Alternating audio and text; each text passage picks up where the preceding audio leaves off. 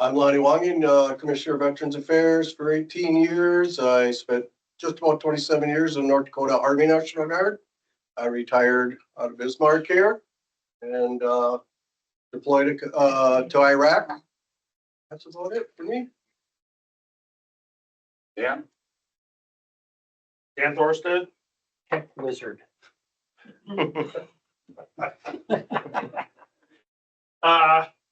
I'm the tech guy for this meeting. I served 23 years in the Army active duty. Retired Army First Sergeant, came back Fargo, got a job with North Dakota Veterans Affairs. Spent a couple of years there, and then I went and worked for Cass County for a little while. Then came back here to work with North Dakota Veterans Affairs again. So I've been here about 13 years now, 12, 13 years. If you got any questions, feel free to talk to me or whatever, but I'm taking over for this person here. So if I get your names wrong, just give me some time. It's gonna take some time. I just call you, hey, you. Thank you. I'm Kathy Helgenstadt. I am leaving after, it'll be 45 years. I'm retiring the end of October. It's been a pleasure to be around. I'm not a veteran. My dad was World War II, but I have known veterans from World War I pretty much all through. So it's been a very honor for me to have met so many veterans in the state and different places. So I appreciate that. Thank you. Trish, you on there? Yeah, can you hear me? Go ahead. All right, Chris Deary, Cass County Veteran Service Officer. I've been in this position for 5 years now. Previously with the Fargo VA for homeless prevention and employment, housing, and then with SENCA with the SSVF program. 10 years in the Minnesota National Guard, and then was part of the longest deployment in Iraq history for a National Guard unit. So I was pretty proud of that one, but here to help, and hopefully everyone had safe travels, and we get the meeting going. Trish is online. I don't know where she's at right now, but she's a instructor, teacher up there at UND, and she's with the VBA. And then we got Jim Verway. He's from Valley City, and he's with the VFW. And General? Oh, Al Gorman, I think I got everybody beat. 41 years in the Army and Army National Guard, Governor's Office. Michelle? Michelle Cannon, Executive Director of IndyCare's program of the governor, but housed under the National Guard, working on behavioral health issues for military. Okay. And my name is Murray Strum.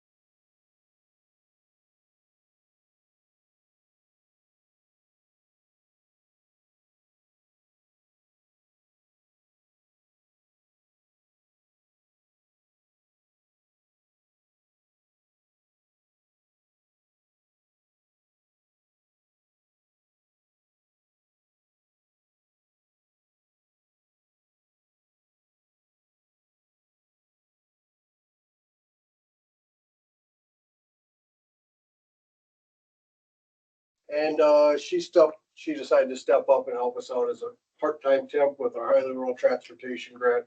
And for the 3 new people in here, feel free, afterwards, we can visit on all these. And if I say something like an acronym or highly rural transportation grant, you don't understand, please let me know.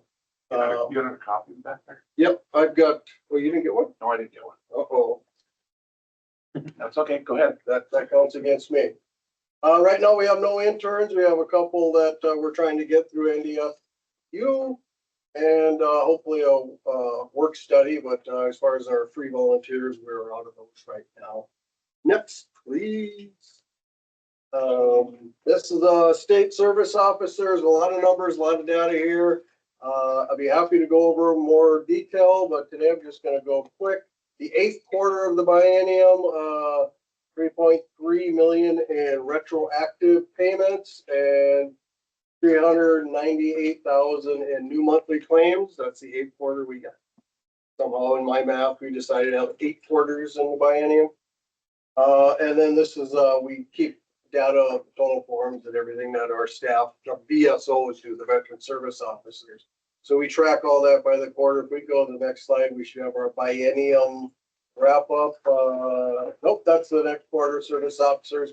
Kelly didn't do very many claims this last quarter because she decided to have a baby. So we're gonna let her go. Shelby picked up a lot of that and she did a lot of cleanup on other claims. So she was very busy. As far as appeals is what we specialize in right now, those that were submitted by us are listed there. Shelby looks like she was very busy. Next, please. All right, so April 2, this is some of the outreach we did. Outreach to MSU was very successful. It was just they wanted to have a little bit of information on veteran services, so we participated in that. Tom went down to the North Dakota Veterans Home, did a visit. I'm sure he'll give us a little update on that, but I believe that was a request from Joey Ranke or. Yep. And so we participated in that. That brought in quite a few new veterans into our system. The FM, Fargo Memorial and West Fargo Chamber of Commerce, Brian visited with them, part of their Veterans and Military Caucus or group. And the veterans stand down at MHA Nation started up again. Brian went out and visited in Dave's neck of the woods out here. And next, please. And so there's our biennium totals. It really comes down to 2,800 new VA claims that we filed, bringing in 24 million in retroactive payments.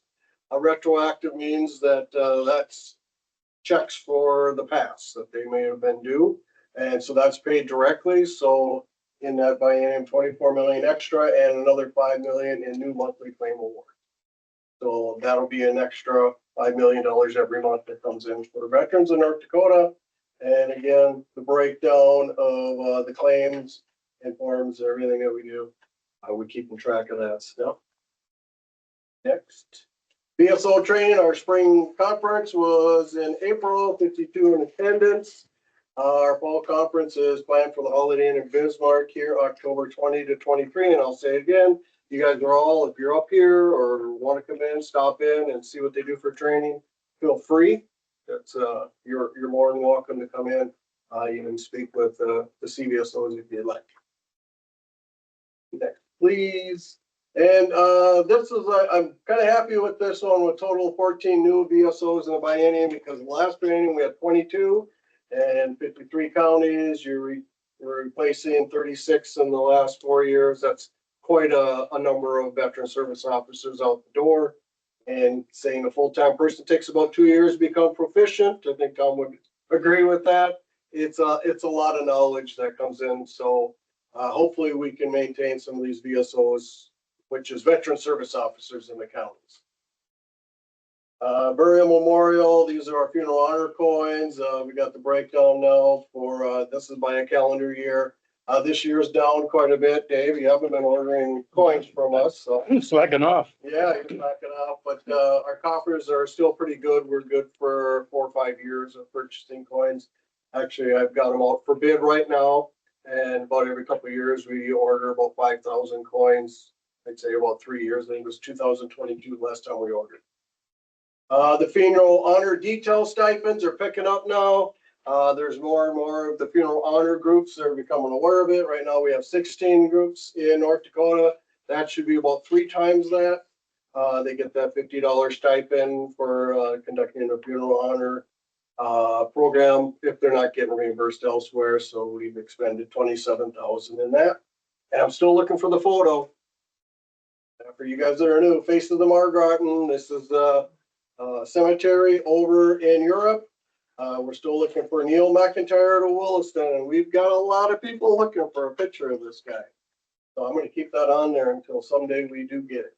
Otherwise, we have all of North Dakotans on that Facebook or on that website. Education and training, this is the SAA. This is what he's done for trainings and outreach. The board meetings, he's a member of the national board now, or remains a member of the national board, and has attended their central and their annual training. Attends the VA office hours on our behalf, and conducts quite a few of testing. The school visits that he was assigned for federal fiscal year 25 was 8 supervisory visits, and all visits were completed. And few weeks here, we're going to start the new federal fiscal year, and he's got about the same for assignments in the next year. Please, major approvals, third quarter. This is the SAA, all required catalog approvals. As I've said in the past, we are probably the only state that do 100% catalog approvals. So for every college, anybody who uses GI Bill, we look at the entire catalog and approve all the programs up front, rather than some states they wait until somebody challenges, says, hey, this isn't covered by GI Bill. Can we have you look at it? We do them all in North Dakota. New facilities, Red River High School got on as a new facility that has some training, and we also do on-the-job training and apprenticeship programs. So businesses and agencies can all sign up, and the GI Bill can flow through to the veteran that way. And again, presented to our CVSOs at their conference. Next, please. 855 technical assistance actions and about 5,600 major approval actions. This is the summary for the biennium. Became chairman of the Military Transition Assistance Committee and vice chair of the NASAA Central Region.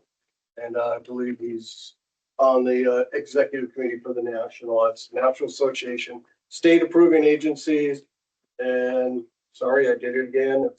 This is the group that does the SAA. What we do is we approve the GI Bill.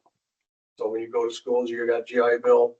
The program at the college has to be approved, and then you can apply for those and get your GI Bill.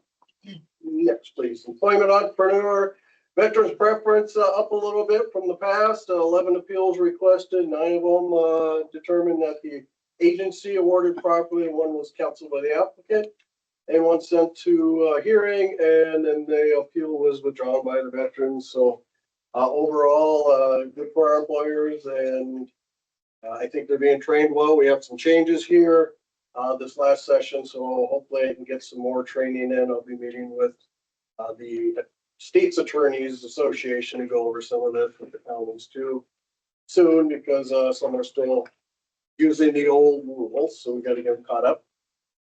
We've already had 3 appeals requested for this biennium since July, so one's still pending. Our loan program for the last biennium, the wrap up here, 54 applications processed, 36 approved, 18 disapproved, and that really has to do with ability to repay. 146,000 is the loan balance, which is still low for us. So we have 430 some thousand available to loan out.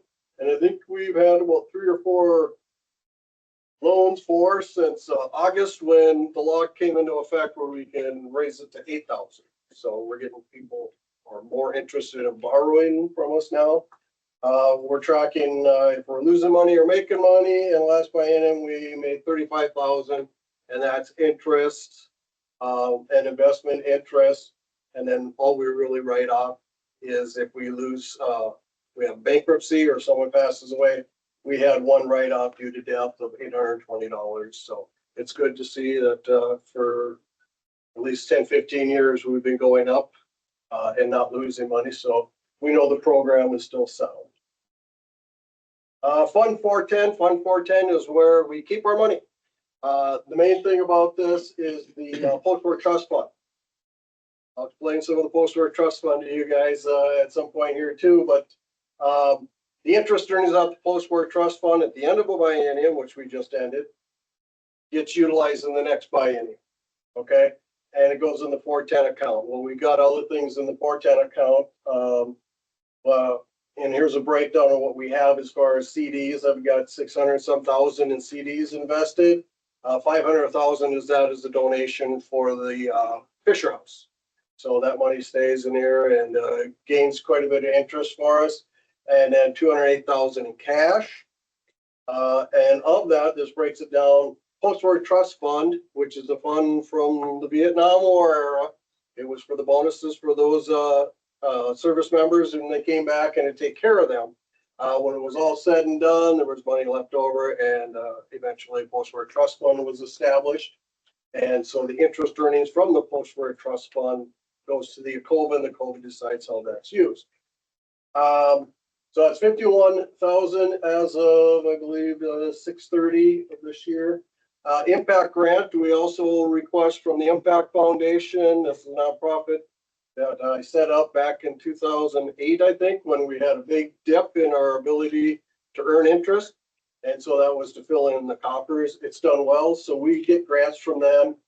We have about 24,000 left. And then when that's all, we can go ask for more. And that fills in the cracks when the Post-Work Trust Fund isn't there, or things that isn't approved or not approved by the Trust Fund grant program. Funeral honor coins, like I said, we got about 40,000. I just got the last bid. I think we're at about 11,000 to get 5,000 coins, about $249 a piece. So those will be good for a few years, the funds that are in there. Discretionary, this is just a fund that you guys have allowed me. If we have an issue where a CVSO or somebody contacts me and says, Lonnie, we need $50, $150, help this veteran out today.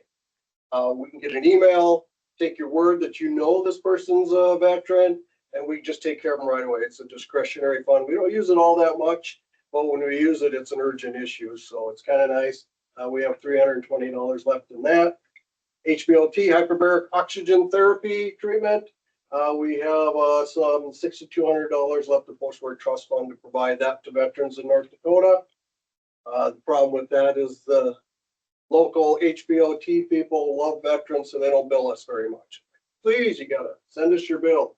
But they'll serve a lot of veterans for free or very discounted, so we do appreciate that. Transportation lodging, that's the van drivers, the DAV vans come to Fargo, they have to stay over. We'll pay for their hotel room because the VA doesn't pay for that. Vietnam veteran coins, we handed those out. There's about $230 left in that, which we won't be purchasing any more coins. By the way, I've got about 500 of them back there. Someone's coming to pick some up. So if any of you guys need to fill your coffers, we still have some of those, but we'll use that for postage. We had this change years ago so that we can accept and expend funds only in the manner of which they're given. So the people that gave us the Vietnam veteran coins, we have to use it for that program only. So we're kind of glad we're not going to end up with a big balance there. Donations, you can also donate for our grant program. We got about 19,000 in there. Interest and adjustments at the end of the year.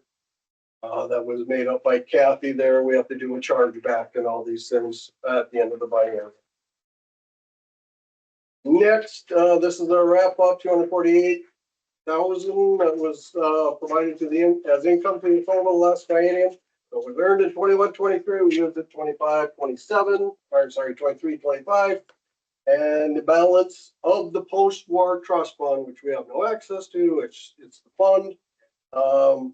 In 23 was 7.5 million, starting the biennium. At the end of the biennium, 8.9. So you see our treasurer say, great job, he's investing well, and I guess has a lot to do with just the economy or whatnot, but I'm so excited to be at 8.9. Actually, at the end of July, we were at 9.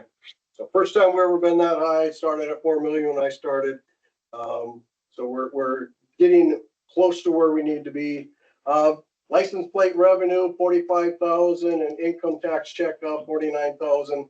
That was during this biennium. Rick, I think you asked me questions about that. That's where we're at there. And we do have for that committee, the actual total amount, which is well over 100,000 for each. And those are some ideas that came out of this committee. Next, please. So there's our post-work trust fund for this biennium. This is one of your jobs today is figure out how we're going to expend that 377,000. It's normally broke up by the quarter for the next biennium, how you would like it invested and how much goes to grants, etc. Again, there was the balance. License plate revenue so far. Of course, this is beginning of the biennium. We do this by quarters. And then legislation put in $500,000 to the principal of the post-work trust fund. It was House Bill 1054, and then they put it in our budget. That's a great thing. That's a good boost for us. And then they also added the veteran service organizations may add to the principal. So if your gaming has extra money, you got to get rid of. Give me a call. I'm working with the treasurer trying to figure out how we can make it work. And he's got a plan. Healthcare, our grants. These are the grants, post-work trust fund, which comes from the post-work trust fund, obviously, and then the impact, which is from the Impact Dakota Medical Foundation. This is our breakdown of how many were approved. We paid about 163,000 in the biennium, and about 118,000 out of the impact, which is great. With the extra funds now that we have, we can look at raising our income and asset levels, and we should be able to tell you about how much that would cost. So, which is great. We can get closer to what the VA has for income limits. And hey, Michelle, voila. Last year I presented to the secretary's group and his cabinet on our suicide prevention in North Dakota programs. How we're doing so much with so little. Don't get in the Fox grant. I kept saying that, even though it's not his grant. So I got a pillar award from the past secretary. So we just came through, and I'm going to share that with it. I'm a part of it. I don't own this. This is Michelle and myself and the Human Services and Sarah and all those over at the federal VA. We're making it happen, and we're still crossing our fingers. We get this Fox grant, and we'll put our program on steroids for a year and really get some things done. So very happy about that. I'll bring it to our next meeting. It's in our office. So next slide, please. IndyCare's Governor's Challenge. We're still working on that. And this is for you new guys, but everybody else has heard this. Use the 988 logos everywhere. Okay, see, did you notice we have one here on all the slides? This was about 3 years ago, I think they said that less than 30% of the population knew what 988 was. So we're driving everyone to 988, and we're just as much as you can pop it in. We got all kinds of different colors and whatnot to get people to be aware. See, legislative appropriations for First Link. They did get some legislative appropriations to help man the 988 calls. Great thing. It's answered locally, so we can help.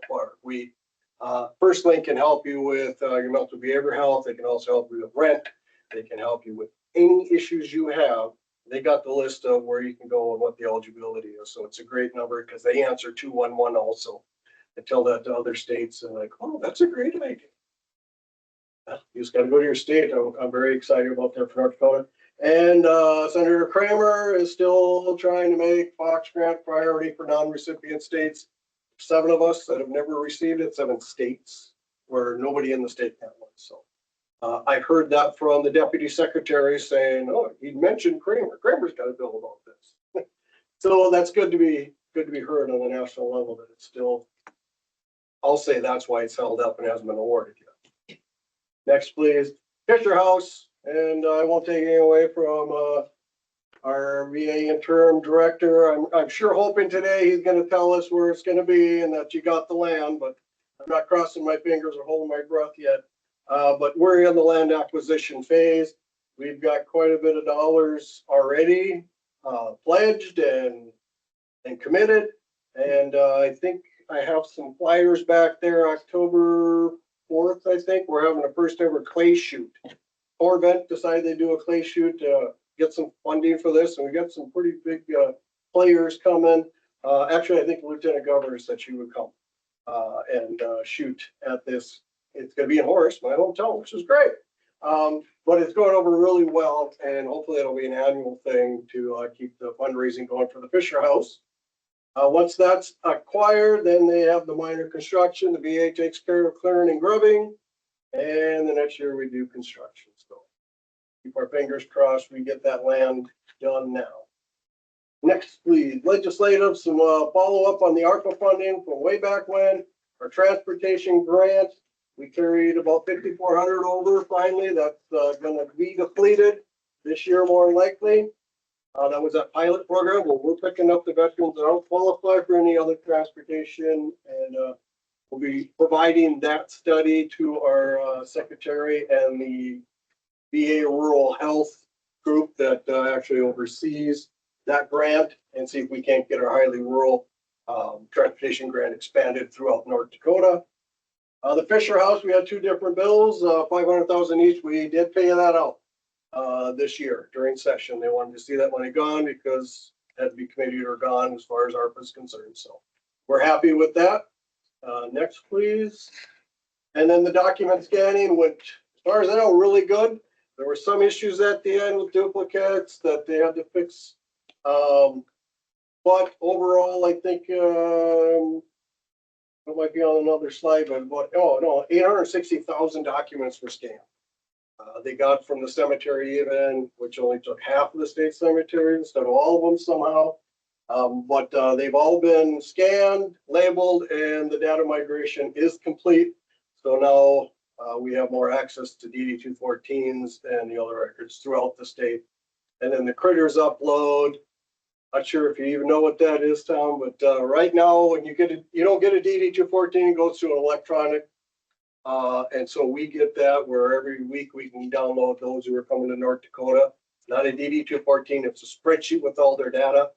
And so from there, we can migrate that right into our claims process. So all their data is in, there's not a lot of input. So we got a lot of good stuff out of that ARPA funding. Next, please. Post-work trips, 2025 actions. Our principal, 500,000, that was a bill to put another 500,000. We did get that transferred August 18th. So that's when we'll start getting some of the funds. The bridges, I believe all bridges have been named and dedicated. National Guard coins, we're still working on that. I met last week with the NCA, not the undersecretary, his main bureaucrat there, Glenn Powell, and doesn't want us to use their logo exactly. I just want to change it a little bit.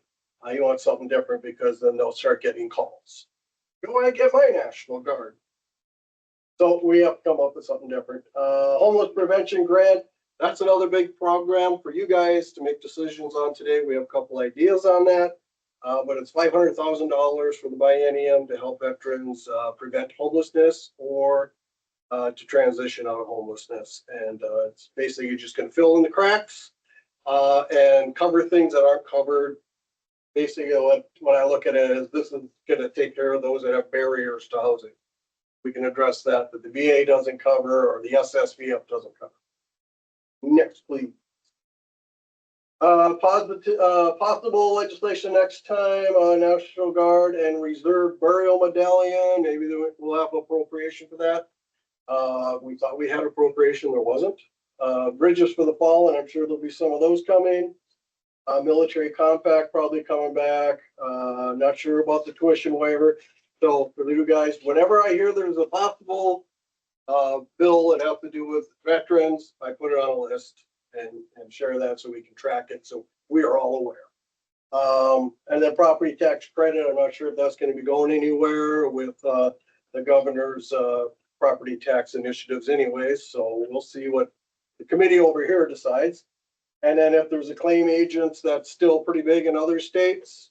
If the claim sharks becomes an issue, hopefully the federal government will take action on that before we have another session.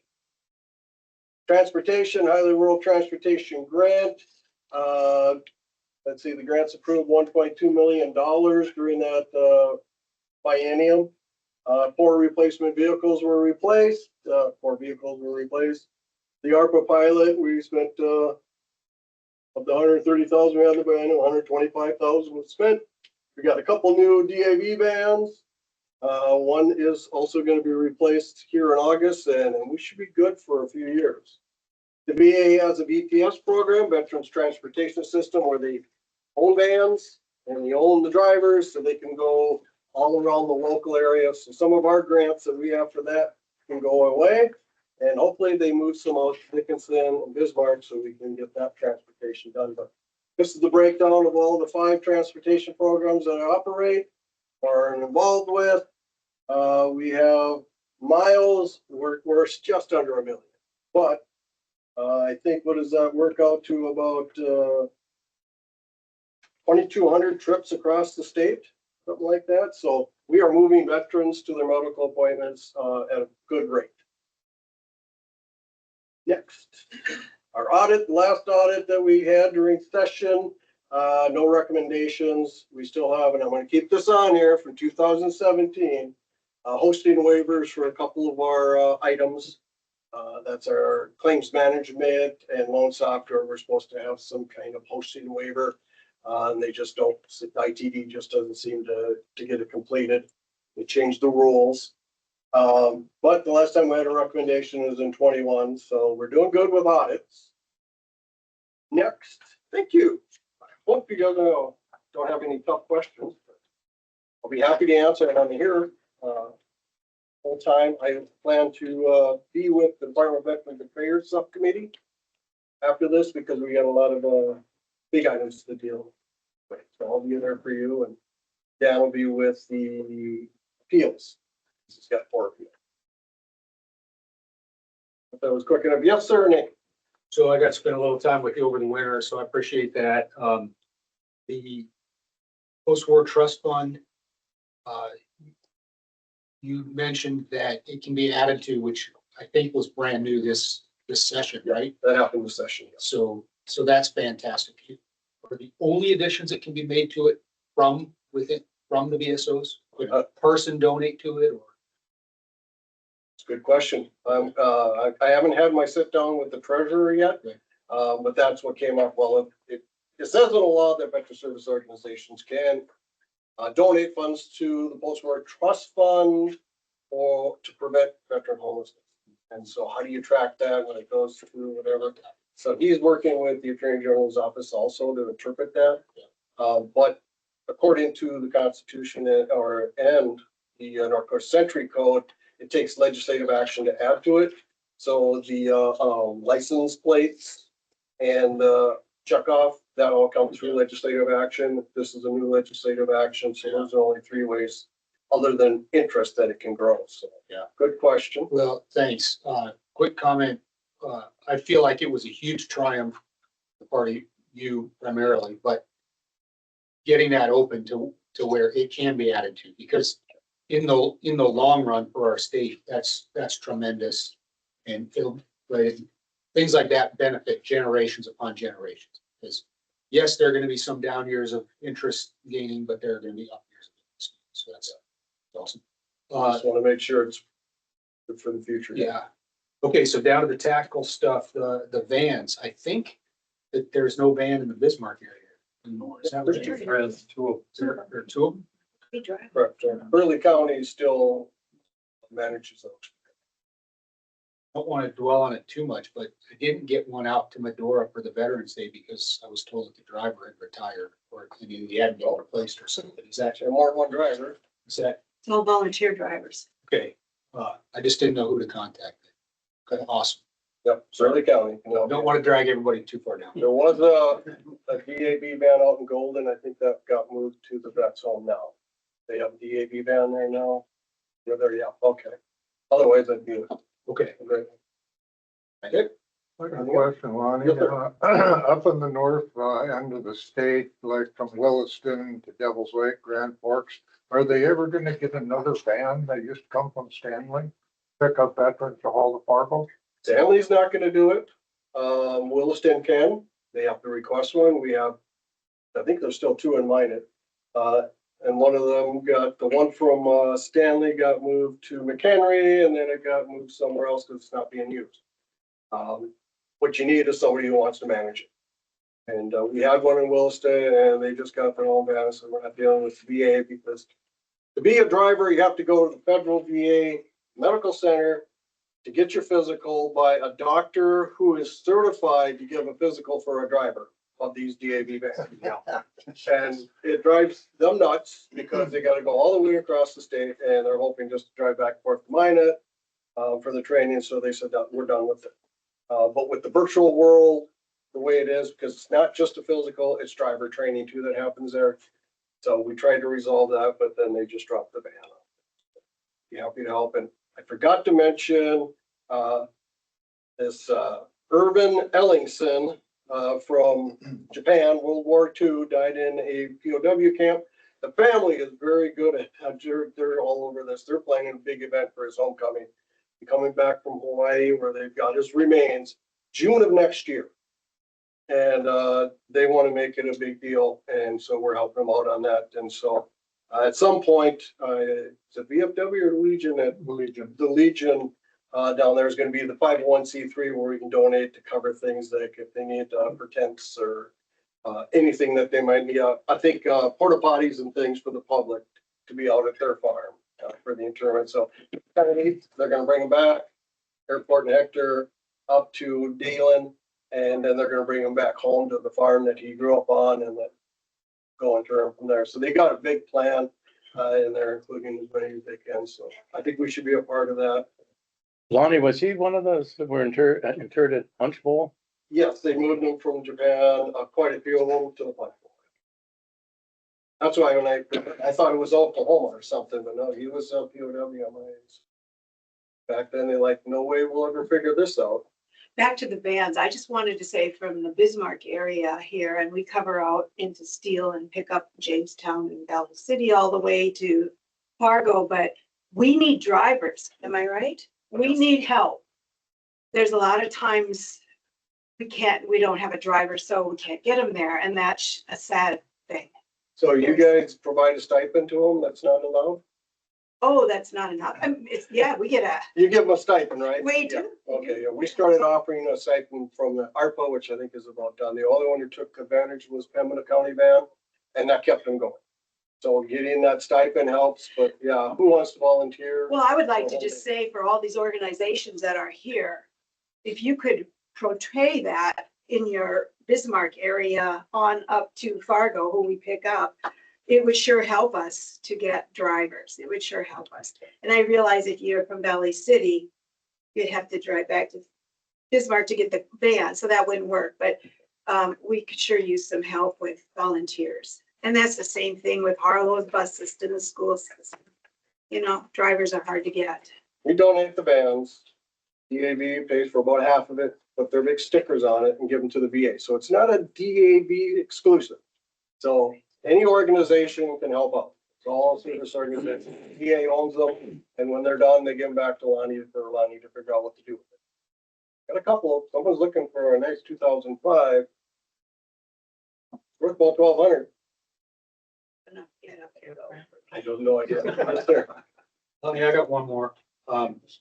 Because you covered so briefly for next legislative session, the claim agents and the, I know that this is exactly the group that works on this, but with the interaction with the legislative tours that we did this winter in this session, and we had to kind of fight to keep the claim sharks thing from taking root in North Dakota.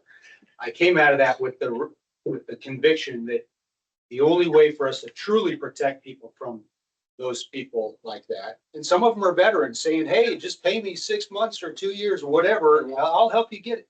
Anyway, not to belabor that, but the only way for us to truly protect veterans is to make sure that we find everybody and get them in the system, right? Get them with those claims, even if it's just their initial or just their first one. But, so that was my convictions. We just got to keep rounding people up. Even if they're in somebody else's VSO, even if they're one of those veterans that we don't like, whatever it is, we just got to get them rounded up, because that's the way to truly protect them from people like the sharks who want their claim money. And just for clarification, we like all that. I know. Two states did pass the legislation like was proposed here, and they're deep in lawsuits now. Because it goes against federal law.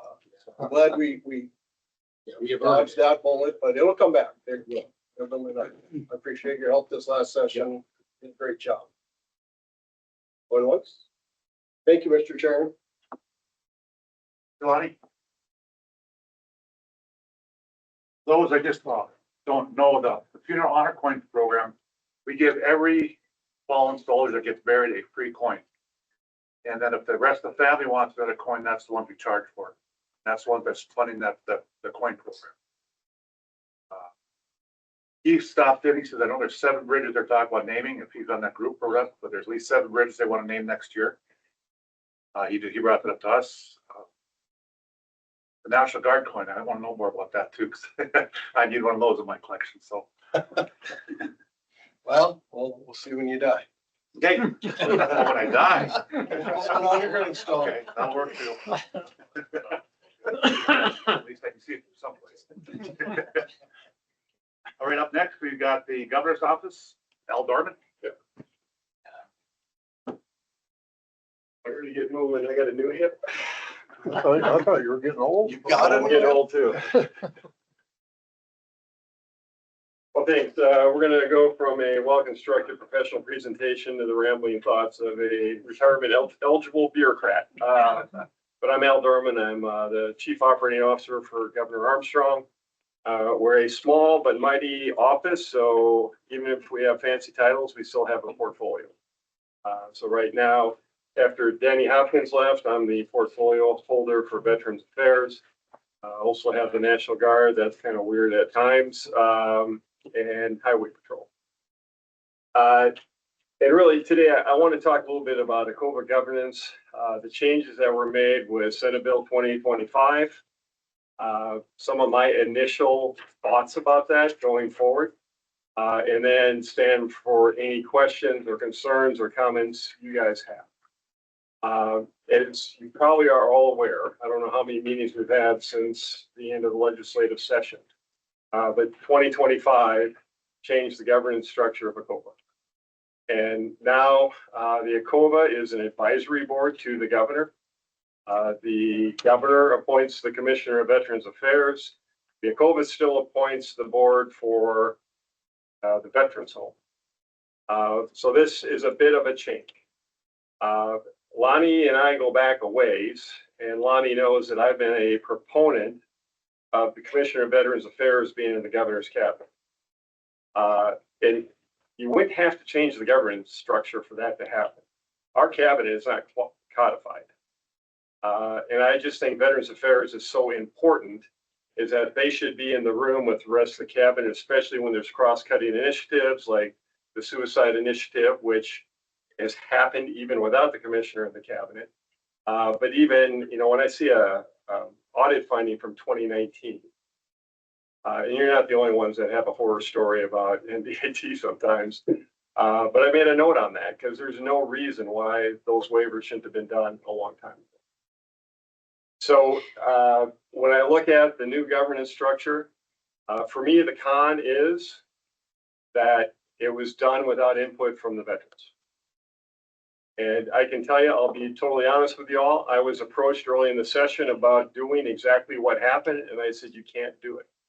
You have to work this through the ACOVA and the veterans organizations, and they followed that advice and they did nothing. And then it came up in conference committee, which is the wrong time to make a huge policy change. But that's what they did, because if you know how conference committees work, there is no testimony. Had this been part of the budget or a policy bill, there had been testimony. All parties could tell the legislators what they thought, and then they could make a policy decision based on that input. That really didn't happen in this case. Now, on the plus side, I think having the weight of the governor behind your budget and policy initiatives is a good thing. And, you know, I'll give a shout out to Lonnie. I think ever since Governor Burgum started his policy reviews to inform his budget bill for the next legislative session, Lonnie has come in, even though he wasn't required to, has come in and laid out the Veterans Affairs policy and legislative initiatives so that the governor was aware of those. I think being part or being under the governor now, we should be able to ramp that up even more to get the weight of the governor behind any proposals you all bring forward. I'll also be, you know, the claim sharks were brought up. And collectively, as veterans, we have some work to do. Because as you all saw when that bill was debated, you had the people that were pro claim shark were all veterans. The people that were anti-claim shark were all veterans. But unfortunately, the pros were senators and representatives. And so we have some work to do. And I've talked with offline just during the session with the team across the hall there. I keep forgetting what we call them, legislative council. Council, okay. What we used to call them? Coordinate. Yeah, I like that one better. But anyway, but we have some work to do. You all and Lonnie have put some good things into play over the last couple of bienniums, like the Veterans Caucus. We absolutely got to leverage them to support the budget requirements for our veterans programs and the policy. But I know the chair of that caucus quite well.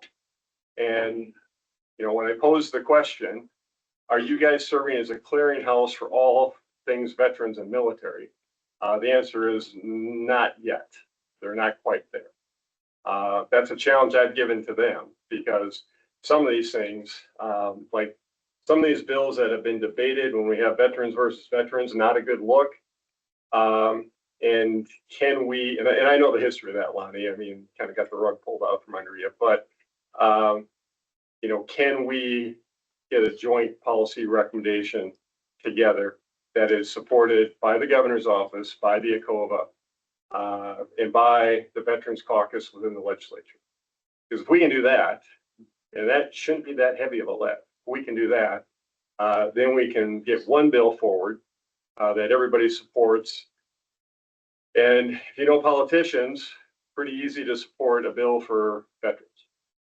Veterans, orphans, and puppies. You can always get that approved. So, so that's something I think collectively we have to work on going into the next session.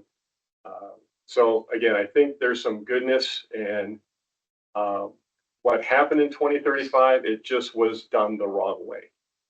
When I've talked to Lonnie, you know, my take is I don't know that anything changes. And hopefully we will strengthen the relationship between the commissioner's office, the rest of the cabinet, and the ACOVA and the governor. And I don't know if it's in 2035, but I'm a recovering lawyer, so I sometimes read entire sections of law. But there used to be a requirement for the secretary and the president and the secretary to report to the governor once a year. In my knowledge, I don't know if that ever happened. Now, I reread the code today, and that must have gone away in 2035. But with that said, if you read the mandate for the commissioner and the mandate for the ACOVA, you are the advisor to the governor. And we need to, I'm a big fan of follow the law or change it if it doesn't make sense. But right now the law says we got to advise the governor. And that's why I know I got to get Lonnie involved with the cabinet, and we need the input from the ACOVA getting to the governor, whether that's through me or some event where we brief out the governor like the old law required us to. But Veterans Affairs, I mean, should be the top on every elected leader's list. So I think again, 2035, not done the right way, but maybe it will help us elevate the Veterans Affairs and maybe have a better synchronized, more effective legislative agenda going forward. If I'm all wet on that, let me know. I've attended a number of these meetings. I usually say what I mean. I don't think the ACOVA's always agreed with what I say, but I'd much rather get it out there and have the debate than have some policy change executed in a conference committee with no input, which is what happened because of how this last session played out. And again, I would suggest too, to really take a look at the statutory requirements for the ACOVA. And I think we should have a discussion about, all right, how are we going to execute what the law tells us to do? My intent is, and I got to get ACOVA meetings on my calendar much sooner than I did today, but is to be at these meetings so that if, without regular interaction with the governor, because the governor cannot meet with every board and commission, there's like 1,000 of them. But to make sure that there's a liaison between you and the governor's office. And again, I can tell you the governor is a huge proponent of the military and our veterans. We need to make sure he knows what we need to do in the state of North Dakota. He's got a bigger bully pulpit than any of us. He's been in Congress. He's been in our state legislature. He knows everyone. Unfortunately, as Lonnie and I found out yesterday, just about everybody in Western North Dakota has a cell phone, which is not a good thing if you work for him, because you get stuff you don't want to do that day. But anyway, he's a huge advocate. But we got to make sure we give him what he needs to support the good work that you guys are doing. I think I'm going to stop there and be pleased to stand for any questions or comments or concerns. Okay, I'll just put it out here. Sure. If we're to raise the income level for one of our programs, and coming up here, if we want to raise the income, and then we vote it in, now what happens after that? We advise the government to put this new income level in on one of our programs. How does that gonna look like? Well, and that's the thing where I need to be here and Lonnie and I need to talk more. Okay. Because there are certain authorities inherent within the powers of the ACOVA and the powers of the commission. And as long as the authority is there and the appropriation is there, then that doesn't have to go to the governor and back down again. It doesn't have to come to me and back down again. There are a lot of agencies that have programs with certain levels of flexibility as to how the money is spent. We entrust those agency leaders to make those judgments and be good stewards of the dollar. But again, that's a conversation because the governance structure changed. None of us in this room had input as to what that change would look like. But I think we can be as effective and potentially more effective. But I've said this, everybody in here has been in the military. I've been a part of, I don't know, a dozen failed reorganizations. And I don't do that anymore. My approach is figure out who needs to talk to whom, who needs to be in a room to figure out an issue. And if that informs how you should be organized, then make the change. But every time you do a reorganization, it's normally immediately followed by an insurgency. And I appreciate everybody in this room and the veterans organizations because I haven't heard a lot of pushback on this, but it is what it is, at least for the next biennium. So let's figure out how to make it work the best we can. And we might decide that, no, this is okay. But if it's not okay, then we need to come in with a unified front to change it to what is most optimal for our veterans. That was more than you wanted, but I don't know how to answer your question. Lonnie? To clarify, I think with the post-war trust fund, which is in North Dakota Century Code 3718, I think, it says that the ACOVA sets, the programs. So if I have interpretation of that, going with our attorney, work with him first, or I don't want to inundate you with emails. I appreciate that. No, I tell every agency leader this. I mean, you gotta be, like it or not, you gotta be best friends with your attorney, with your public affairs officer and whoever handles your money.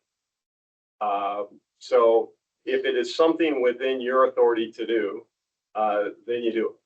I always tell folks, keep your policy advisor advised, I say advisor advice one after another, but, and then, in everything we do, we gotta, put ourselves in the administration's shoes too. And even if we can do this, does it look right? Is it the right thing to do? And you know, those are things that we just all figure out, usually through mistakes. But yeah, always go to the attorney first. And if you think it's political or controversial, you can do it. You know, it's always a two-step process from my lawyer days. Can we do it? That's for the lawyers and others. And then should we do it? And that's for your trusted core of advisors. Or call the governor's office and ask for input. Yes, sir.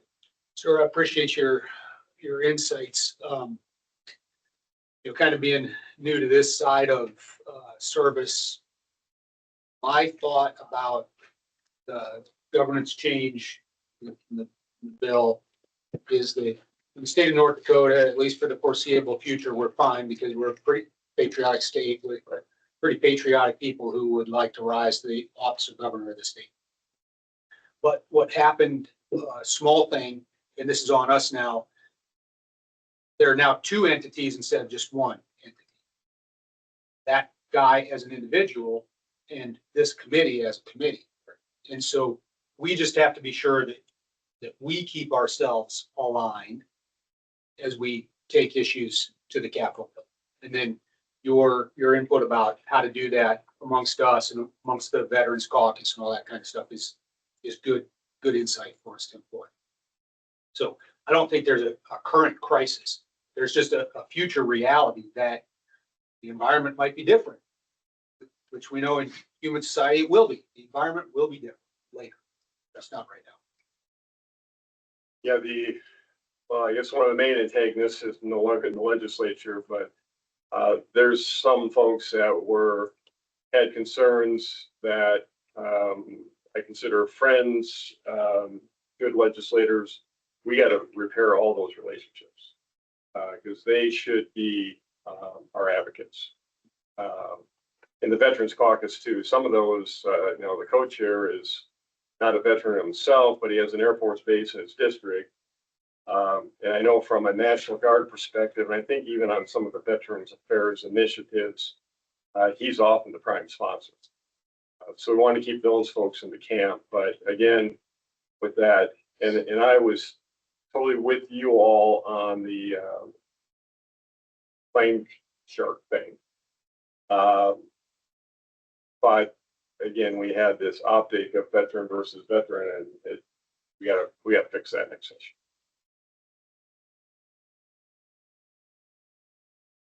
Like drinking together to fix that, right? After lunch. All right, those are that hard questions. Hey, thank you guys for what you do. Really do appreciate, Governor appreciates everything you do for our veterans. Like I said, I fully intend until we assign a permanent policy advisor to the ACOVA. I intend to be here. If you ever want to know where the governor stands or you need guidance, you'll let me know, and I will provide that. And I'll work with Lonnie and if anybody else has thoughts, but I do believe we got to figure out how to get the governor connected with the ACOVA writ large.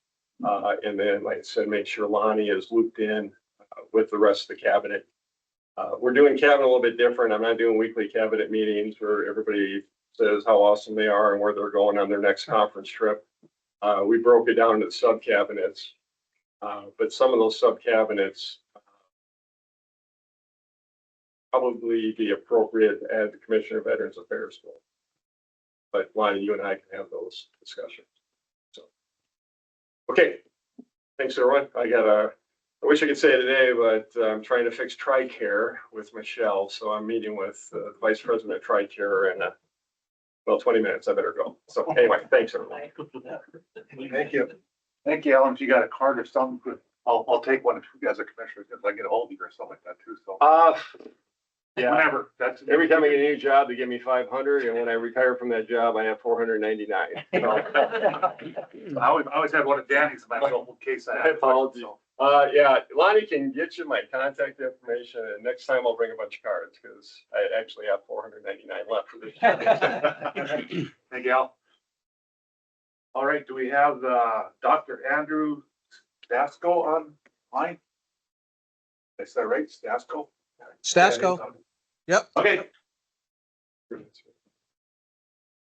All right. Good afternoon. I'm Andy Stasko. I'm the interim director for the Fargo VA. And guess I missed out on introductions. I am an Air Force vet, 15 years of service, basically a federal baby. I started my medical career as an Air Force doctor, and I'm finishing up my career as a VA physician. My son's a vet and my wife's a vet. So the only smart person in our household was my daughter, who went and got a PhD. So just to update you with the what's going on with the VA. Recently we were awarded a 5-star from CMS rating. It's based on a scale of 1 to 5. You have one hospital in the state of North Dakota that has a 5-star rating from CMS. I'll let y'all figure that out. So we were kind of very excited to get that information. As far as the VA is concerned, we're ranked #1 in a medium-sized facility.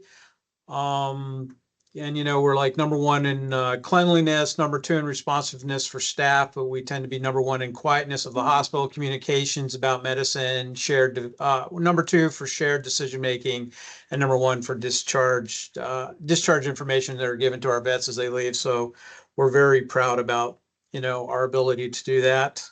Recently had a inspection from the Joint Commission, which went very well. In fact, one of the inspectors kind of wondered if they were doing their job, because they really had to dig and find stuff. So we're happy with that. And it just reflects, I think, the quality of care that we do provide for our vets. I have no word on who the new director is. That's still kind of up there at DC, and we're waiting for that to come down. There had been talk earlier this year about a reduction in force. The VA will not be facing one of those. There is going to be a reorganization. As you may know, the VA system is broken up into divisions. We kind of anticipate that that'll probably be reorganized. But what the secretary wants to do is actually push resources down to the actual medical care facilities, which in my mind is a great idea. That, we're getting rid of almost some of that middle management and hopefully being able to push resources down to the VA. That plan has been in the works for months now, and I really don't know. I was at a call yesterday, and they said sometime the first quarter of 26. And I don't know if I want to hold my breath or not, but we'll wait and see what they decide that we're going to do with that. Some of the things that have been going on with the facility, we picked up what is called a Da Vinci robot, which is kind of a high-tech way of operating and doing complex cases. This brings us up and allows us to compete with our local community partners. And we finally got the approval from the undersecretary yesterday to actually start doing cases. And we hope to do our first one next week, which is kind of neat. As a surgeon, I'm very excited to be able to kind of drag the hospital into the 21st century.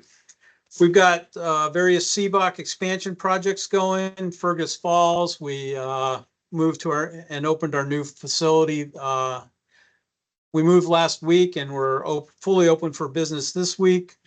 Up in Grand Forks, where we have accepted construction on our new facility, and we're starting to install desks and other equipment like that. Hope to be open mid-November. That represents an expansion of roughly from 8,500 square feet to about 17,000 square feet. With expanded services such as physical therapy, chiropractic care, and basic radiology. Bismarck is our current project, and we're hoping to get that contract approved by the end of the month, by the close of the fiscal year. And that's going to be a pretty good expansion from roughly about 10,000 square feet to 30,000 square feet with radiology, audiology, optometry, physical therapy, whole health, expanded mental health.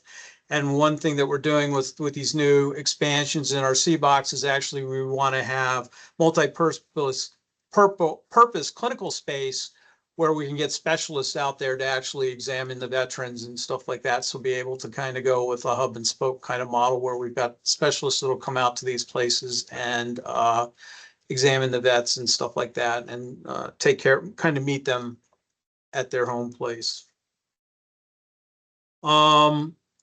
I can tell you that the Fisher House is progressing. I don't have anything more than that. I wish I definitely said, yep, the land has been purchased and we're ready to move on to the next phase, but we're not there yet. And then basically in terms of suicide prevention and stuff that we were doing, I know there was a question asked the last time I presented to the group, especially about the Compact Act and what we were doing with that. And I just figured I'd kind of update for since the start of the fiscal year in October to the present time. Compact Act has, we've had about 210 total episodes of care, roughly 50-50 between care originating in the community or in the VA. 107 were in the community, 103 were started in the VA. And what's really neat, we have a process improvement program or training that we do for, Lean Six Sigma kind of a program. One of our yellow belt projects was this past year where we actually developed a program to proactively scrub the charts of folks that have had their care that was initiated out with our community partners. And what we've been able to do is kind of intercept and take care of their, have the copay canceled for 22 of those vets for the tune of about $4,000, which is kind of neat that, there's that less financial stress and stuff like that because the VA was going to cover that cost anyway. So we're hoping to have that expanded out. Maybe use this as something that could be used with other VISNs or other healthcare systems. And that's basically all I have. Any questions? Happy birthday to the Air Force today. 78 years. I think it's just you. Yeah, I know. The really funny thing is that the Air Force Medical Services, we didn't fully go over to the Air Force until 49. Little known fact, when the Air Force stood up, only the flight surgeons went. Oh, So there's your trivia question for the day, or answer. Anything else, or Dr. Stasko? Thank you very much. Thank you. All right, we'll continue on. Next, we'll go to Colonel Kuntz, will be with the North Dakota National Guard.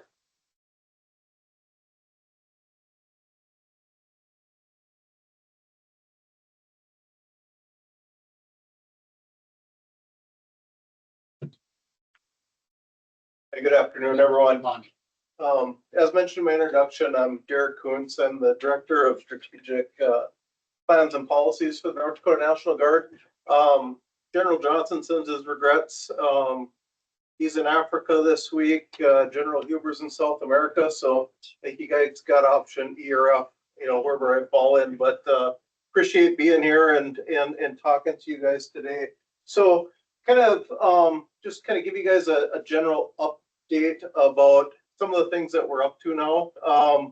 Looking at our strategic approach kind of revolves around three tenets: mission, people, teams, right? So that's kind of what I'm going to talk about. On the mission front, we currently have about 200 soldiers and airmen deployed right now, both domestically and abroad around the world.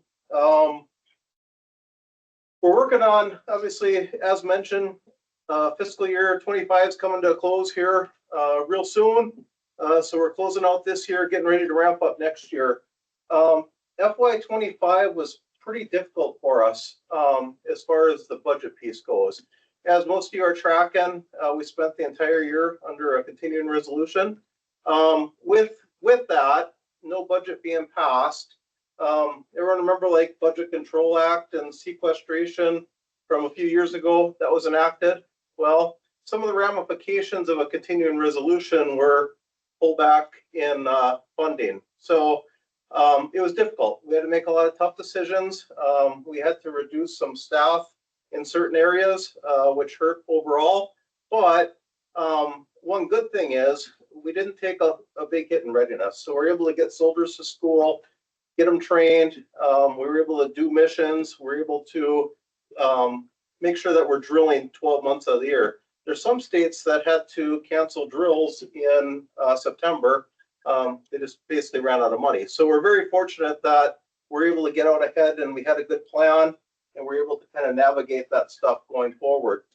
We anticipate starting FY 26 under a continuing resolution. We're told probably a short-term continuing resolution. We'll see. You know, your guys' guess is as good as mine. You guys have been around the system a lot longer than I have for the most part. Why budget's important, really? So the National Guard nationwide, we contribute about 20% of the Joint Force warfighting capability of the Department of Defense. And we operate on about 4% of the budget. So basically, we're a cheap date, right? So what we've got, we're a very efficient force, and we can't take a lot of reductions in funding and still be able to perform the missions and take care of our people the way we like to. We do continually, obviously we're a proud force in North Dakota. We continually rank in the top 10 of the 54 states and nations in things like equipment readiness, medical readiness, as well as we're a real professional force. So again, top 10 in professional military education. So we do have a good force here in North Dakota. As far as the people piece goes, we have around 4,300 total employees in the North Dakota National Guard. That consists of our traditional soldiers and airmen that show up for weekend drills and in their 2-week annual training. We have a bunch of active Guard Reserve. We have federal technician employees and state employees. So all of those together, about 4,300. One nice thing about us is about 50% of our state employees are federally funded or federally reimbursed. So we're fairly reasonable for the taxpayers in North Dakota. Some of our big accomplishments lately, obviously everyone's hurting for recruits, right? Pretty much every organization out there from McDonald's, Walmart, Amazon, and the military is no different. We always struggle in North Dakota. You know, we're always about, rank real low on diversity, rank real low on recruitable population in the state of North Dakota. However, we do pretty good with what we've got. We did develop a citizenship naturalization program about 5 years ago. That's really helped out. Obviously, some demographics in North Dakota have changed a lot since we were younger, right? So we found ways to take advantage of that and increase our recruitable population with that. So in about 5 years' time, we've taken about 90 of these individuals, got them into the military, and kind of give them a pathway to citizenship. So we're constantly trying to do innovative things and different things to be able to accomplish our mission and bolster our numbers. Overall, we're looking fairly good. Air Guard much better than the Army Guard. Air Guard, we're going to close the books this year, September 30th, at about 99 to 100% total strength, which is phenomenal. They haven't hit those marks, I'm told, in about 24 years. So that's a good thing. Army side, we're a little worse off. We're going to close between 95 and 96% of paid end strength, which isn't bad, but we kind of fall in that middle category of the states, right? So why that's important is we're always fighting to protect our end strength, right? So right now, there's about 34 states that are considered green. There's about 11 of us that are considered amber, and probably about 6 that are projected as red states right now. So you obviously want to be green because you can kind of protect what you've got. You can also take advantage of new emerging opportunities as they come about because you've proven that you can handle it. So always trying to go in that regard. As far as teams go, we try and be like at the tip of the spear as far as innovation goes, developing partnerships and promoting that innovation. So we've conducted about 30 joint multi-agency training and testing events with other Department of Defense, state agencies, federal agencies, academia, and industry at Camp Grafton Training Center. That's primarily focused on unmanned aerial systems, counter unmanned aerial systems, and cold weather training type scenarios. We've got a lot of things going in that ecosystem here in North Dakota. So we've got some valuable restricted airspace up around Camp Grafton that we're trying to leverage and kind of solve global problems right here in North Dakota with North Dakota National Guard. We also, speaking of partnerships, we also have 3 West African partners through National Guard Bureau State Partnership Program. So we've had the country of Ghana as one of our partners just over 20 years now. And we also have Togo and Benin, which were just over 10 years with them. So they've been good partners. We conduct between 20 and 25 engagements with those countries a year, trying to, build that partnership and increase their capacity to potentially be long-term allies in the future. That's why General Johnson, he's actually in Benin and Togo this week. He had the opportunity to get to Ghana about 6 months ago, so found an opportunity to get him to those other 2 countries. As far as that goes, partnership and that team approach is something I kind of really look forward to. Anything like Veterans Affairs, I've really kind of challenged my team to reach out. And if we can potentially team up and get something through next legislative session that benefits soldiers, veterans, you name it, reach out to us. We could probably do more together. And I look at that with any other avenue, university system. There's certain things that we have in common that I think we can work together and get things done. Commerce, transportation, you name it. So kind of that team approach to combine resources and for the greater good. We like to strive for. It's about all I have today. Pending any questions from any of you. One quick question. I liked it that you talked about these partnerships within not just Africa, but here. And give us an example of what can we do to help? One thing that we're constantly, I guess that was like my first legislative session, this past one. I came in the job when everything was already kind of submitted. So just kind of seeing how the process works. What kind of amazed me was that on certain bills, especially like I talked about unmanned aerial systems, right? So we had some initiatives or some interest in some bills, and our name would show up in some of these bills that we weren't even aware of when the session started. To where, and a lot of them died, quite frankly, but I thought they were good ideas.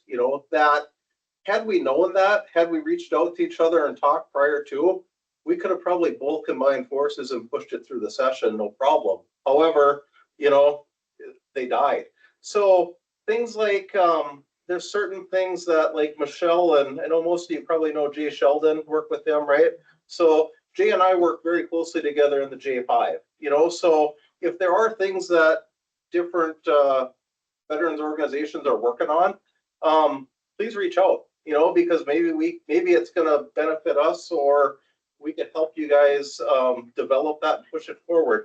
I was kind of blown away. So speaking of that UAS, some of those UAS bills, I was amazed that, different state agencies and private entities were presenting like 11 different bills to the legislative session, right? And oh, by the way, there's a lot of like similarities between a lot of them.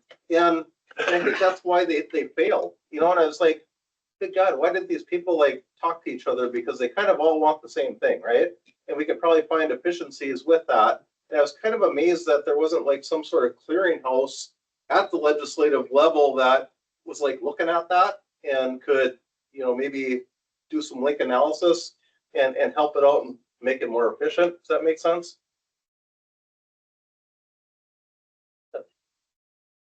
Back when I was in National Guard, we used to get 4 hours to go to either march or go to honor guard or something like that. If that's still a policy. Not that I'm aware of. But that was way back when, so I mean, it's in 2013, so. Because all the organizations, I don't care, fam vets, it's whatever. We all need members, we all need young members, so, and we're all getting too old to march, put it that way. So looking at some ways to get the National Guard involved, or National Guard members involved, not just the National Guard, but the members involved. And that's what, I know we used to be able to do it back in our day, if we had a funeral to go to and they'd give us 4 hours off with guard drill or something like that to go help these guys out. Yes. I just didn't know if that was a National Guard policy or just an unwritten policy. We still have the, you know, the military funeral honors team that gets out as much as they can. Yep. So, you know, obviously work closely with the veterans organizations to cover down on different funerals and stuff like that. But And we still get them out there to get the full flag and do that type of stuff, but like our shooting and stuff like that, we're just getting older and less members, put it that way. So Sure. I didn't know what the deal was. I've been out too long, so. right. Thank you. Yep, thank you.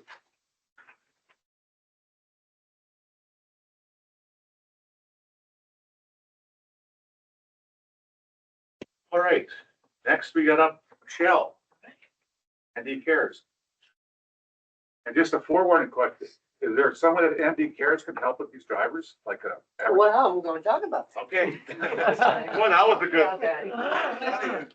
No, just like Colonel Kuhn says, you know, we look for opportunities and we have to act on it. We really do. So mine is going to be abbreviated because I was not aware that you had so many new members. So for those of you who would like to know the total history of ND Cares and everything else, I'd be happy to talk with you online to tell you about everything that we're doing. But I'd be here for now. And I know that you don't want to look at it that long. So before I do get to this, I do want to tell you that we do have one new ND Cares business partner and one new ND Cares community. And actually, it's a huge community. It is all of Morton County. So the county commissioners became a partner. And again, I will offline, I'll explain all of that later, but that is an update for the business and the community partners. But this is a big part of my budget. In fact, other than salaries and some other things, this is the biggest part of my budget, my broadcast association. So what we have active now is we have the Compact Act. We still have that out there explaining to veterans that you're in a suicidal crisis. You can show up basically at any emergency room, and whether you're a veteran or not in the whether you are in the VA healthcare system or not, the VA will most likely pay for it as long as they can verify that you are actually a veteran. So that is just so important that we've had that thing running for a year. So, and we will continue. We might refresh it. Somebody else right now, we have Clint Romache, who is the Medal of Honor recipient. In that one, still running anything that the Veterans Home wants to put out there. Still have that one. We have the Stand Down in Minot coming up, and that's the 16th of October. And for some of these events, I will give them to Dan, and then hopefully he can just send out flyers and email everything else. We have the North Dakota Suicide Prevention Coalition Conference in Bismarck. So we have an ad out, a television ad and a radio out for that. And I could justify it in my budget because we have 2 military-related speakers at that conference this year in Bismarck. One of them is our primary prevention folks. We have a gentleman who's going to be talking about the effects of deployment on the family. And the folks at that at that conference are mainly mental health professionals, but it's open to everybody. And then the other one is we have a chaplain who is also a veteran. So he's going to be talking about it from the spiritual point of view. And then coming up in a couple of weeks in Minot is the Together with Veterans Suicide Prevention Conference. And it is called the Rural Veterans Suicide Prevention Conference. Again, we are trying to train providers to have some cultural competency. Just so they know, Marines are not the same as soldiers. Same as airmen. You know, not the same as sailors. And so we had finished our partnership with the state, the Call 988 Veterans Campaign. You might still see some billboards around for that. Again, that was in partnership, but through a broadcast association, we put it on television and radio, the ads that that was produced by the state. And again, we have the stand down in Bismarck finished. In fact, that stand down in Bismarck probably had 190 people, veterans that came through there. So that was a great success. And that was through the AMVETS here in Bismarck, and one of my staff, Nikki Freilich, she is on the board, and she was the big toe on that operation right there. And then Operation Civilian Readiness. This is a Vets for Vets effort, and they're out of Minot. And again, what they wanted to do is make sure that there are people that were just about to end their service, that they could actually talk with other veterans on transition. Transition from everything, from family situations to new financial situation and jobs. So we wanted to make sure that that was out there, that everybody knew about that too. And then upcoming, we have the Indy Hopes Veteran Stories. And so thank you to Steve Anderson. He was one of the 3 veterans who volunteered to tell their story. And Indy Hopes is a project of the University of North Dakota. And they produce them, and they are going to shorten each about 3-minute story down to 30 seconds, because that's as much as we can have for a radio and TV ad. And the whole idea is to break that stigma for getting help and where to get competent. So out there on social media, they're actually longer than that. they're on social media, they're on YouTube, absolutely. And so when you see them on social media, please share them out. Please share them out with your personal thing. Please share them out and tag people who really need to see them. So I've got question marks here, Cynthia, about how, if you have any ideas on the needs of veterans, that we can put this information out, a clarion call for anything out on radio and television, we can do. So we would just need to get together to find out, do we need television? Do we need radio? Do we just need social media? And if so, what would the cost associated be with that, if anything? There are times where, so for the Suicide Prevention Conference in Bismarck, I made the video and put it out there. And so there was no cost to get that other than my time. And I'm a state employee. So When is that? Excuse me, when is that? Oh, Bismarck. the one in Bismarck is September 24th. September 24th, and it is at the Bismarck Career Academy over at the college. And it's an all-day thing, in person or online. The same thing with the Together with Veterans. So there's some things that we decide need to be produced, and we just have to figure out how to get that done. And there's some things that I can just give a script to the North Dakota Broadcast Association, and they do the voiceover for me, and it goes out there. And there's other times where I can do it and give it to them. You know, there's a lot of programs where I can do that now. So, but if there's anything like that, please, this is how we partner.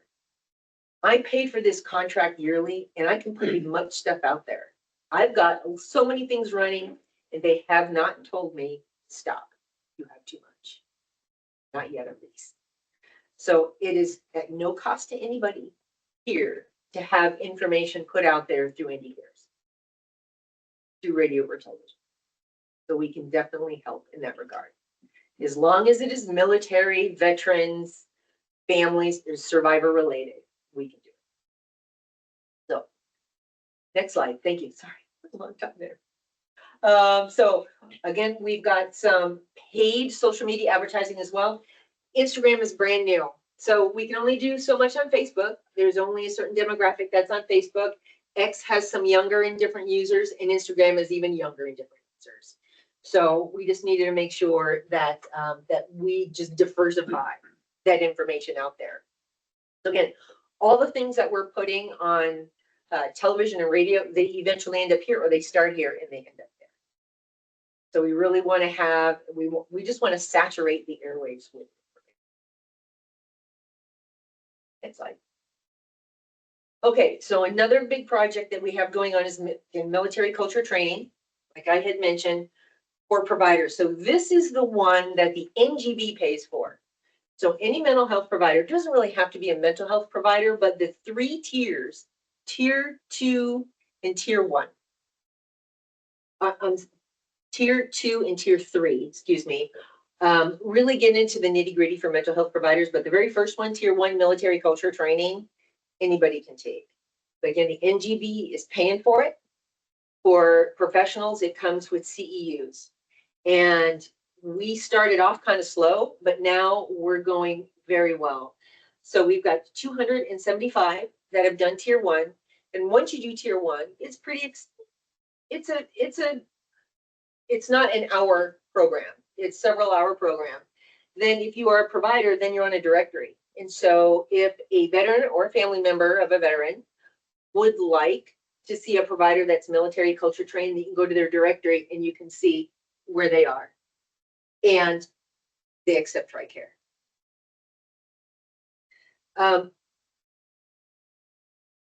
So right now we have 57 people that are on the directory that want to be on the directory.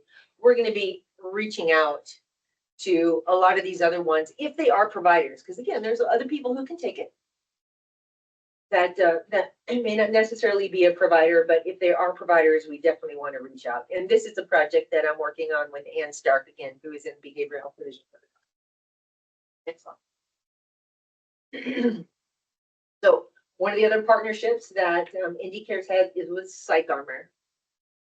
And what we have done with our all our states certified peer support specialists is we've had a special module for them to be veterans ready, and then they get a certificate from the state. This is a little different. Again, this is for providers. This is a veteran ready certificate.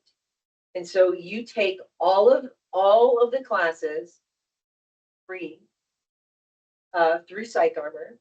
And the next slide will show all the different training that you're going to get. So you get the VA SAVE training, and that is several lessons. So this is not just the hour one that you can find on YouTube. This is several lessons. 15 things veterans want you to know, communicating with veterans, myths and facts about wounded warriors, and then women veterans. And so we're asking that providers, and we are very loose with the term providers. It could be clergy, it could be EMS, or it could be your certified home health worker that comes to the house to take care of a veteran in their home. We want them to have it, but it would be really great if they went through our Governor's Challenge portal so we can keep track of how many. If you just go through the regular Psych Armor, it's harder to keep track of how many. You know, we're all about metrics, and so we prefer that folks do that. Next. Is that it? That's it. Okay, so those are the major updates. Let me just mention something about TRICARE real quick, and I know that Mr. Dorman had mentioned it, but and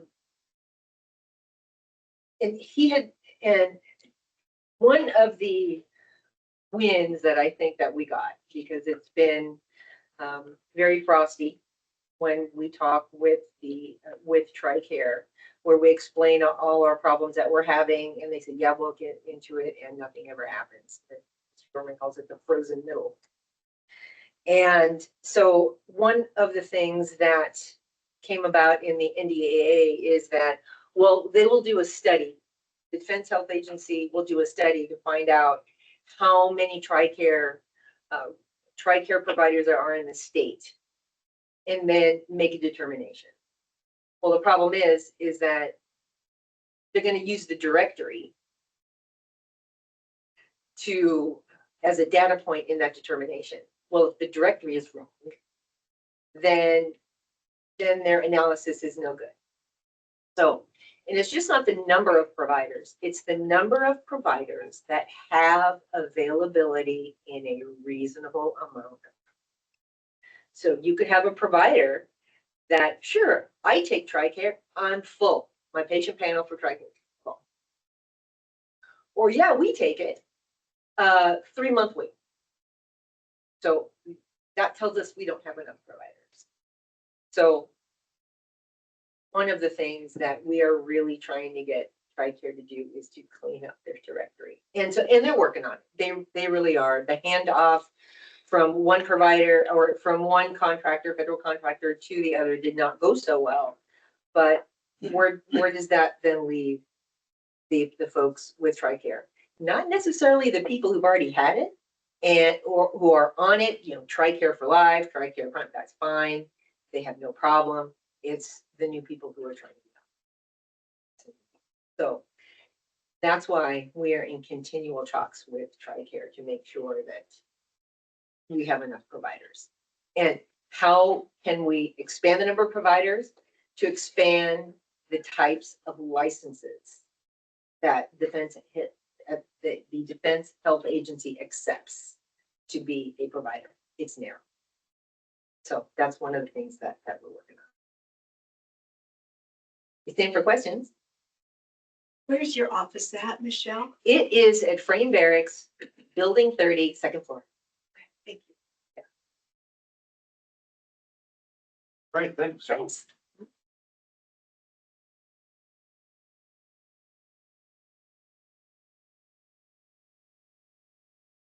Continue on. I'm looking for Jerome. Are you on, Jerome? Yes, I'm here. You hear me okay? Yep. Well, good afternoon, everyone. Jerome Billups from Job Service. I am the state administrator for the Jobs for Veterans State Grant and a 22-year retired Air Force veteran. Right now, North Dakota is showing 13,000 open jobs. And of those jobs that are open, our top 5 occupational groups are healthcare, management, sales and related industries, transportation, and healthcare. And we find that most of our veterans that we work with are moving toward healthcare, management, or transportation. Unemployment rate right now for North Dakota for veterans, we're at 2.4. The national rate for veterans is 3.1%. And once again, North Dakota is up in the top 5 for employing their veterans. The non-veteran rate for North Dakota right now is about 2.6. The national average is 4.5. So we're doing better than most people. Our labor force participation rate, there's the amount of individuals in North Dakota that are actually working, is at 70%. The national average is about 62%. My team right now consists of 4 individuals, and we have embraced the consolidated position, which is disabled veterans outreach and employment specialists that work with employers, and we consolidate that into one position. We have 3 positions like that. Those positions are in Bismarck, Minot, and Grand Forks. And then down in Fargo, we have the traditional specialized position of a DVOP, and they work strictly with just the veteran, and they don't do any employment involvement at all. Our performance indicators are pretty good for for this year and this quarter. Right now, to date, we've served 213 newly registered veterans that have entered and registered into our job service system. We filled 79 web form requests for services and additional information. And then some of those are coming from Lonnie's office as well.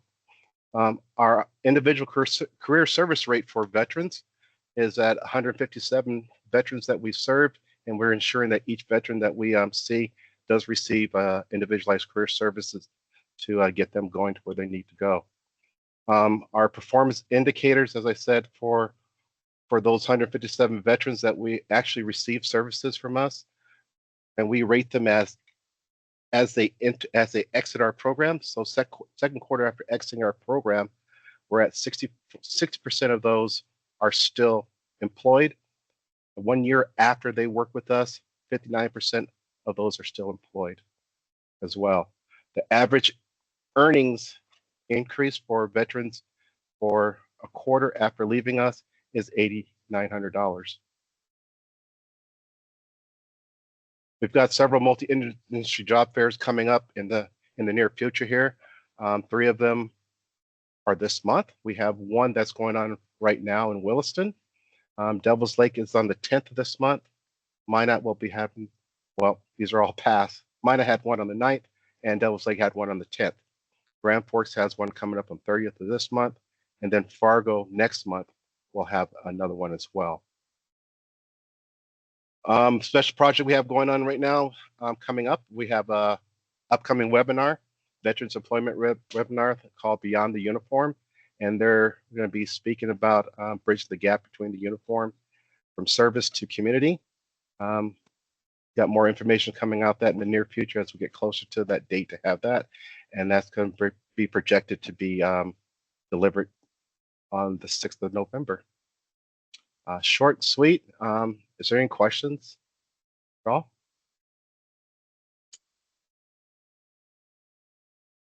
No, I don't see no hands, Jerome. Awesome. Thank you. You, Jerome. All right. Bye. Okay, that was sweet. We'll continue on. We got Chris Deering with the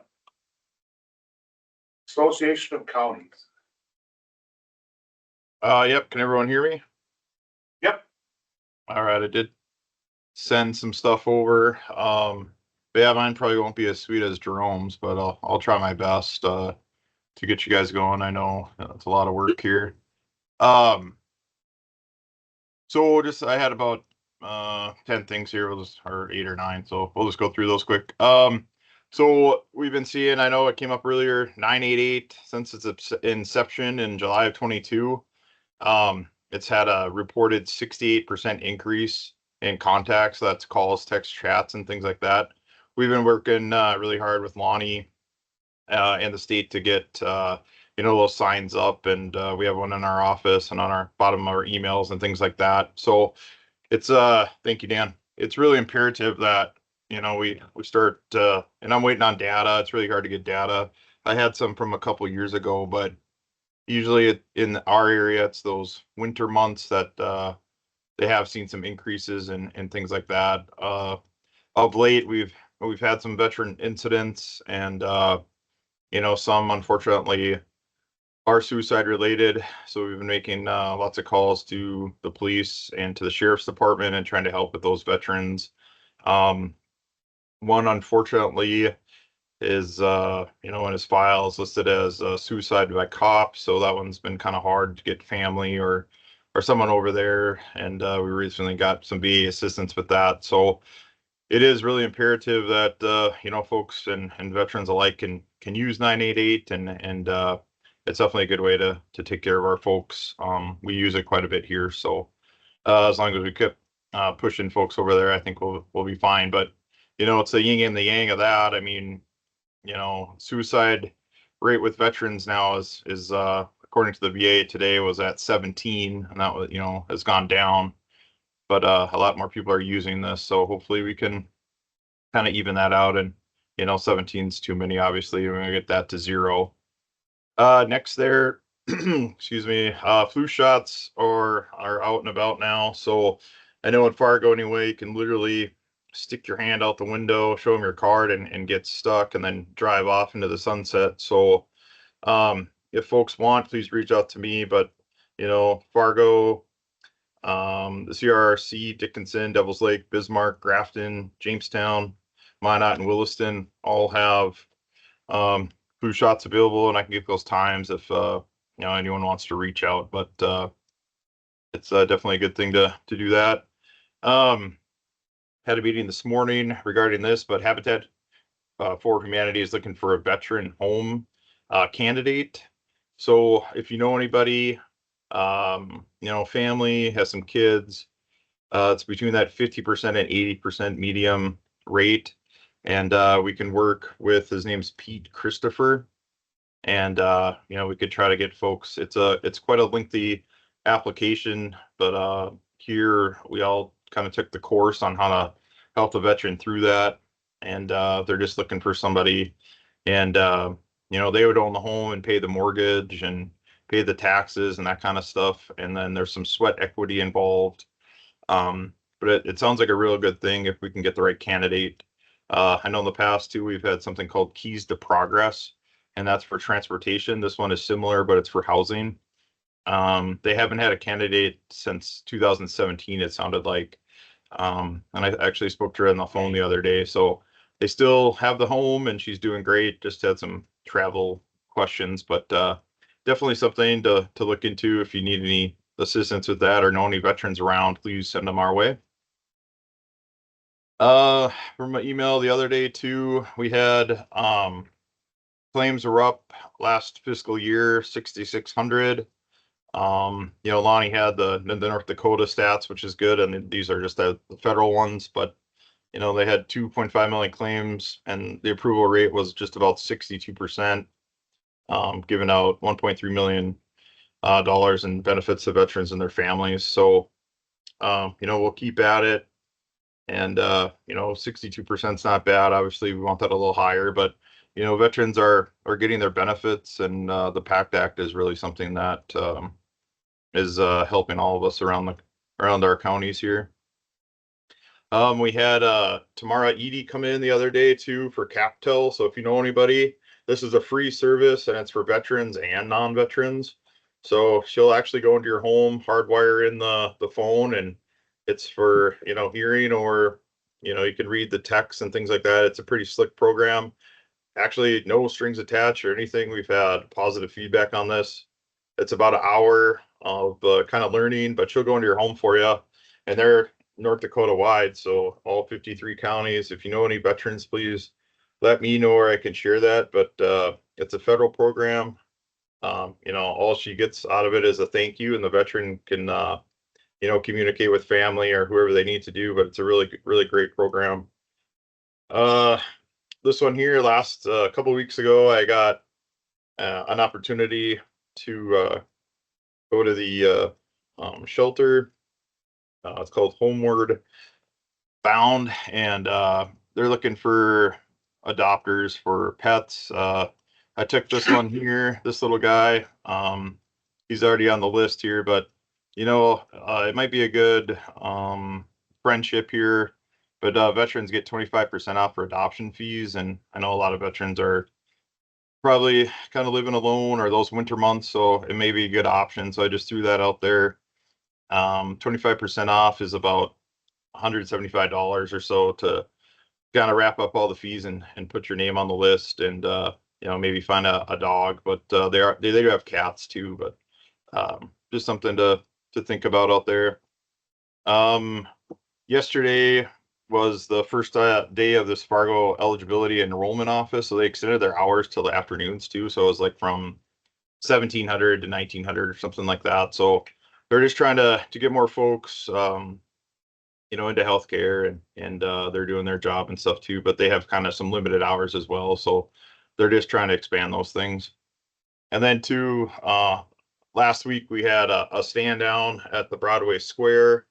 It was a really great event, and I can't say enough of, I saw Jerome there, and the state was there as well, and all of our NSOs and things like that. So I can't thank them all enough for all that they did. And we had about 75 more folks than last year, and it was great weather. And the biggest goal is to try to get folks into that healthcare, and flu shots were there. We had Joseph's. They did over 30 haircuts. You can kind of see the breakdown here. That was kind of our unofficial, and then next week we'll have our after action review. But 38 more veterans from last year, and over 400 people possible, just kind of walking around looking at the different vendors and services that that are available throughout the county, and the other 52 counties as well. So we're here to help and hopefully direct folks to the right areas. But we really had I was just blown away by here's some of the pictures here if you could see. But we had a free meal that was all donated by Hornbachers, and these are all just like little simple requests here and there. And we started planning this since May. And we had the Check Six band out there, or Operation Check Six band, and just a lot of homegrown businesses that are obviously veteran friendly. And 350 we planned for, and that was above and beyond what I was expecting. And all the food and snacks were gone, and you can kind of see some of the donors and what we all tried to do as a team. And it was just a real nice event to honor our veterans. And then we had Brian Shawn spoke on community and what it's all about on Patriot Day. And it was just real nice to see the community come out, and hopefully veterans could take part in claims or get appeals, or their ID card ordered, or the flu shot. So Vet Center was there, and just a really good event. So I just wanted to thank everyone for who either donated or participated, and hopefully next year we can do it again. It will be the 25th anniversary of 9/11 and our third event, hopefully. But it takes a lot of work, and definitely can't do it alone. And just wanted to thank everyone for that. It's really been a nice thing we got going there. With the football season now too, NDSU did reach out, their marketing did. So hopefully, if you know any veterans too, I'll definitely keep in mind. But they're looking for veterans for a game in, I believe, October. Which is pretty quick around the corner, but they want to get some veterans honored and maybe on the field and that kind of stuff. So this gal here, she's the real deal, Alana Christensen. And if veterans are looking, this is again all 53 counties. If they're looking for a way to get to the Bison game and a ticket, it's a really great experience. She does a heck of a job, but people donate tickets to her, and then with this phone number here, there, and you just let her know, hey, I need 2 tickets, I need 4 tickets, and she'll hook you up when they get them coming in. And she does a wonderful job. So a lot of veterans get to go off, and then she doesn't get paid or anything like this. This is just a free thing that she offers, and just wants veterans to go to the game. So it's real nice. And a lot of folks that I've talked to have taken advantage of this. And it's separate from something called Vet Ticks, which NDSU has signed up for too. So that's another thing. If you have veterans interested in that, I can definitely help. But that's something we all use too, is Vet Ticks, it's called. And then I know a lot of talk about the Fisher House has come up, so we've been putting out information on that. So, but yeah, if anything, just look at our Facebook page, which is the Cass County Veteran Services, Fargo, North Dakota. A lot of this we put out there, and we just want to obviously serve our county and all other veterans. And it's just been a really hell of a couple of weeks here, but it's busier than crap, and we just like helping out. But yep, that's the benefit there. And Lonnie's been obviously working on that for a long time, and hopefully we can get that exposure out there. And I know a lot of people are excited about the Fisher House, and hopefully we can get that going. But if anyone has any questions, I'll definitely entertain those.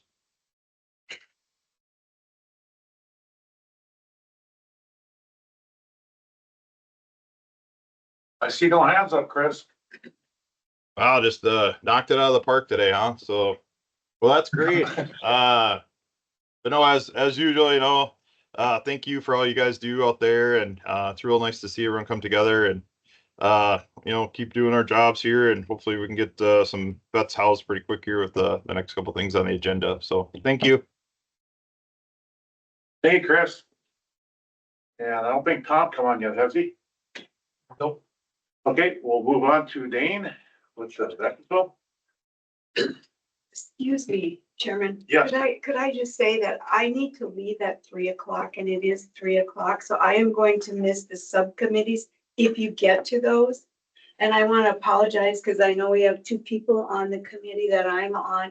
And I know this guy back here is probably going to crown me behind me. I still love you. But I have to pick up two little grade school girls in Hazelton at the school. That's where they go to school and their mom is disabled. So I'm always the driver and kick in when their dad is out of state. So I'm sorry. And it just came up last night and I let you know, didn't I? Yep, you sure did. So I apologize to all of you and I sure enjoyed today's meeting. It was good, very informative. So if we're back tomorrow morning and you want to do subcommittees, then I can, We can go over with it in the morning. pardon? Yeah, we can discuss that with you in the morning. Okay, I'll be here in the morning. Okay. I'm sorry, thank you. Like I said, family first, that's important. You don't keep the family happy in the military, then you're, it's not a very good They'll military. still be at the school tonight. Hey, Dane.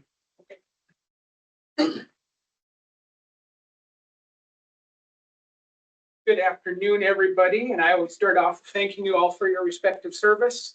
I mean that from the bottom of my heart. Appreciate all that that you've done for us. The other thing that I'm just going to touch on real quick, for those of you that are new, I can just introduce myself. So I'm Dane Griebel. I'm the administrator at the North Dakota Veterans Home down in Lisbon, North Dakota. The North Dakota Veterans Home is a 150 bed unit. Of those 150 beds, 98 beds are for basic care. So our residents there range from all kinds of ages, but they just have to be able to do their own ADLs, which is your activities of daily living. And of those 98 beds that we have for basic care, I think as of this morning, we were at like 63, 64, and we have some admits coming. This time of the year is always busier for admits. So we got more that are coming in. And then 52 of our beds are for the skilled nursing facility. So that would be your highest level of care. And we're full with 52. We have a waiting list of probably between 4 to 8 is typical of what we would normally always have. So just for you newer ones of, what is this guy up here talking about specifically? But I know on the one of the things that we do talk about, which isn't a ton of my work, but the ACOVA works with the board members for the North Dakota Veterans Home Governing Board. And we have listed on page 2 on the back, we have listed Dave Peterson and a Kurt Sweet. Kurt gave us his notice at our 2 meetings ago. So in May, he gave notice that he was done. And then Dave Peterson, he had been, and that's kind of why I'm bringing this up.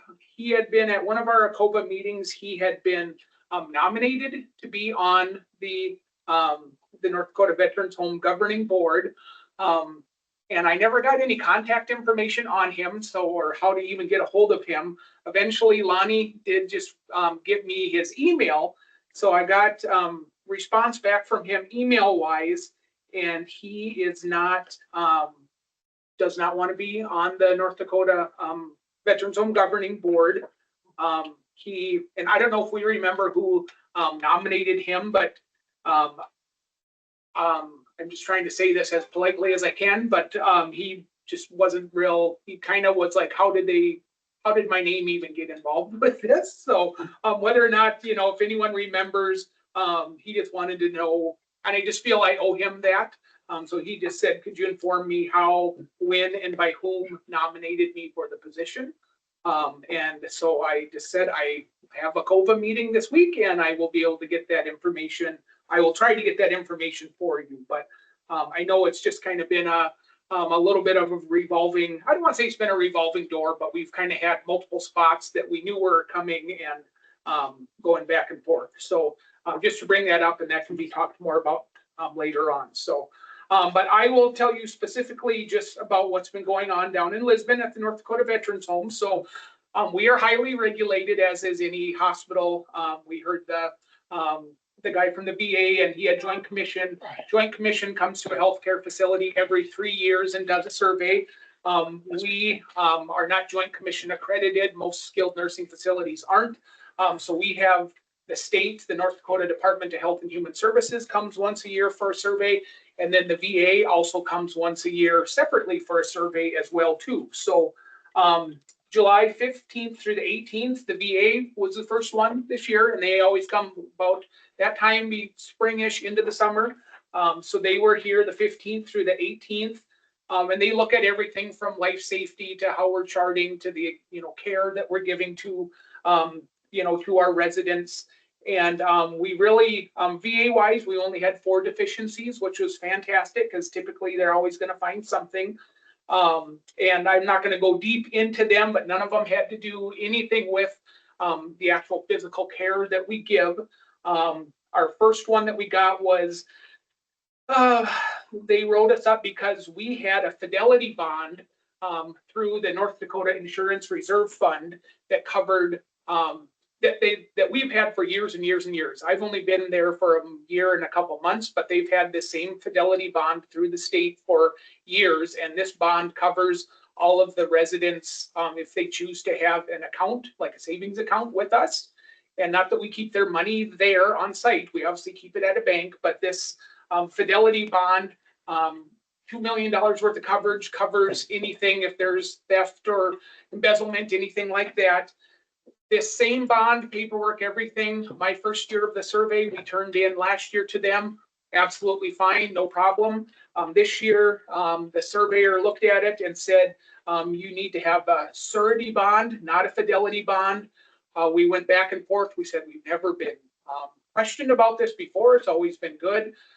This surveyor was a total stickler on this. I even got our attorney, Mark, over here involved with this just to see, do we appeal this? How do we do it? Eventually, we just, even after their surveyors were gone, we still kind of went back and forth of should we appeal this?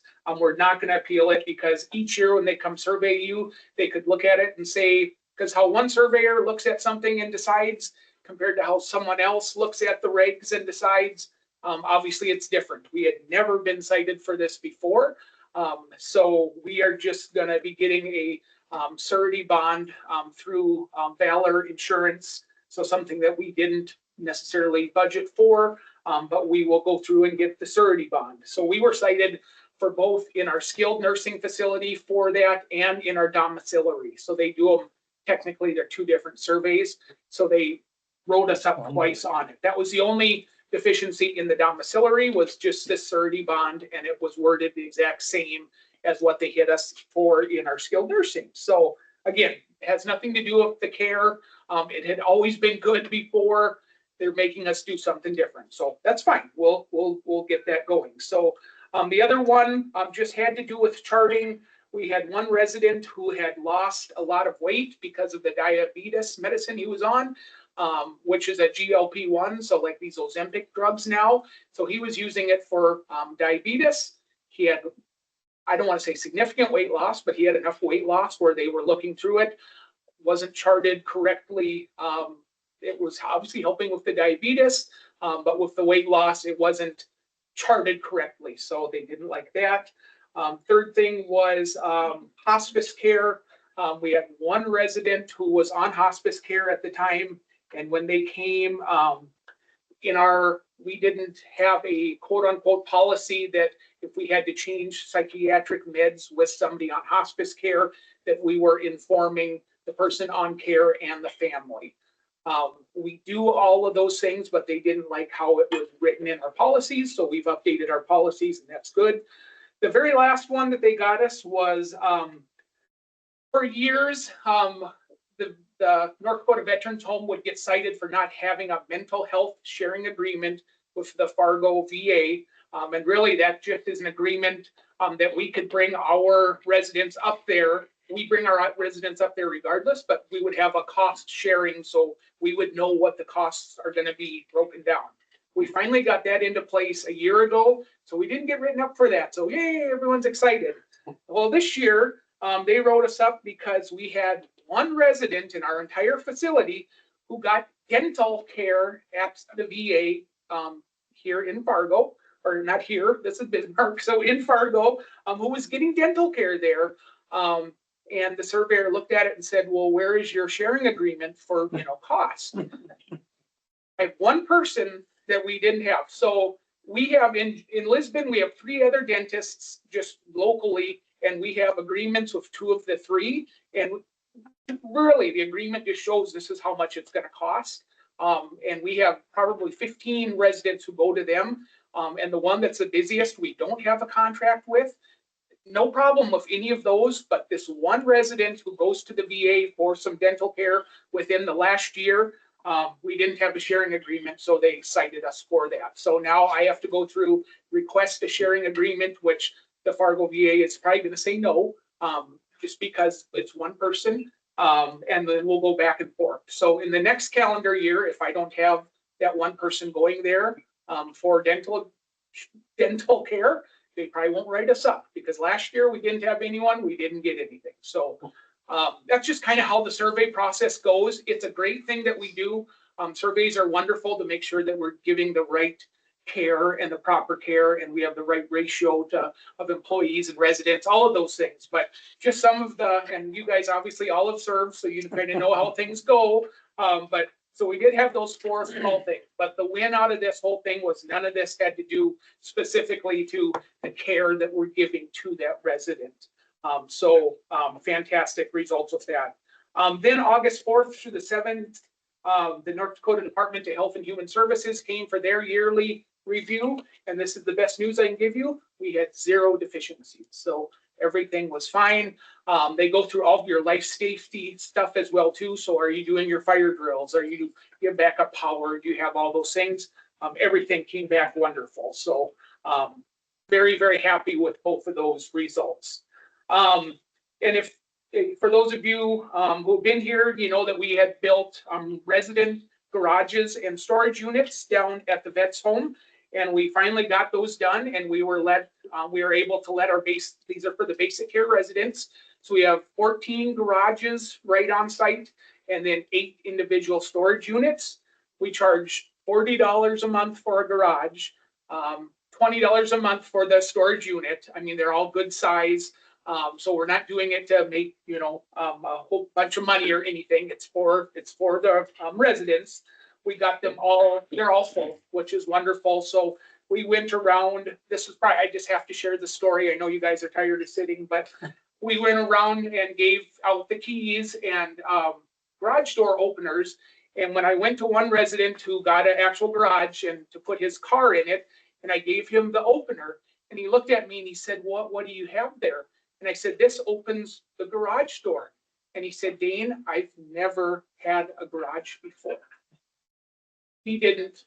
And he said, so this opens the door. It's just warmed my heart. And he was just so thankful that we had such a thing. But to look at me and not get that, and then he got his vehicle in there and was just amazed. So was fantastic. So just awesome win things that happened right there. So we are just like anyone else. We continue to have staffing problems, which other presenters have stated as well too. We have to utilize outside contract agency mostly just for nursing coverage. And I know there are other programs, Lonnie and I have looked at some different things that the VA offers as well too. But we're short approximately 3 RNs right now and multiple CNAs, but we do have enough. We utilize Dakota Travel Nurse, so DTN. We have a really good relationship with them, and they've been helping us so we can, provide the coverage that we need. So other fun things that we had, June 6th, the North Dakota Veterans Home Foundation. So this is a separate entity. They help raise funds for the North Dakota Veterans Home and our residents. Every year they do a golf tournament in Castleton. And so June 6th, they did their golf tournament. The most teams they can have is 32. And 2 years ago, they had 32. This year, they were down just a little bit, but they still had 29 teams, which was 116 golfers. Great turnout. I go to all of these things and make sure just to thank everyone who's there and to, just truly show our appreciation. So amazing turnout for that. And then last Saturday, we had our, they just started doing this last year. They did this pre-COVID, and then once COVID hit, they had to stop doing it, but they do a resident and family picnic. So all the residents, they can invite as many of their family down. And then it's also a picnic as well for the employees, so employees and their family. So last year, I think we had right around 400. This year, we had 600 people in attendance. Like I said, the majority of it was residents. We had some residents who had 30 people down there with them. So, I mean, just awesome. So the American Legion, the Carl E. Region Post out of Watford City, they brought down, they have a huge trailer that has a smoker and multiple fryers and stuff, and they go to food, events, and they came down and catered it for us. We provided the meat, and they got there Friday evening. The picnic was Saturday, so they got there Friday, like mid-afternoon. And we got them we did brisket and hot dogs and all kinds of stuff. They smoked everything. They stayed right in Lisbon, and then they helped serve. And so I can't thank them enough. It was so awesome and turned out so good. And then the other shout out I have to give is Detachment 2, the 815th Engineer Company out of Lisbon. And First Sergeant Travis Mathern helped coordinate, but that Saturday morning of the picnic, those National Guard guys, they brought down a group and they helped us set up tables and chairs. Obviously, that many people coming through, we needed a lot of that stuff. So we tried to do that all as our staff down there. It takes us a lot. They brought in the crew and got everything set up before they went to drill up in Valley City later that morning. So the support that we continue to get is amazing. So from all this, the veteran service groups, National Guard, everything, I mean, I can't, it just blows me away each time of the support that we get. So I'm just extremely thankful for those, the Watford City guys, and then the National Guard guys there as well too. So that is everything that I have right now. Does anyone have any questions? Yes. You can go back to that bonding. Yes. How much is that new bonding gonna cost you? I don't know yet for sure. So our fidelity bond covered us up to $2 million. This surety bond, surety bond that we're going to set up, and I've worked with our attorney Mark on this. We'll have a cap of $250,000, and how you go by that is all this is to cover the resident accounts. I shouldn't say all this is, but our balance of the resident accounts obviously fluctuates, but it's usually, I think as of last week, was about $168,000. So obviously the 2 million coverage was, but that was through the state. This is something we have to go out on our own now, and we'll have to pay for. But for $250,000 of coverage, I can't imagine it's gonna, break us or anything, but the frustrating part with this, and Mark could probably stand up and tell you, Dane called me and he was pulling his hair out, was that the VA looked at this and it was okay for how many years previous? Our CFO down at the vet's home has been there for 20 plus years. They've never had any issue with this before. The VA has surveyors who come out and they contract that out. They have a company called Acceleron who does the surveyors. And these surveyors come from all across the United States, every walk of life, but they're all obviously certified. Some are nurses, some are financial people, some are whatever. And this surveyor, just the way he went through it and read it specifically, like I said, for me to have to get Mark involved, to get our attorney involved, just like, what do you think about this?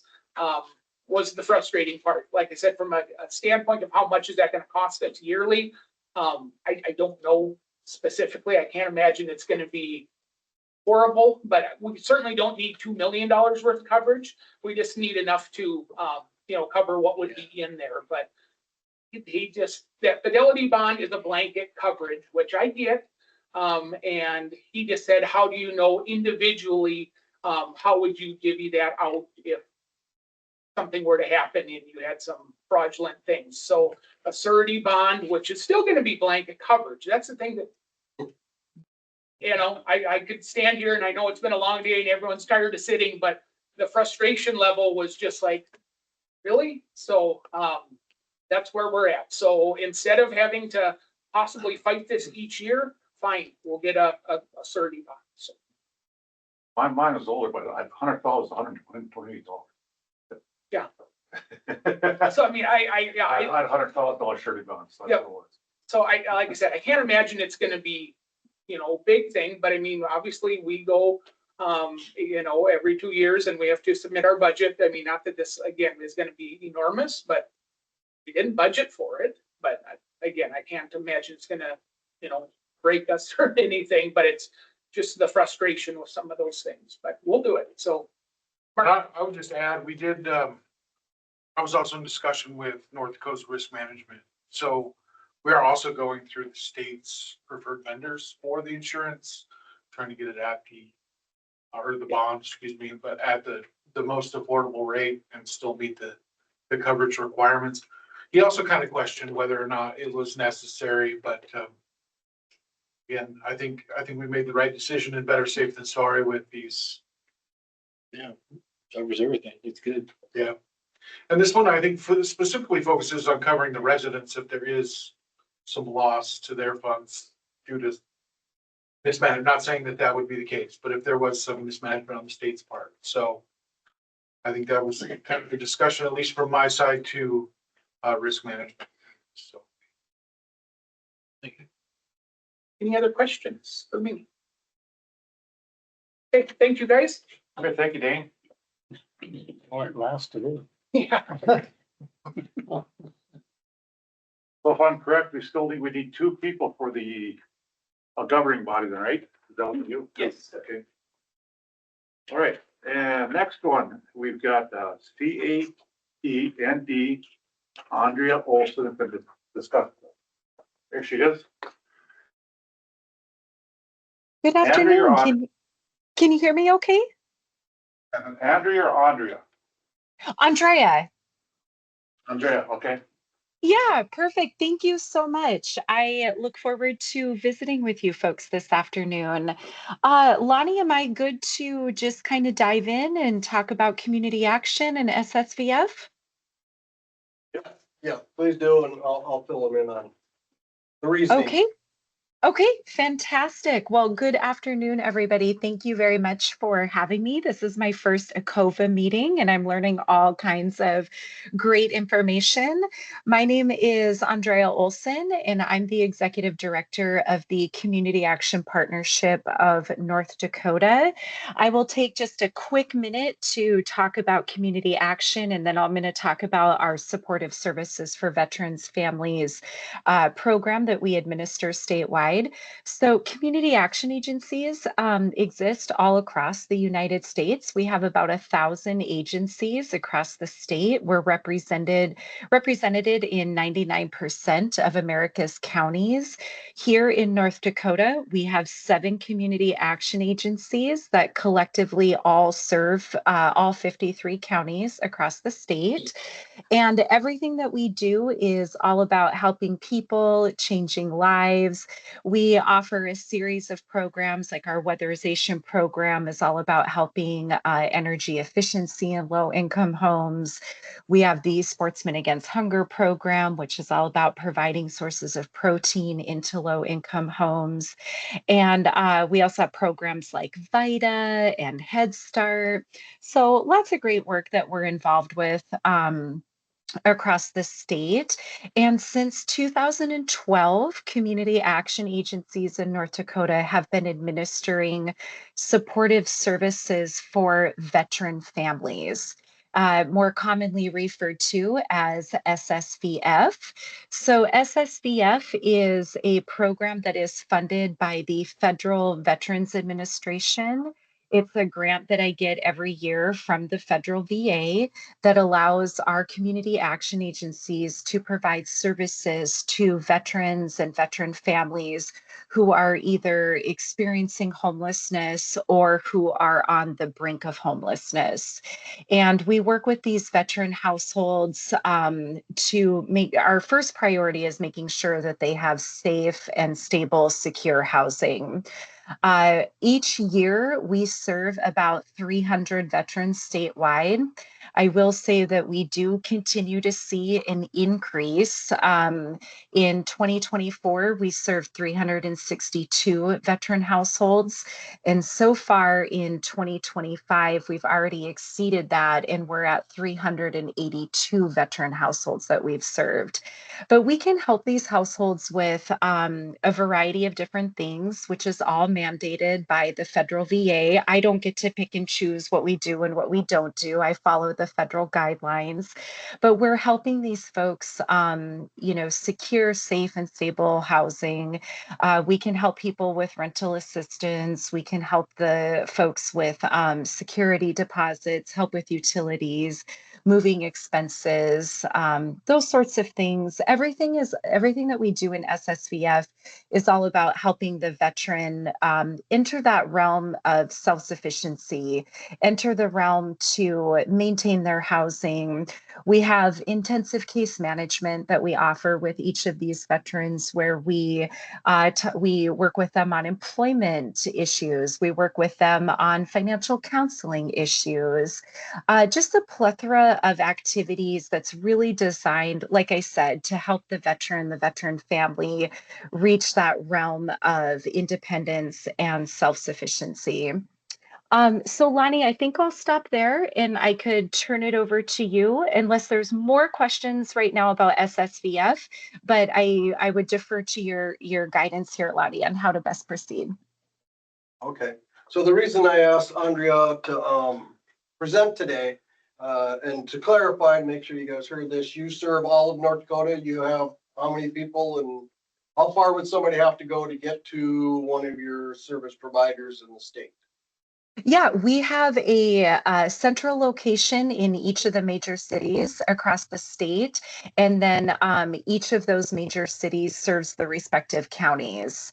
So we are in all 53 counties. We're completely statewide, and we're on the road quite a bit, doing different outreach, doing different interactions with clients, those sorts of things. Outside of our veterans program, we're serving about 20,000 North Dakota households across the year, or each year across the state. And those folks come from every county statewide. Okay, so we got this $500,000 grant from the legislation to prevent and eliminate veteran homelessness in North Dakota. And so what I thought is we bring in someone like Andrea here, who's already doing the work. And it comes out, she's got some barriers to housing on some of the programs, and also some funding issues and a little shortage there. So what we bring into the Department of Veterans Affairs Subcommittee today is discuss a little bit about our options of that $500,000. Do we want to do some sort of grant in whole or in part with an organization like this, where they've got the counseling, they've got the outreach and the knowledge of all the programs available to those veterans because they are citizens first? Or do we try to run it through our department as single grants for our loan and grants to run, have the county service officers do the grants? Then we're kind of creating a new program in a way. We're expanding what we have, but we don't have the counseling, financial counseling and outreach that is already in play. So I want to discuss this more in depth with the subcommittee on Department of Veterans Affairs. The funding is available. We have to utilize it by the end of the biennium and show a need if we want to ask for more. And it's not just a point of getting the money spent, is to be spent well. As you guys know, I'm kind of cheap. I want to make sure that we're not blowing a lot of money on, okay, now we have to hire another staff person. We need to do this, that, and the other thing. We don't want to slow things down. So if they've got the program that's already working, I'm working with procurement to see how we can make that happen so that our Attorney General's office, our auditor's office, procurement, and the legislators are all happy. And then we can get some good reports back. So you guys have a big decision to make.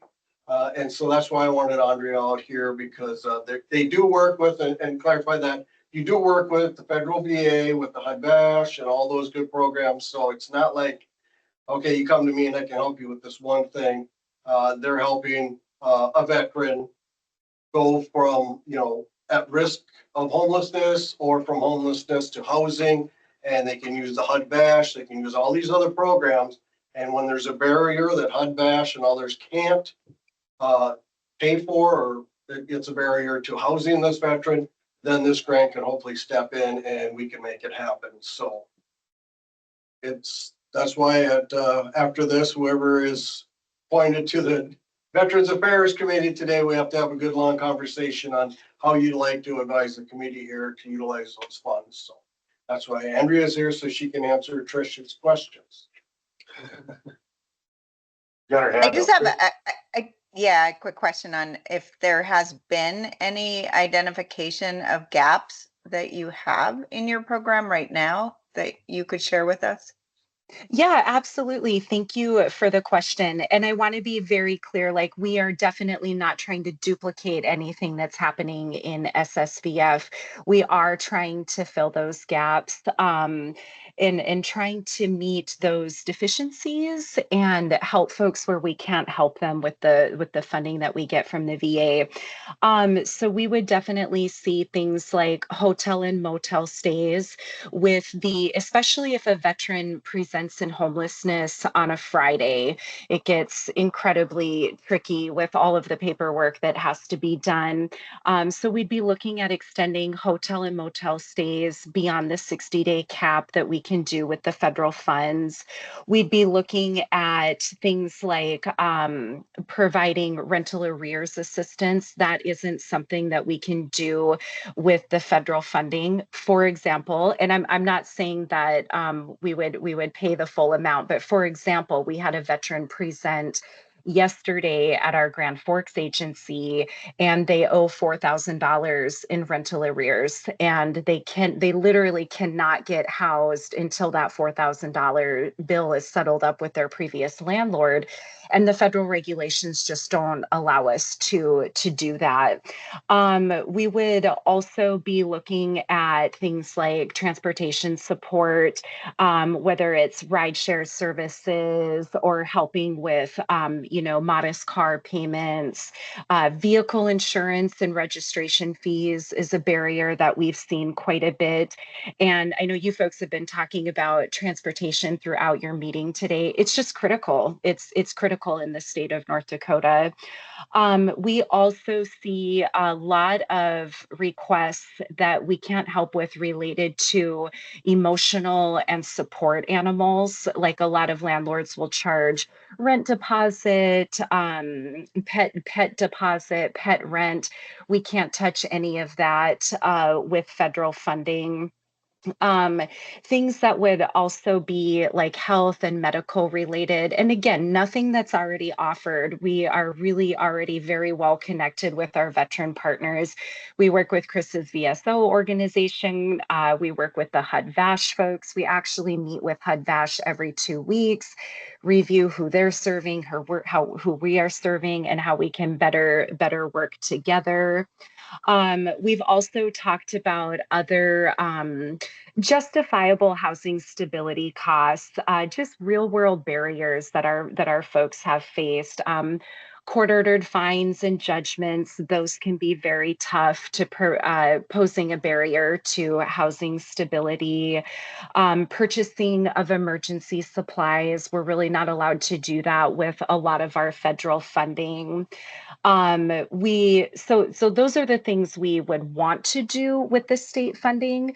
Things we would definitely not want to do with the state funding would be like anything that occurred out of state. We wouldn't want to do any out of state costs. This probably goes without saying, but I'm going to say it anyway, like alcohol, tobacco, adult entertainment, things like that, we wouldn't help with. No weapons, no ammunition. no mortgage assistance, no stipends. Everything that we do, we pay to a third party vendor. Like, Patricia, just because you're on my screen, I wouldn't hand you a check and say, okay, we're going to help you with rent next month. Godspeed and good luck. I'm going to pay your landlord directly as a vendor. We wouldn't want to be reimbursing veterans for things that they've already paid for out of pocket. So we've really given it a tremendous amount of thought and consideration with the impetus, like, hey, we don't want to do anything that's already duplicative. We just have recognized deficiencies that present challenges. They are barriers for us helping veterans secure safe and stable housing. And we really see this funding as such an incredible opportunity to further that mission forward, fill those deficiencies, and help folks, get housed and stay housed. So Lonnie, hopefully that question. wasn't way more than you wanted, Patricia, but that's my answer. Lonnie, so this is Nate Huntington. Lonnie, I feel like, I don't know if my memory's accurate, that Andrea and others testified when this was before the legislature. And so, they like you / we, the veterans community, put their back into getting this very funding from the legislature, right? So it's not like the legislature just said, thanks, ACOVA, or thank you, North Dakota Veterans Administration Commissioner, here's some money, right? I mean, Andrea and her people helped testify about the need and convince the legislature of a certain amount of money to go toward these kinds of efforts, right? Absolutely. 1504 was the House bill. It wasn't included in that. They took it and moved it into our budget directly. Oh, that's, Without stating all that, Yeah. but it was based on the testimony. Rick, you were there. I forgot the detail. Thank you for remembering that. So that's part of why we're like, well, you know what, I like the most efficient, easy button. So it's done right. And we don't waste a lot of time or resources coming up with something new. So that's why I brought her here. But yes, it's exactly what she testified on. Right. Okay. And what did you say at one point? We were about $600,000 deficit a year on veteran homeless housing. Okay, I knew it was somebody testified to that. So this makes less than 50% dent in that. But yeah, it helps. And Yeah, this is Chris too. Sorry. And then we did testify about on an average night, there's 250 either veterans or families that are homeless on the streets in all 53 counties, and Cass alone right now has 40. So this is definitely imperative funding to, get everyone housed. Every veteran should be housed. That's not even a question. We need to do better as a group and come along, but the biggest barrier is affordable housing. If you look around, there's not a lot of housing going on. I think today I was at a meeting, they said they'll need 16 units to be put up in Fargo just to house, folks. And then too, with our VA partners, there's a voucher program, but unfortunately you can't double dip. So you can't use, a federal source and then, what the funds are ultimately pay for. So it's a lot of, research and development here. And Andrea and her team are doing a heck of a job. And, we're working with our homeless friends at the VA, but this funding is very, very imperative, and being out there and testifying. You had a veteran that was living in their car, and eventually turned his life around from funds like this. So we just need to know that, they're going to be going to a good cause and making sure, because once housing's completed, all those wraparound services come in, and then we can do our jobs too with getting someone service connected or healthcare, or point them over to Jerome, and getting a job. All these dots are connected, and it all starts with that housing. So thank you. And the other part, and clarify this too, Andrea, is I don't think any of these programs help a surviving spouse. So disabled veteran passes away and the surviving spouse is out on the street. no program for them yet, so we want to include that in this one. Is that? Yes. Is that Yep, all? that's totally correct, Lonnie. Absolutely. And to dovetail off of what Chris has said, if folks have not seen the report, I would really encourage you to check out North Dakota Housing Finance Agency did a study on affordable housing across the state of North Dakota. And there were a lot of heavy hitters that came to the table, a lot of really important players in housing across North Dakota that were an active part of that study. And spoiler alert, all signs pointed to not having enough affordable housing across the state. And it also pointed to the need over the next 10 years for affordable housing for low income people is expected to only increase over the next 10 years. And we talked about, Chris mentioned the HUD-VASH program that's administered by the VA Medical Center. Those folks have 270 HUD-VASH vouchers statewide, and they're very close to being maxed out at any given time across the state. Right now, they have, I believe it's 32 that are currently open, and it would not surprise me if those were filled by the end of October, end of November. They fill up really, really fast. So housing is such a challenge. With our partnerships, though, like with Chris and all of his colleagues in the VSO, everything we do with HUD-VASH folks, when a veteran presents as literally experiencing homelessness, our average time of turnaround and getting them housed again is about 36 to 40 days. And that's our goal. We're trying to get folks rapidly rehoused as quickly as we possibly can. And I don't want to bring this upon us sooner than necessary, but we all know cold weather is right around the corner, and it's anything we can do. It's of the utmost importance just to keep veterans off the street. Andrea, a question. When the subcommittee meets, are you available later today if I give you a call if they have questions?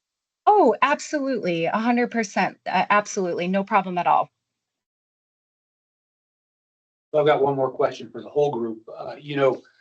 In charitable giving, there's always this consideration about how much is going to overhead and how much actually makes it. Andrea, could you give us a really quick, because this is the whole group and we'll have the subcommittee meeting later. Could you give us a sense of, sort of what we could feel like this money in a percentage goes to a veteran in need, or a veteran and his family or her family in need at the time of need? Yeah, that's a very good question. With the federal funding, we have a 10% administrative cap. So the bulk, 90% of the funding that we get is direct support to veterans who are experiencing homelessness and their case management services. So 10% is, I think, a very fair administrative figure. Yeah, thank you. Absolutely. That was a good question.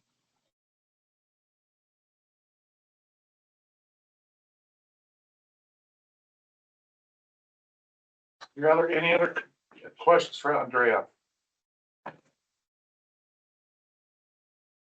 Okay, we'll keep her around till the subcommittee meets.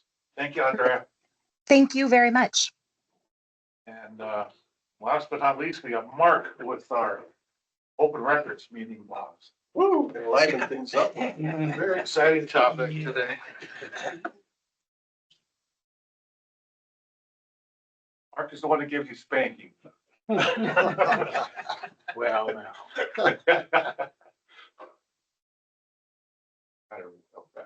Yeah, Commissioner Schramm and the rest of the commissioners, thank you guys very much for just allowing me some time today.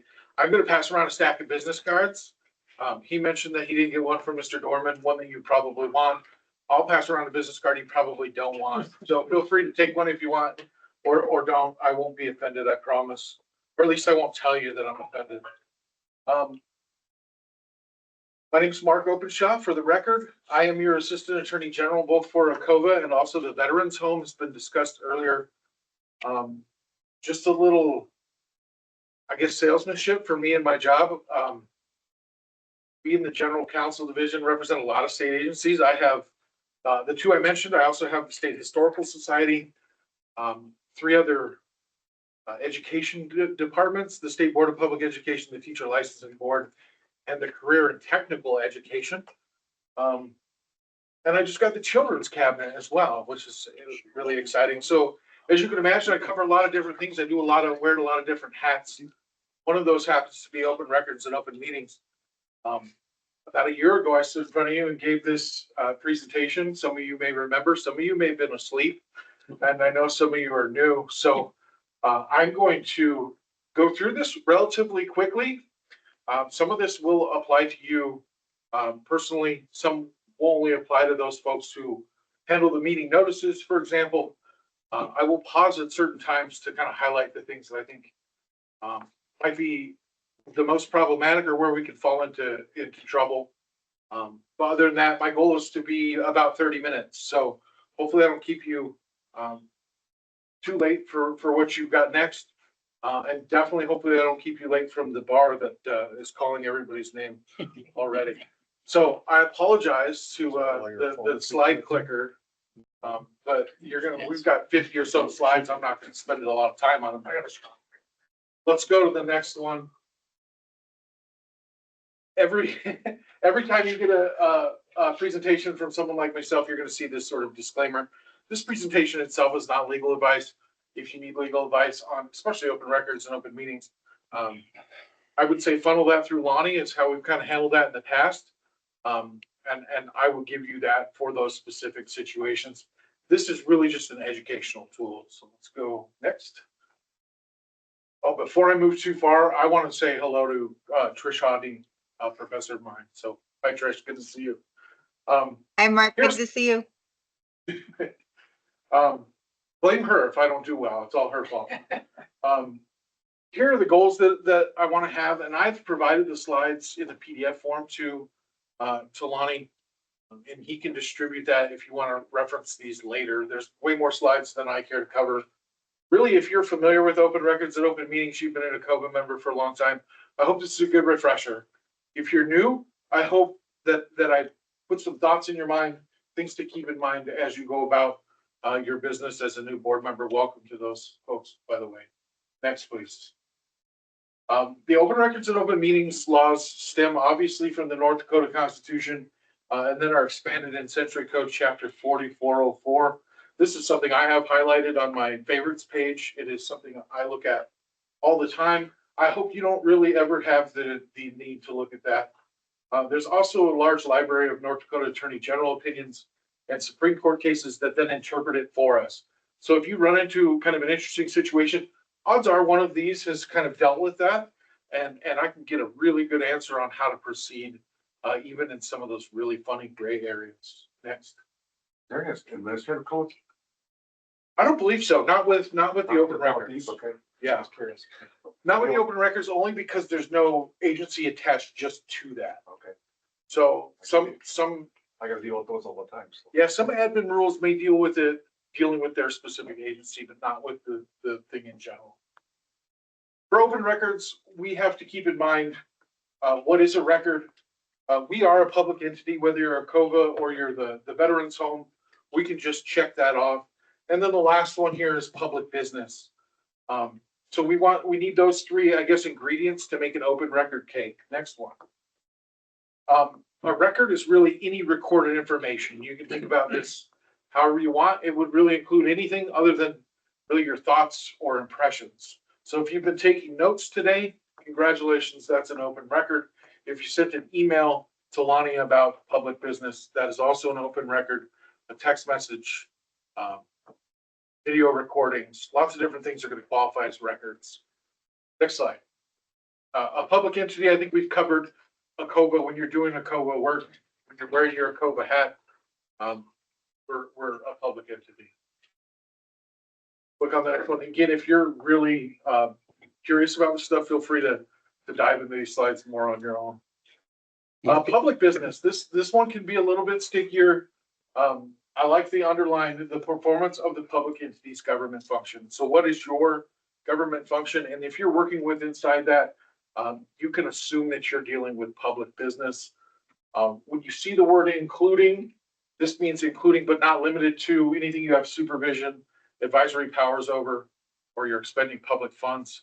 Those are always going to be considered public business. So when you think about what is a record, they are a public entity, and you add public business, those three things combined make that an open record. Yes, sir. Marcus, some of our veterans organizations are 501c3s.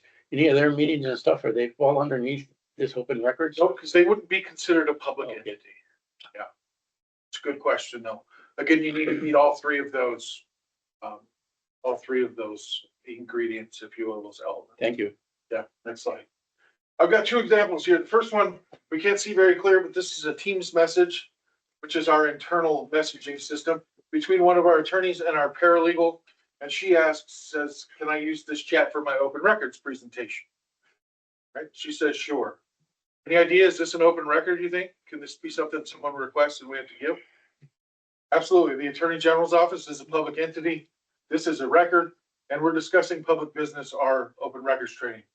Click, we'll get a little thumbs up. Fantastic. This is a text message between the same two people. He gave away the answer there, but we won't hold it against me. This is not an open record. They're sharing a picture of someone's dog. It's an adorable dog. But this would not count as a record. Now, if you flip these two, and this was in Teams, right, that took place on the government server, this would still not necessarily count as a record because it's not public business. If this conversation took place on the text message, this would still be a record as you're discussing public business and you're a public entity, okay? That doesn't mean we're going to get access to your cell phone. If records like this were on a cell phone, it would be a simple screenshot of that conversation. Next slide. There are some laws that will protect records from being necessarily open. I think we start from the assumption that records are open and then deal with any exceptions that may apply to them. Typically with ACOVA records, you may see something marked as exempt or confidential. Laws will state specifically if they are not subject to the open records law, and they will state that specifically. There's a good reminder down here that if you're dealing with confidential or exempt records, you can't necessarily deny access to a record because it contains confidential information. There's just an additional step to excise or redact confidential information and then supply that to the requester. Here's a kind of a breakdown of the difference between the two. With exempt records as defined in statute, they would also be called closed records. ACOVA does have some discretion about whether to release these records or not.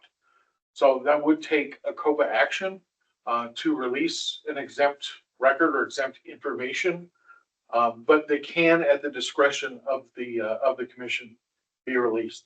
Confidential records cannot be released. There's no discretion. Really, the only way is if the law states that you have to, or there's a court order. It is a Class C felony to knowingly release confidential information. Slide. These are some examples of what would be considered exempt information. These are month and date of birth, your home address, your phone number, a photograph. You can read down those. Some of these are kind of crazy, any debit or credit card information. These technically, if we're in possession of the public entity, could be records that the entity could choose to release. Confidential information, again, these where there are criminal penalties if you knowingly release them. Social security numbers, computer passwords, any employee who might be using employee assistance programs, and then of course criminal history background checks performed by the BCI. Usually in the course of hiring somebody, you might run something like that. Next slide. Generally open job performance evaluations, business related emails. This could include records on your personal device. If you use your personal email for ACOVA business, still, we understand that it's your personal email, but that's still an open record if somebody were to request that. any contracts with a public entity, especially after they've been awarded, those will be open records as well. Next. Generally exempt the application process before it's closed or somebody's hired, that's usually an exempt record. Any active litigation records, so if there are lawsuits pending, those are not necessarily open record, but can be protected, obviously, because there's some litigation at work. Next. And again, please feel free to interrupt at any time if you have questions. Some vendor records will be protected, either exempt or confidential. Things like trade secrets. So when I think about proprietary or trade secret information, really the vendor will communicate that to us within contracts that we have with vendors. There are open records clauses to the contract, and it's usually a back and forth with the attorney and the vendor as to what information is trade secret and proprietary. We think about this as does it give a competitive advantage if one of their competitors were to get that information, or is that information already made public? So not necessarily something that would come up in everyday business, but something to keep in the back of your mind. Again, the bid proposal process, if there are contracts out there, that remains closed until there's been an award. Obviously, you don't want somebody else's bid being known to a competitor before that's been awarded. Next. You already got tired and had to tap out, huh? Yeah. Needs a squint. In responding to records requests, again, you may get a request for records. I would funnel that to Lonnie. I would say that the most important thing here is to make sure you communicate with the person requesting records. So any person can request a record. Generally, we shouldn't ask who they are or why they want it. Those aren't really relevant to us. As citizens, they have a right to those records, assuming, again, they don't fall under some sort of protected status. I would say you can ask them, if they were to ask for every email Lonnie sent in the last 10 years, maybe we say something like, okay, what are you looking for? Maybe I can help you find it. There's a fine line between assisting them and finding the record they need and sounding like you're intimidating them, right? We don't want to come across as somebody trying to limit their access to records, but we can be helpful in helping them find the right records. Next slide. We do provide the records. I think this is an interesting point to make, not necessarily opinions or interpretations or explanations. Give them the record. They'll say, well, here's the record, but really we were thinking this and this and this. Just give the record. Again, you can suggest records that might satisfy what they're requesting. It's just important to communicate with them, be open with them. Last one, and I don't see this being a problem, but we have had Supreme Court cases and Attorney General's opinions that have treated negatively people who kind of hire somebody else, a third party, to hold their records, and then saying, oh, we don't have possession of those records, so we're not going to supply them. That workaround, that loophole, is not valid. So next. You don't have to create a new record or put it in a new format. However, if you only have an electronic copy of a record and somebody doesn't have access to the internet or a way to access that record, you will have to provide a paper copy. Again, with text messages, you don't have to provide access to the whole phone. Screenshots are sufficient for that.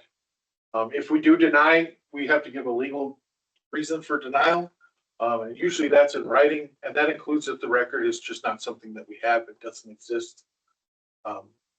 Reviewing and redacting confidential information, and then communicating if there is some cost associated with that.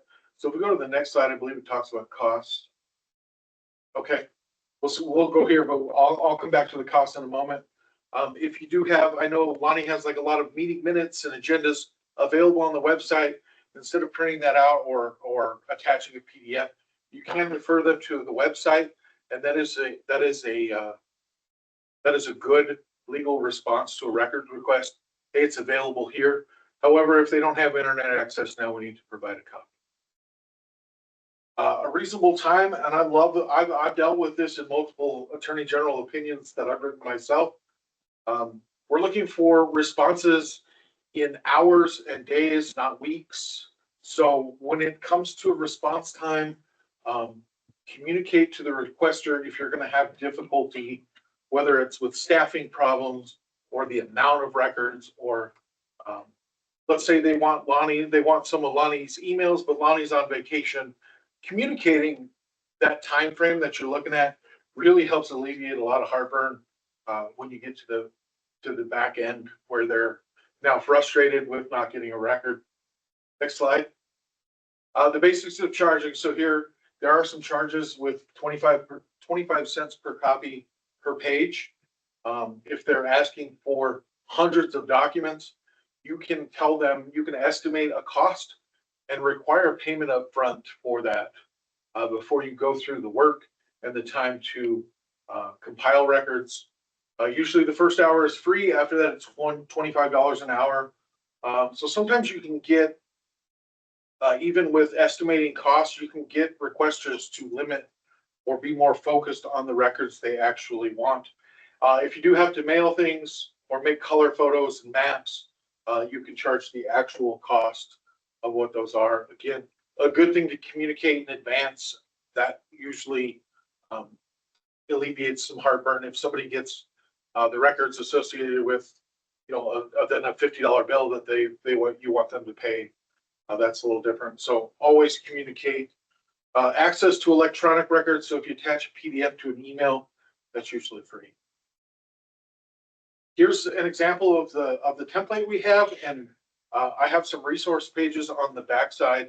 Again, if you're the person, I would say this is Lonnie most of the time, responding to records. This is a really good kind of worksheet to work through. Even if you're denying the request, it does have a place to legally to list the legal reason that you're denying a record. It gives you the calculations per page, things like that. It's really good just to kind of put with your records to show if there is an opinion request later to supply to the Attorney General's office and say, hey, we followed your guidance with how to respond to these. We can skip these. There are some new updates to these. They're not anything that ACOVA, like autopsy records, I can't imagine ACOVA has access to, judges' personal information, things like that. Open meetings, next one week, and we'll spend a little bit more time here. A meeting is simply a quorum of a governing body of a public entity. So again, we, as ACOVA, we meet both of those two things. You're both the public entity and its governing body.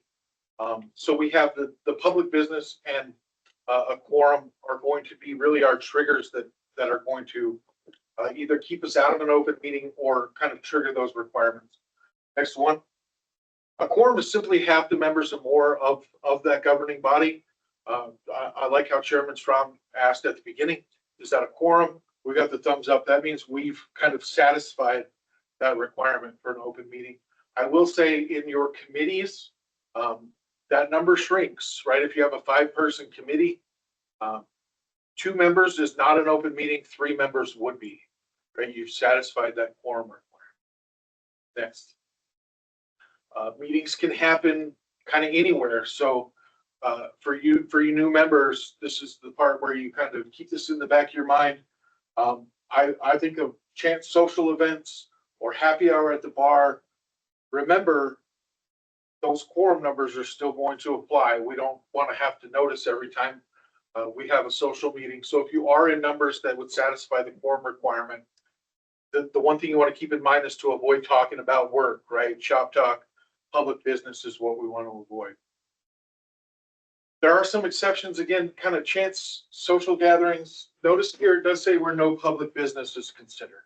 So we're not saying you can't be friends and you can't socialize. Just to avoid, if you're in numbers that would satisfy a quorum, avoid discussing public business. Same at national, regional, state associations or training seminars. There are some emergency declarations and disaster where, again, I don't know how much ACOVA is going to have that matter at those times. These do include committees. So think to yourself, and you, again, the committees that we have meeting today, you do a good job of noticing those and doing the proper steps. But if you're ever questioned, did we get any authority from the larger governing body? And are we doing something they could do themselves? Usually the answer to that is yes, and then you need to think about quorum requirements and the public business. Doesn't matter if you are just brainstorming or fact finding or just offering recommendations. Really, if you're working on something that you've been delegated, a committee meeting or a quorum of a committee is still a meeting. Two kinds of meetings, regular meetings. These are a little bit more flexible. However, we do set yearly schedules. So there are yearly meeting schedules filed with the Secretary of State, like for the meeting today. Special meetings can be more spur of the moment, or they might be committee meetings. Usually committee meetings will be special meetings, and I'll talk about that in a moment. The difference really between them is that at regular meetings, you can kind of deviate from the planned agenda, talk about other things. You can include some catch-alls, committee reports, or old business, where you kind of open it up to the table to discuss more things. If you do have a special meeting, you're bound by what the topic of the special meeting is, what the agenda is. There are no more catch-all categories, no more old business, things like that. Access to meetings. This is a really good example of this room. Again, Lonnie's been doing this a long time. This room is perfect for who shows up at an ACOVA meeting. We want to make sure if the public wants access to it that they can. And this is what's reasonable. So what's reasonable is who normally shows up to these meetings. However, if there were times where we had maybe a controversial topic on the docket, or the press had called about it, or maybe higher public attention for some reason, this number of people reasonable might escalate to where now this room isn't sufficient. We need to find a bigger meeting room. If you're doing it via Zoom or Teams, again, just make sure that the licensing that you have allows for the amount of people you would reasonably expect. Small meetings changes, these don't apply to us, so we'll just again skip this one as well. Perfect. On your notice, again, this really kind of for this side of the table here, name, date, time, location of the meeting, any Teams links, the topics to be discussed. You can look at, Lonnie is a pro at this stuff. Really, the key point here is the public should be able to look at our notice and decide whether they want to attend because they see what we're talking about. So don't be too vague. Give the public plenty of, I guess, decision-making ability, whether they want to show up or not. Notice should be provided at the same time.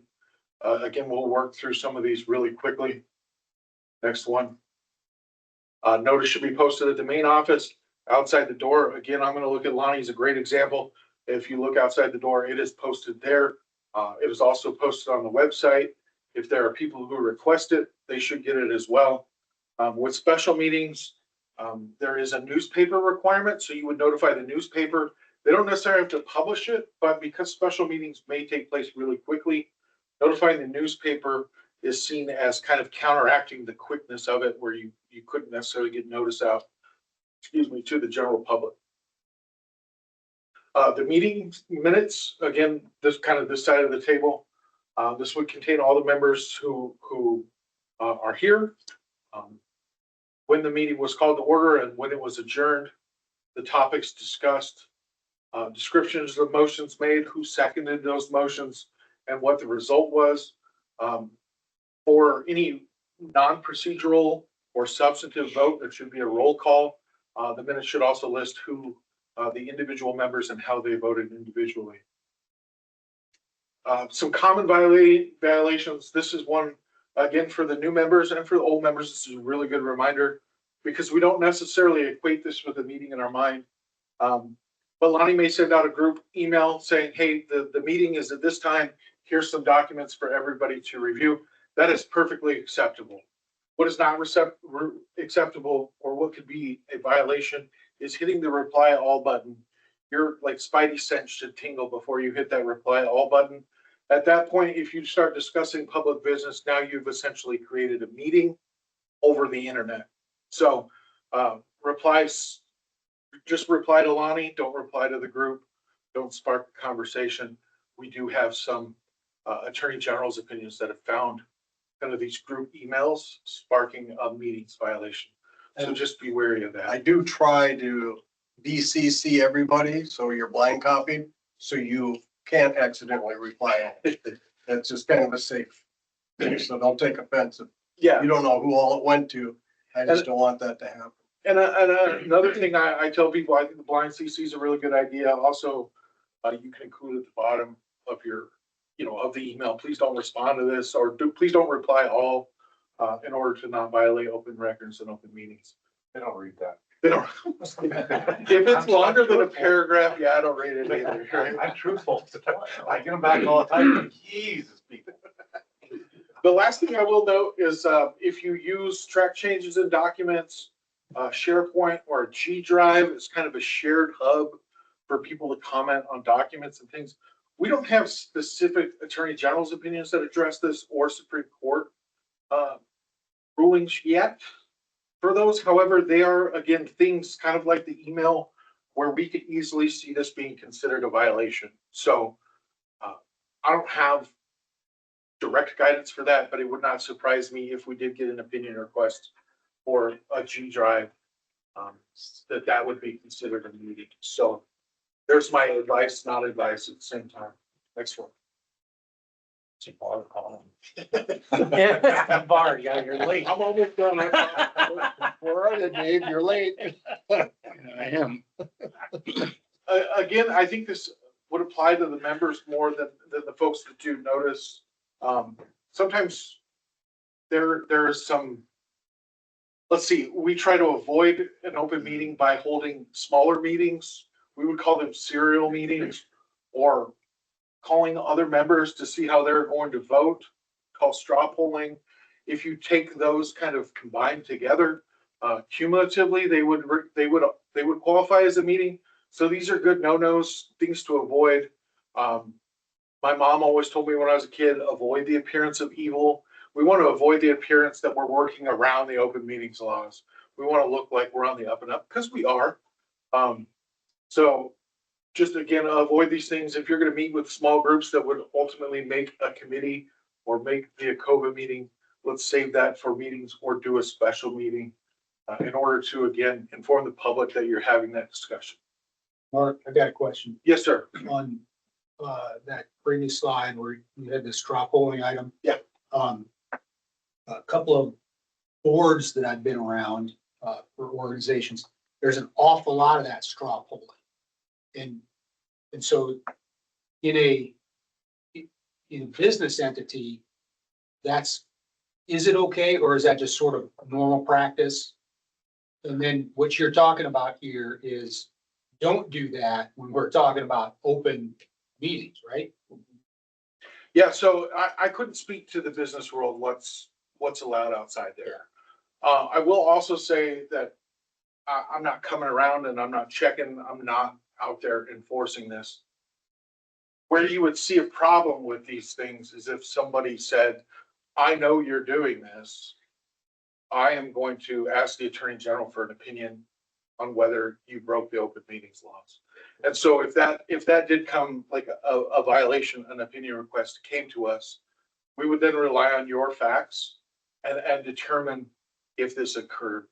And really when you where you're running into problems, and this is later on in the presentation, but is if you're a serial violator. So you're somebody that constantly disregards. So violations do happen. The goal for the Attorney General's office is not to like whack you or throw the book at you or anything, but really corrective. Okay, you did this, that was a violation, this is how you correct it, and this is how we move forward. So I can't speak to the business world. I'm sure a lot of that backdoor stuff does happen. As far as our ACOVA business, it's really something we should try to avoid. Now, can you have a discussion with Lonnie, just one-on-one about things? Of course. Can you have a discussion back and forth? Of course. It's when you compile those in a serial manner, where it looks like you're circumventing that open meeting law that you're gonna run into problems. Thanks. Next one. We're gonna skip through executive sessions really quickly. Again, these are the three main reasons where you would have an executive session. And what that is just closing off the meeting to the general public. So we want to have a meeting where it's just ACOVA, nobody else. We're going to kick the public out so we can talk about sensitive things, confidential records, for attorney consultation or for negotiation strategies. My one thing is we're going to know well in advance if we need to have an executive session, and we'll determine A, whether it's necessary, and B, the proper steps to get into it. I don't know that I need to dive into that in specifics. However, the slides are there for you to peruse at your leisure. I will say attorney consultation is a funny one. Again, I don't necessarily see that being something that ACOVA relies on, but some boards or committees will look and say, hey, our attorney's here, we can close this off and call it consultation. There are specific guidelines of when you need attorney consultation and what qualifies. So we can skip through, probably I think it's the next 3 or 4 slides. Again, there's some good information here. I don't know that it's generally applicable. Keep going. Violations. This is the fun part. Next slide. Any attorney, actually go back. I'm sorry. I was one ahead of you. Any interested person can request an attorney general's opinion for an open record violation. It has to be done within 30 days of the alleged violation. For a meeting, it's 90 days. We take the entity's facts, so we will reach out to you and ask you, tell us what happened, what went on. We rely on your facts, not the requester's facts. We then write up an opinion. If there is a violation, you will have 7 days to correct. Within the opinion, it's really obvious there's a steps to correct section. You have to take those steps. There are penalties if you don't. Some civil action. I've never seen an entity not do the corrective steps. Usually with notice or records, it's supply the record. It's fix the notice or fix the meeting minutes, and it's that simple. Go to the next slide. There are some, well, I'm sorry. Yeah, here we go. There are some civil penalties if you don't. Again, not something we need to dwell on. It's going to be something that we will communicate to you clearly to make sure those are done. Next one. There are some criminal penalties for things not necessarily for innocent and I guess what I want to stress here is that violations do occur. I don't know that any public entity that deals in business does everything perfect all the time. So I wouldn't be too overly stressed. Oh, we had a violation. This is the end of the world. Again, the Attorney General's opinion is trying to correct it and educate on how to proceed in the future. What I would point out is that it's a Class A misdemeanor to knowingly violate the law. And I think what would be really good evidence of that is if you had your Attorney General say, don't do it that way, and you did it that way anyway. That's really good evidence that you knew. The second one is a Class C felony to knowingly release confidential information. So this is, I understand this information is confidential. I don't care. I'm going to release it anyway. That's a big deal. This is not, oh, I accidentally shared that information. I didn't mean to. That's not going to qualify here. This is the last slide on the page and a really important slide, again, for probably these folks mostly, but you guys as well. The Attorney General's website is extremely helpful. If you hover over the open meetings and open records laws, you can click on manuals and guides. These 2 one-pagers, the open records and open meetings guides, are extremely helpful. I would say they would answer 90% of concerns that you may have. And I think they're 3 pages. They're not 1 page, but they break the law down really simply. There are some good templates for notices and meeting minutes. There's scripts for how to go into executive session. It's extremely helpful. So if you're the person that deals with this stuff, this is a good website to just tag as your favorite or put as one of your favorites so that you can see those things. Last slide. Oh, I forgot. We got some Roberts rules. This one's really quick, I promise. Any questions about open records and open meetings? I know I went through that really fast. Lon. In 6 minutes, we have a hearing, our first of 3 hearings for our appeals committee. Will be done. That is closed to the public per North Dakota Century Code, just so you know. So you guys will need to appoint a chair and start the meeting at 4:30. Just want to let you know. I'll be done. This is literally the last slide. Any other questions before we move on? All right, for you new folks, you kind of seen how the meeting goes. The Robert's Rules of Order, and I should put rules of order, but are really kind of what the state uses to make sure our meetings run in an orderly fashion and make sure that we hear minority voices while ultimately having majority rule. It establishes some formalities in addressing the committee. So if you had a question, ideally you would raise your hand. The chairman would call on you. You would say, "Thank you, Chairman. Thank you, rest of the commissioners," and then ask your question. There's a very formal way to it. If you're up here, you would address the commissioner and then the rest of the commission, then begin discussing. If you've ever watched any hearings in the legislature, they do it the most strict that I've seen. It's really up to the chairman to allow flexibility with that. If he wants to be really hard on it, he can correct you and tell you how to do it. I enjoy the way it's run here, so I'm not gonna say good or bad. It does provide for an efficient and organized meeting. I think the most important part here is the voting aspect of it. So it does require someone to make a motion to take action and require a second. So those two things are absolute musts. Then he will ask for discussion. I've been in some meetings where they'll ask any discussion. I think it requires 3 times. Again, kind of at the discretion of the chair, how they want to do that. A majority, again, over half determines if a motion passes or fails. If there's a tie, then it does not pass. There's a link in here. Also, I just found this one sheet. This is not a state document. But it's got really nice kind of broken down Robert's Rules of Orders for dummies, which is really great for me. Any questions about those? I would love to answer questions in general. I do believe we have a hard stock at each one of the subcommittees and chairmans for reference on Robert's rules. Fantastic. You have my card. Please don't hesitate to call me, email me. I love phone calls. So if you're just lonely or need to vent. But thank you guys for your time. I really do appreciate you. Brian Bartlett. Yep. Joe Best. Present. Dave Hiller. Here. Chris Hodney. Here. Nathan Huntington. Here. Tom Newton. Here. Rick Olick. Here. Cynthia. Here. Very strong. Here. Jake Pope. Here. And Hal is not here. And we still have a quorum, so we continue. We sent out the minutes for the May 15th meeting. Is there any questions or additions to those minutes? As printed. Not, is there a motion to accept those minutes and approve? Motion.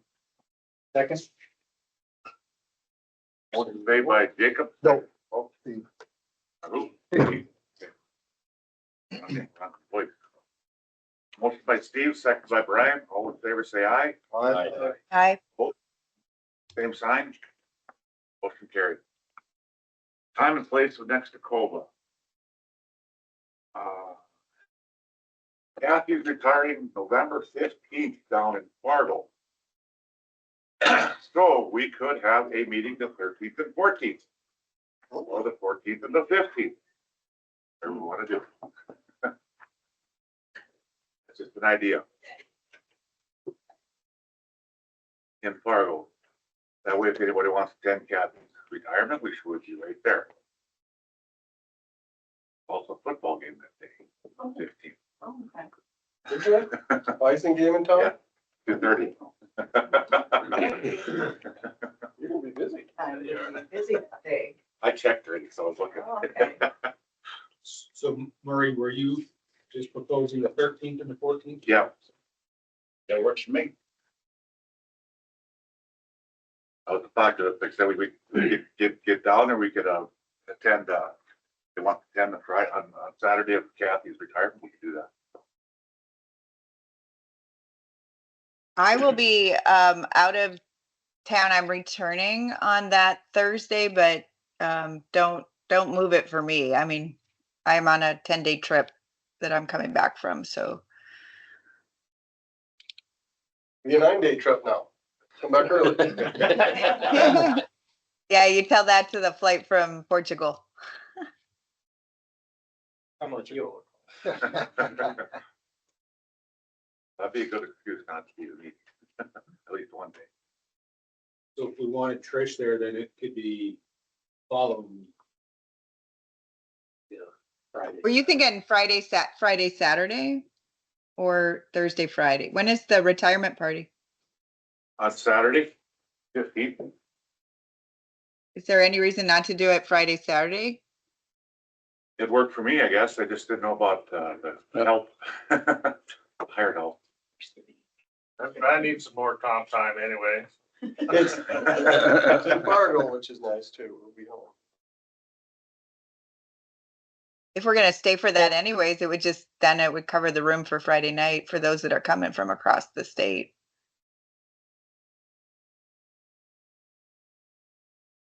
I think that sounds like a good idea. 14th, 15th. He's Any good. motion on that? Yep, we sure do. I make a motion that we have the next meeting, open meeting, November 14th, 15th in Fargo. Okay. A second.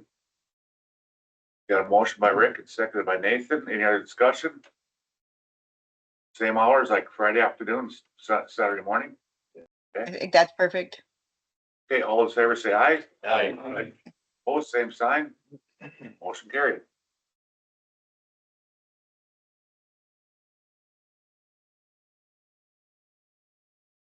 Subcommittee report. Are you ready to DVA? Yes, sir. Okay. Let's see. 9:18, meeting was called to order at 4:37 PM by Joe Best. Roll call, Cynthia Stosher was absent, Al was absent. Nathan Huntington was present, Rick Olick was present, Joe Best was present. We had a quorum. We had guests of Murray Strom, Kathy, and Lonnie Wagner. We nominated for subcommittee chairman Nathan Huntington. First by Rick Olick, second by Joe Bez. Approved. Nathan Huntington was voted as chairman. Chairman appointed Joe Bez as committee secretary. Minutes of last meeting were approved as read. Seconded by Rick, second by Nathan.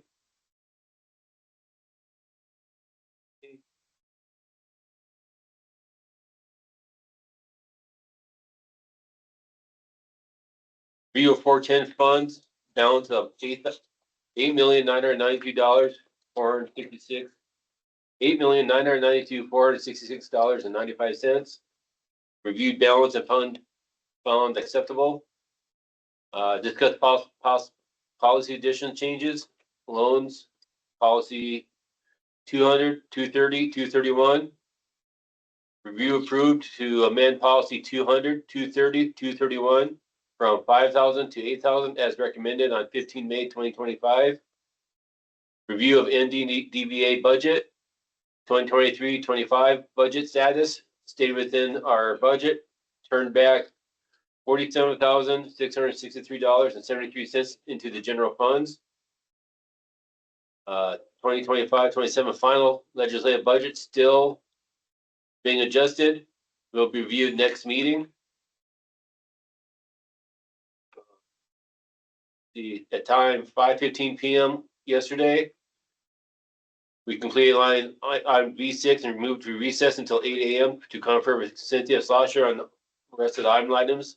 First by Nathan Huntington, second by Rick Olick.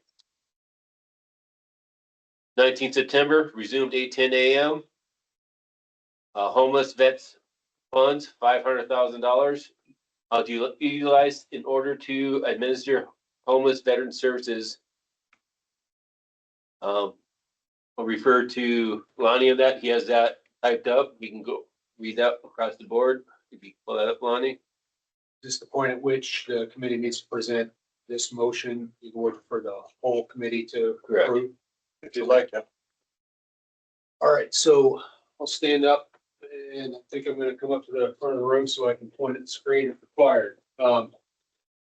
Joe, is it okay if I take over from you? It's all yours, boss. All right, so, I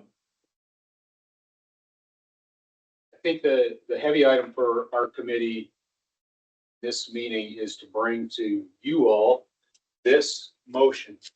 It is the motion that we passed in subcommittee for you based on good interaction with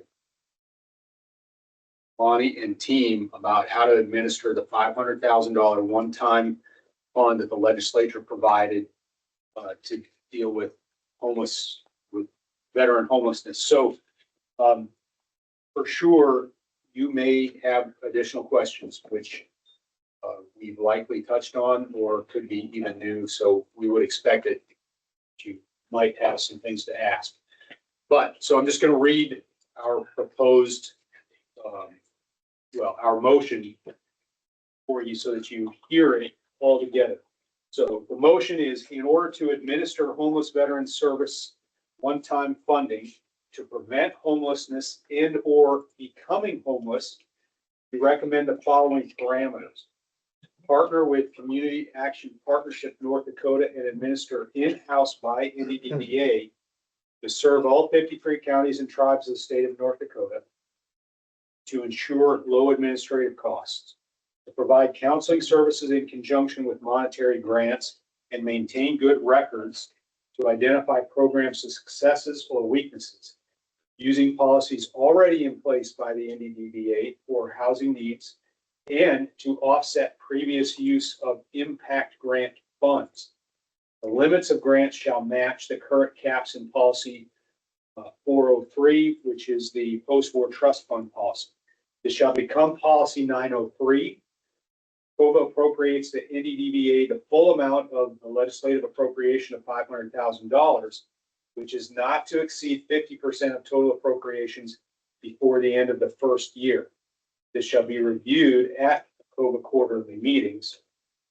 That motion was made by Cynthia, seconded by Joe Best, and voted on by the committee. So, or by the subcommittee. So we propose to you that in order to use that $500,000 that the legislature given is appropriated, that we do that and we do that in-house with our grant capability, the NDDBA, and partner with CAPND. At this point, we're not saying partner with anybody who can service all 53 counties. We think that CAPND and ourselves can get a full understanding of the need that's actually out there. CAPND made a case to the legislature that it's actually $600,000 per year. That's the requirement, the range of need, and the legislature gave $500,000 for 2 years. So we think by starting to attack this with CAPND and in-house, that we can start documenting for the legislature what the real usage rate is. So Lonnie and team talked us through the policies that we've already got in place, and we just think we need to mirror those. For CAPND, that would expand. They don't already have the capability to help surviving spouses or dependents of service members, but we do, and so that would be a little expansion to them. And one parameter that we have that they don't have is that they don't have a 1-year residency requirement in the state, but we do. So there would be a little bit of actually sort of sharing in terms of an expansion to them. And anyway, you can see that CAPND might actually be able to come to Lonnie and team and say, hey, we've got this person.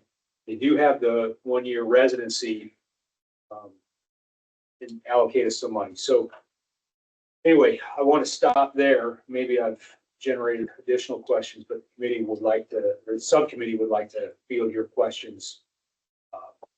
Yes, sir.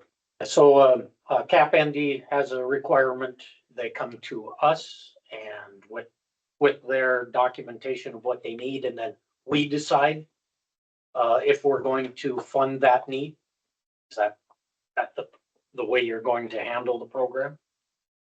Working with North Dakota procurement, we'd have a contract with them. So we would post a NOFO, notice of funding opportunity. They would put in an application, say, we propose to serve all the veterans of North Dakota, yada, yada, yada. And these are the programs we want to use. If that falls in line with what you guys would like, we can sign that contract, we can adjust it. And what the committee has said is we can do this like a calendar year.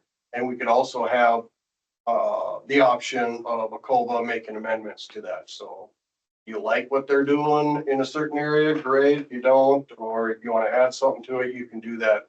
And we can negotiate the contract, I believe is what procurement said we can do. Does that answer? I think I misunderstood the question. I thought the question was if Joe Smith needs assistance for something, is Joe Smith going to come to ACOVA to get that money or go to CapND? Was that your question, Brian? Kind of, yeah, and then how does that get funded? So they'll come to either CapND or NDDVA.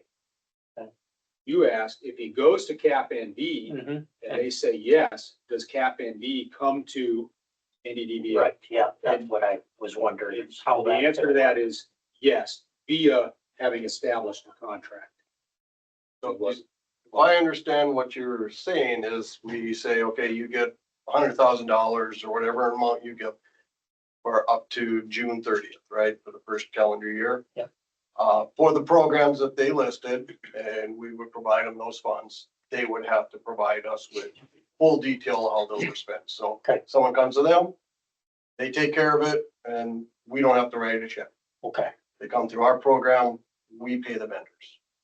And so it's not a Joe Smith goes to CapND, asks for money, CapND says yes. If we say yes. We say yes, it's established via the contract, via the contract, so that Joe Smith goes to CapND rather than, so he could have stopped either place, but he goes to CapND, CapND says, yes, we've got a contract, so we can administer. Okay. So it's not literally each case. Okay. Trish has a question. Yes, Trish. Okay, so couple of questions. So policy 903, who's developing those parameters? Yes, so policy 903, Lonnie says administratively, that would be the next numerical policy. And we are filling out policy 903 with this motion. We are establishing policy 903. So, but this motion really I mean, the 903 would have things like this covers surviving spouses, this covers back rent, this covers hotel rooms, like it's an expansion on what CapND can't cover, right? Or is that within the MOU of CapND's procurement process? Like I see the two different tracks. Like if we want to give 100,000 to CapND under an MOU, fine, and we tell them what they can expand on.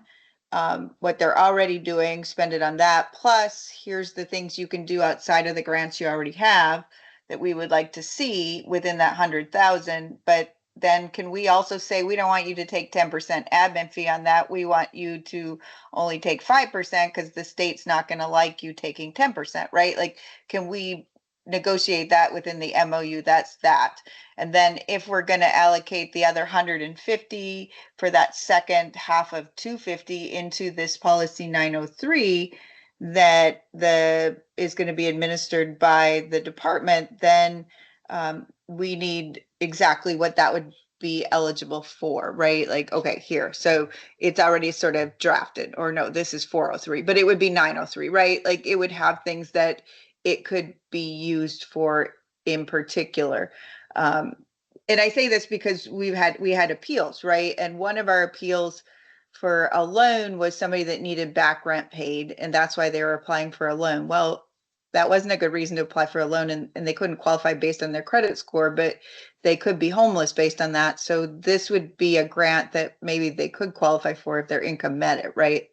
So there is a need for that. And then we could send them over to this, but so having some in-house might make sense as well to catch. But so those are my two questions. And then on investment, did you guys talk about what to do with the other 250 to make sure that we're making interest on it, or is that already factored in somewhere? Okay, Trish, so this is Nate. You said two questions, and then you added a third, and for sure there were more than two in your, well, I'm gonna try to. Those are lawyer questions, by the way. I'm gonna try to answer several of them, touch on several of them, and then I won't get them all, so then you can ask again or ask additional. So really quickly, your last question was about what to do with the additional. We briefly discussed CDing or differently, and there's more that we've got to do to decide. So we're not specifically making a recommendation right now. We've confirmed that the $500,000 appropriation has been made, and that within procurement, we can just draw down, which would mean leaving it there, or something else if an inquiry proves that we can do that something else. Okay, back to by this motion, we are establishing 903 with the same parameters that are in policy 403, but then in the future, modification to policy 403 doesn't dictate modification to 903. It becomes its own standalone item. So values, caps, and things like that can change over time separately from one another. Let me see. What else did you say? You talked about CAP ND and their requirements. So CAP ND would have the same policy requirements for the use of these funds granted by the legislature to NDDVA that we're establishing in 903. They would not have their own policies. They would have the same policies. And So basically, okay, Correct. so we would mirror that. So then on our 903 on things that we allow, then we would be wanting to mirror all the things they already do for our veterans, plus the extra things we want to do if we're doing it like that. If that makes sense to you. So if because we would want to expand into surviving spouses, and I'm not advocating that we want to do back rent or hotel rooms. Those are just things that she had mentioned, right? Definitely we want to do surviving spouses and include them in their already programs. But which is in order, why, okay. which is why 403 post-war trust fund is important to us, because that's where the surviving dependents are itemized. Right, but when we do 9, I get that the cap is there, right? The 5,000, but you still have to put what it can be used for, like medical dentures. Like this is homeless hardship. So it still has to be what it can be used for in particular, like dentures, or it has to have some sort of categories. It can't be just used for anything. Like, so who's drafting that and when will that be done? So, Trish, I think you're hearing what we're talking about is with the post-war trust fund, when we did the impact, we just mirrored them the same numbers. So annual limits is 403 for post-war, 603 for impact, and now 903 will be the annual grant limits for this program, right? Mm-hmm. So looking on your screen, does all this work? We're hoping to bring all the 900 policies to the November meeting. And you can look at this, and right now I'm looking at number 4. That one should probably be erased, because if we're gonna pay back rent or anything that's incurred, electric bill that's past due, that would have to come off. Yeah. But that doesn't affect our post-war trust fund. The reason we want to just mirror these policies, because you guys already put a lot of work into them, and they meet all the parameters needed for auditors and everything. So we would just mirror them all, bring them in November. And you guys can, we can go through them real quick and see where the problems are. You guys can approve, change, and then we're off and running. Okay, We don't so have- by November, and then you'll have possibly an MOU for us to review in November to look at, to fund with the ND program. If you guys approve it today, you can say, yes, go ahead and sign with them. Or you could say, bring the proposal to me in November, however you want to do it. It's all up to you. But I will work with the auditor's office, OMB, procurement, attorney general's office, and game and fish if I have to make sure nobody's offended by any of the verbiage. And then November, we can make it all done. I'd like to start this today, of course, because there's needs. But if we have to do all this, whatever you propose, I want to be able to have it prepared by November. So you guys can say, yes, this is what we want. And what was that? Was the intent to give them 100,000 and to keep 150 and then the other 250 for the next year? Or was it to give them the whole 250? Not to give them a certain amount of money per se, it was to cap $250,000 per year of the biennium. But I thought the MOU would have given them an exact amount to use for one calendar year, right, Lonnie? It's up to you guys. No, we did not say that. The one parameter that we established in the motion that we proposed, recognize with your input, maybe this will change, but all that we stated was $250,000 per year of the biennium. So okay, if NDDVA enters into a contract and we and CAPND hit the $250,000 by April, well, then that cannot be utilized until that 12-month year of the biennium is completed. And then there will be another $250,000 available. right. I think that in those MOUs, normally they get a set amount and then they account for it and they can't come back for any more until they've accounted for that amount of spending. Otherwise, if they have to keep coming back and forth, that red tape will probably be an issue if I'm not mistaken, right, Lonnie? If you guys say, yeah, we want to do so much and they got a calendar year, we can auto renew at that point with negotiations, then we don't have to do a no vote to the whole world again. We can just renew with them. As far as having an exact amount, this is a question I'd have to work with procurement.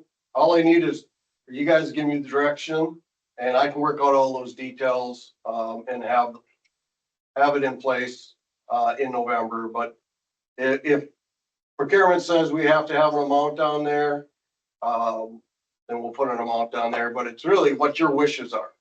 Okay. And if you can't do it, I'll come back to you. I can even email out and say, we can't do this. What do you want to do? We can have a special meeting.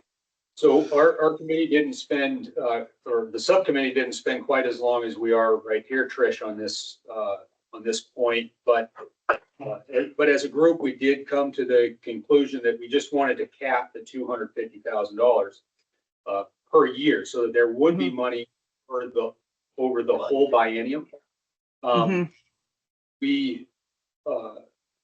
So I think what I'd like to do is the subcommittee already voted on the motion that we're bringing to you, so it could be modified here because the whole committee's got it.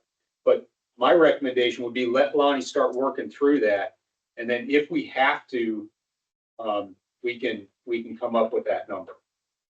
The only thing I would say to amend this would be to add in not to exceed 50% of the appropriations before the end of the first year, with the other 50% to be invested appropriately.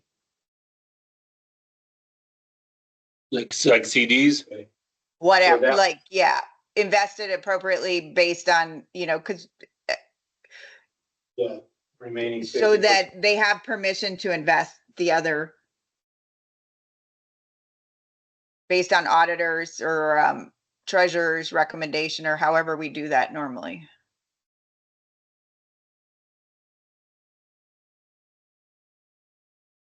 Just so you know, this is general fund appropriations, so whether or not they'll allow us to put it in the 410 and invest it, or if they want to keep it in their coffers so they get the interest going to general funds, which is the norm. We'll work with Kathy and the new Kathy here and OMB to see what these funds are considered, so. Yeah, just so that it's not sitting out there, not gaining interest, if it can gain interest. So we're acknowledging that. Yeah, so we have no idea if we can do this, but yes, I agree. If we can, let's invest. Other than that, Lonnie, this gives you enough to do what you need to do. And it's not too vague. If this is, so what you, if I'm to understand this, you want me to, split this up, set up North Dakota Veterans Affairs having a program, expanding our grant program, so the CVSOs will send grants to us and work with CAP-ND for a contract ending June 30th. Give me the amounts that you want to do. If it's 250, we work with them on how much each uses, or first one to use it. Little guidance on that. Yep. And so you want us to mirror all of 403 and the 903 policies that are correct, right? That's how I read it. All, I don't know if that was their intent, but was that your intent? Yes, Yeah. that was a Okay. subcommittee.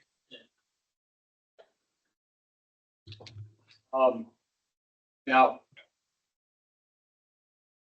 You're the chair, the full chair, right? Okay, so the subcommittee brought a motion to you. We actually, as a group, just entered discussion on this and made a modification based on Trish, right? Trish's recommendations, and Lonnie is adding some words. So let me read it and then just ask you as the chair if we're at the point of, normally, I think we would have handled something with that motion, entered discussion, and then made modifications. But we entered discussion, we're making modifications. So I want to read it again to the group. Even though the people, I think everybody's got it either visually or on your screen, right? Is this remaining? Yeah. yeah, that's what it says. Stop reminding. Do we need to get, do we need to get all the, do we need to get all of the words corrected before I read it? So this would be policies. Polices. This is, will be mirrored. I don't think we have to have all of the typos corrected before we deal with it. Okay, so the motion now reads, after discussion that was out of order, the subcommittee recommends to the full committee, in order to administer homeless veterans service one-time funding to prevent homelessness and or becoming homeless, we recommend the following parameters: to partner with CAP-ND and administer in-house by NDDVA to serve all 53 counties and tribes of the state of North Dakota to ensure low administrative costs, to provide counseling services in conjunction with monetary grants and maintain good records to identify program successes or weaknesses, using policies already in place by the NDDVA for housing needs, and to offset previous use of impact grant funds. The limits of grants shall match the current caps in policy 403, post-war trust fund policy. This shall become policy 903. All relevant 400 PWTF policies will be mirrored into 900 policies to be reviewed and approved at November ACOVA. Meeting. Okay. Lonnie, there's punctuation here I'm missing. At November ACOVA meeting. ACOVA appropriates to NDDVA the full amount of legislative appropriations of $500,000, which is not to exceed 50% of total appropriations before the end of the first year. Remaining 50% invested as allowed by OMB treasurer recommendation. This shall be reviewed at ACOVA quarterly meetings hereafter. Okay. Yeah. Okay, so I think you did it the right way, basically, because the committee recommended approval on the motion that was made in subcommittee, and then you discussed it. Trish had an amendment, made a motion to amend it, Yeah, we just. which still needs a second and vote on. Yeah. But then my next question is, did you add that? Who made the motion, or the all relevant 400 policies will be mirrored? That's new, right? Just So keep that's that gonna- with mine. You can keep it with my motion. Or there's not been no motion right now. No, Trish made a motion But to don't know, include, there's not been a motion on the floor yet, so she can't amend the motion anyway. It's on discussion. well, So now at this time, Nathan can make the motion that we accept this as printed. Hold on a second. Oh, wait a minute. You guys did discuss the percentage for admin. Did you want to put that in the motion before you make a motion to motion this? Is there a percentage? Are they gonna take a percentage? Yeah, the They can, for admin, do you want to allow them a percentage? That's the question. So I can, put in here either no admin, 5% that she said, or 10%, whatever you guys.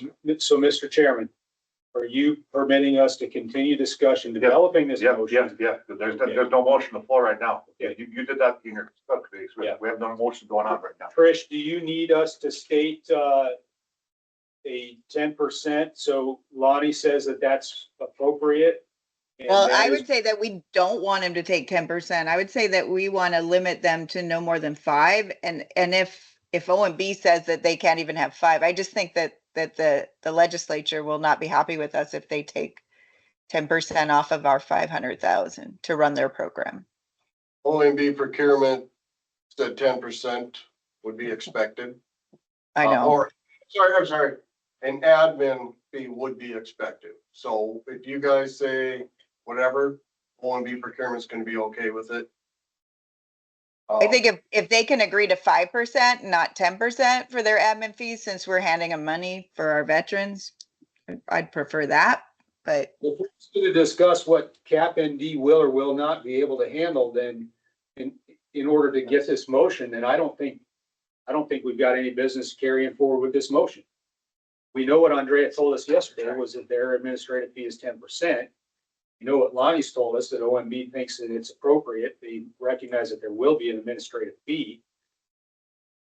Honestly, in visiting with them, when we first discussed this, there was no appropriation. No administrative costs. yeah. And then, so if this comes forward, so I know they would take 5%. They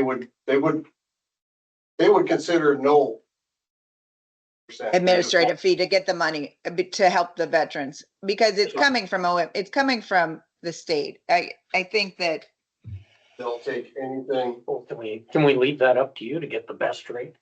Not to exceed. I would say not to exceed 5%.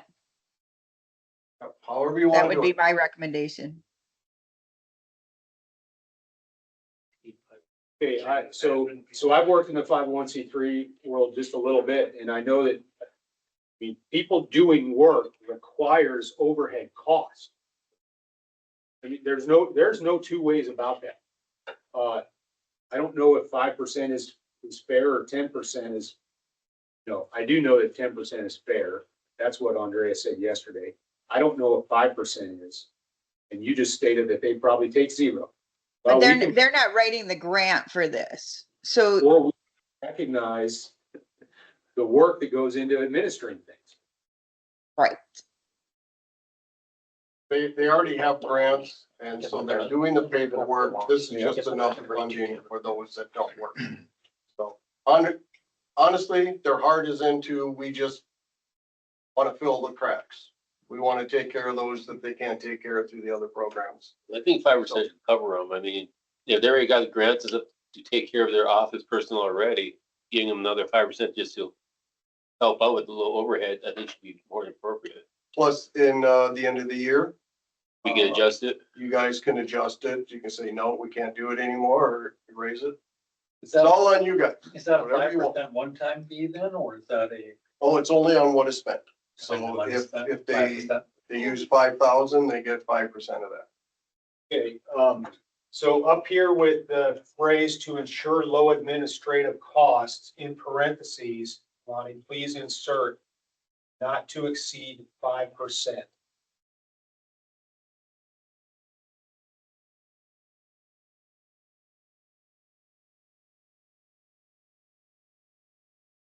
And I just know that I'll never go into a negotiation with Trish. And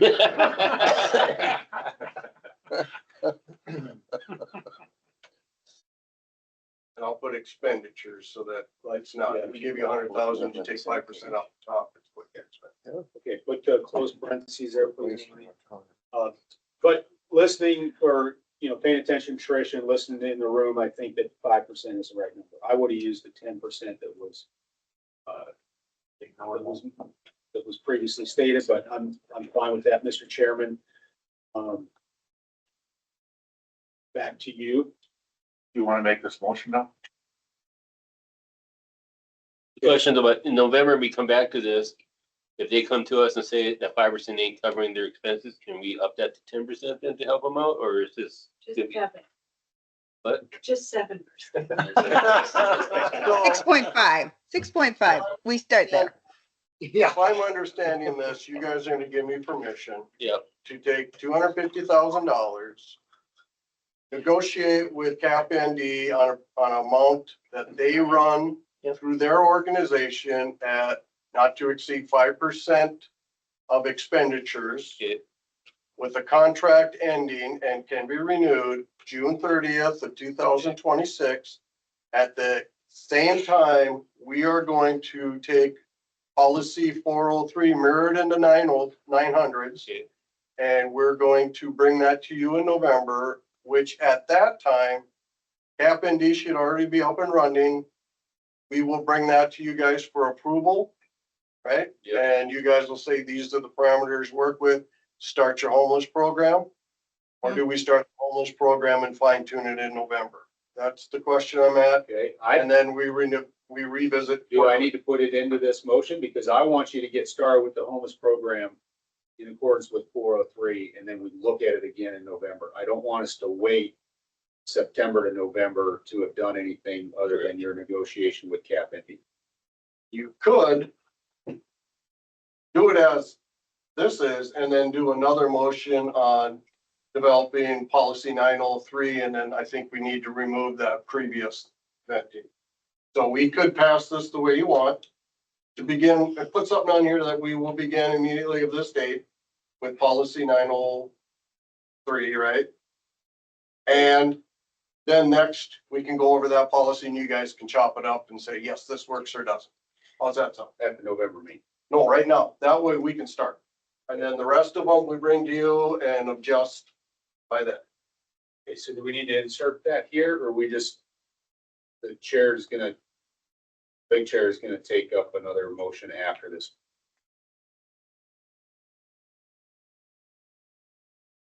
I know what they're saying right here, that 900.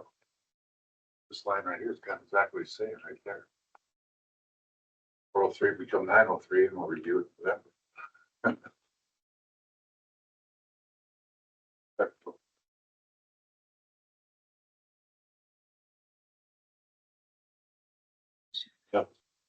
Yeah, and I think the appropriate way for this motion then to go forward would be for the original motion people to accept the amendments and recertify their motion and their second for Cynthia and John, and then that should clean it all up. But we don't have to take it back to the subcommittee. No, they could do it on the floor. Cynthia would accept the motion as amended in her original motion, and then John would re-second. When would we need to do that, having entered this in the full committee's business? You don't have. Yeah, they Okay. could just do it on the floor. Okay, so the chair says that we don't need to do that step. Lonnie, just quick, just want to be sure that NDDBA to begin housing grant 903 is properly positioned, not, and clarifying too, the all relevant 400 policies will be mirrored into 900 policies. Where we're gonna put that, No, I'm asking you to be sure that between this sentence and this one that you just added here, that they're not either duplicating or countering each other. Right here and right here.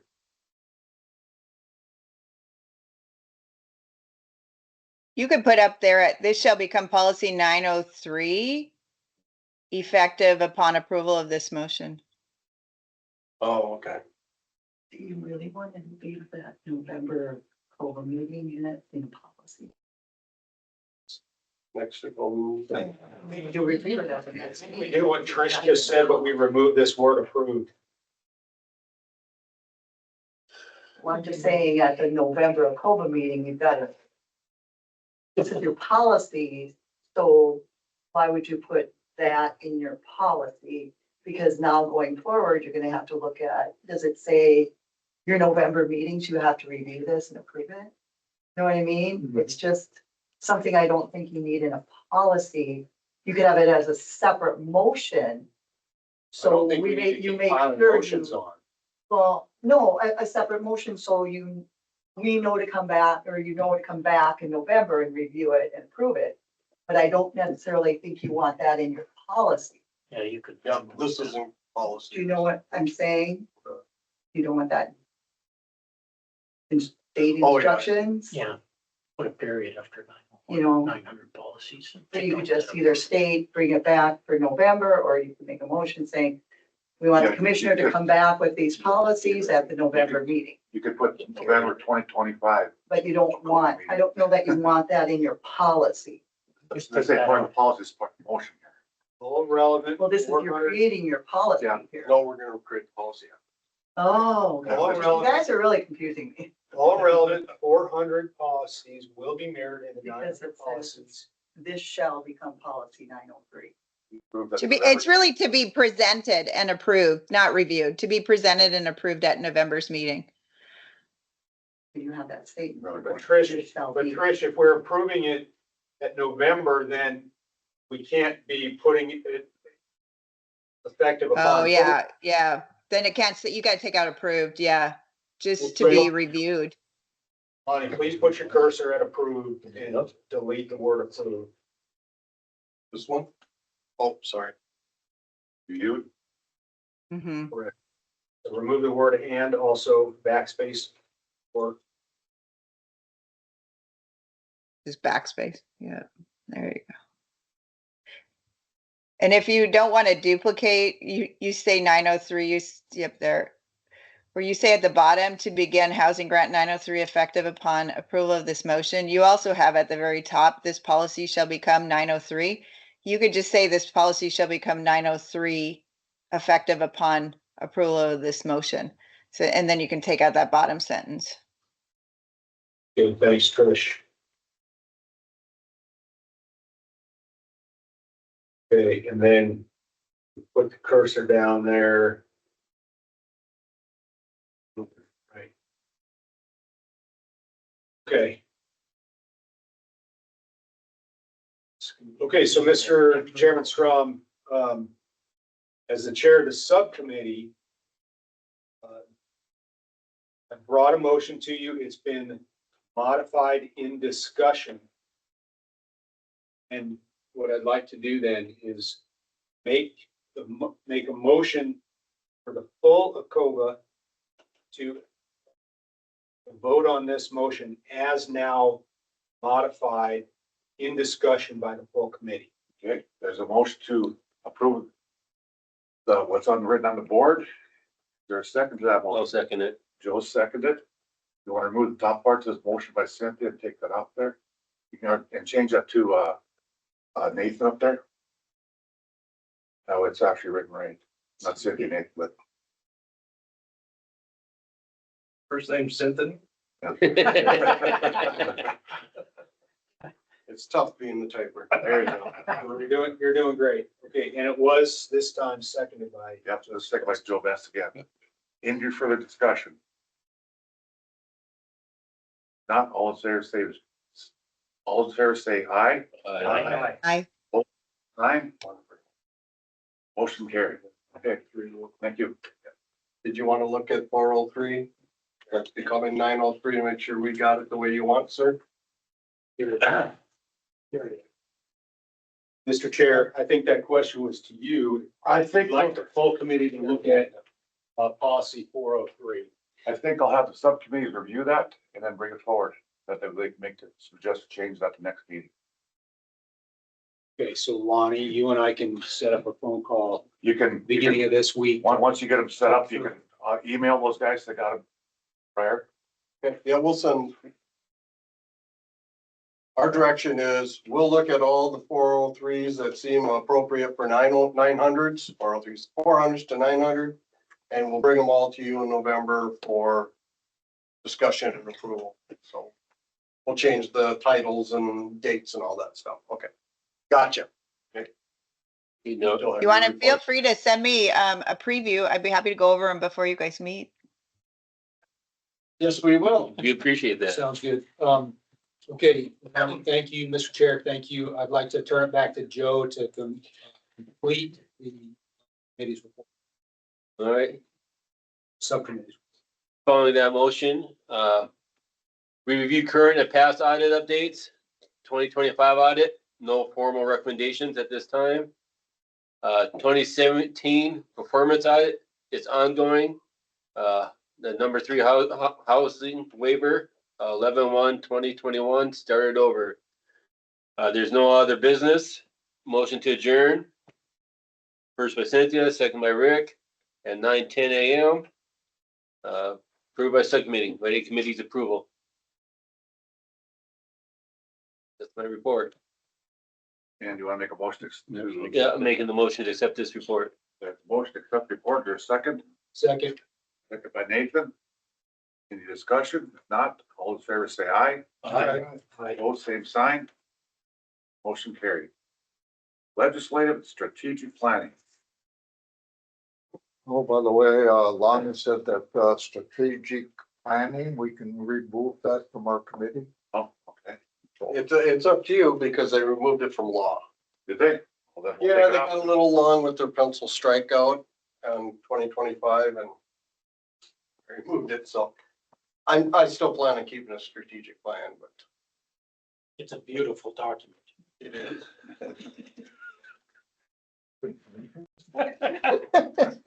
Okay, our subcommittee meeting was called to order at 17:15 by Chairman Brian Bartlett. We did election or roll call. Brian Bartlett, Jacob Holt, Tom Newton, Tom Ryan was absent. Nomination for subcommittee chair, Brian Bartlett was nominated by myself. Tom Newton seconded, it passed. Chairman appointed Jacob Holt as committee secretary. Motion to accept minutes by Jacob, seconded by Tom. Discussion on the minutes, and that was passed. Okay, we'll get into it here. Roll call again was secretary.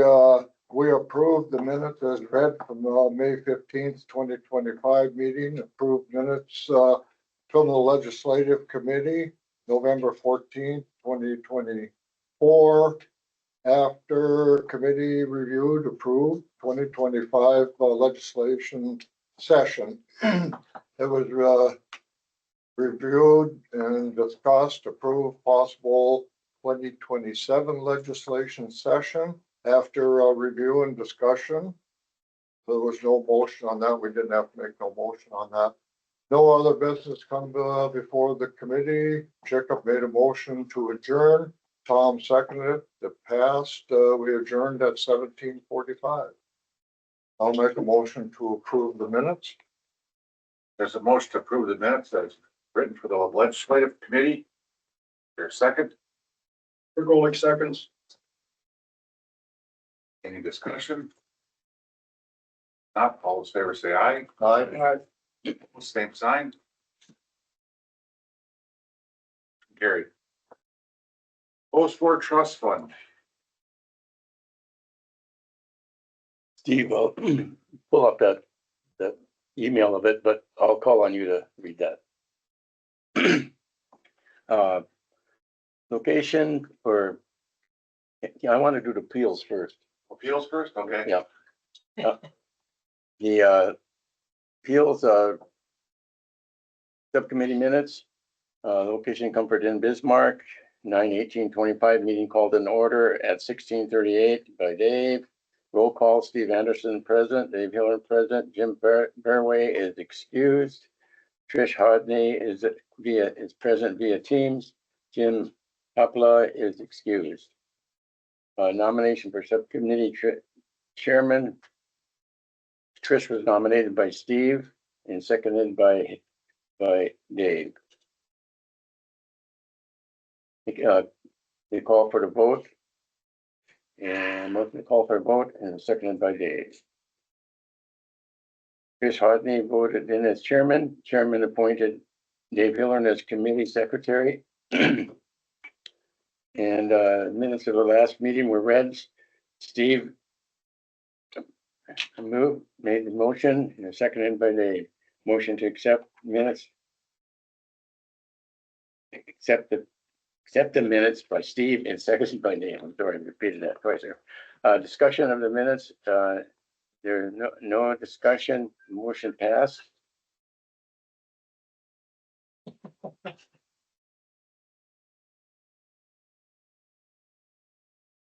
Sorry, gentlemen. And you ladies.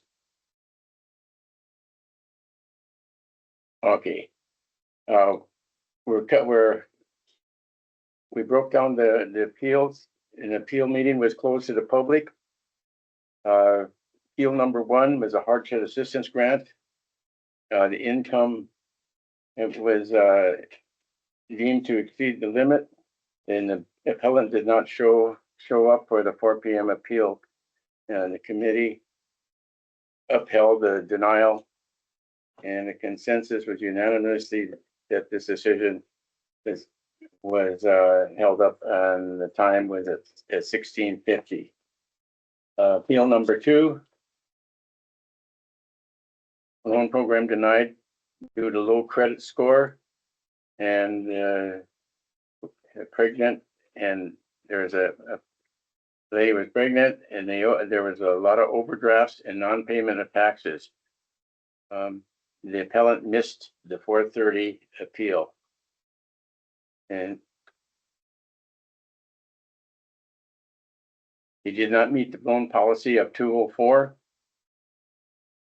and did not meet this credit score. The committee finds the commissioner's denial in order and unanimously supported by the appeals committee. Appeal number 3.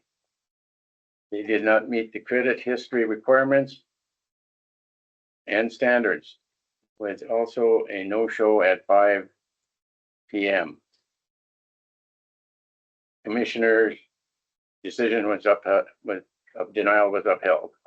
Appeal number 4, no purpose. Denial of credit score does not meet the 580 per policy 204. Appellant did not show up for the 5:30 p.m. appeal. Appeals committee unanimously upheld the commissioner's denial for loan application. Appellant. The meeting was adjourned at 17:40. The motion by Steve and second by Dave Hiller. That carried.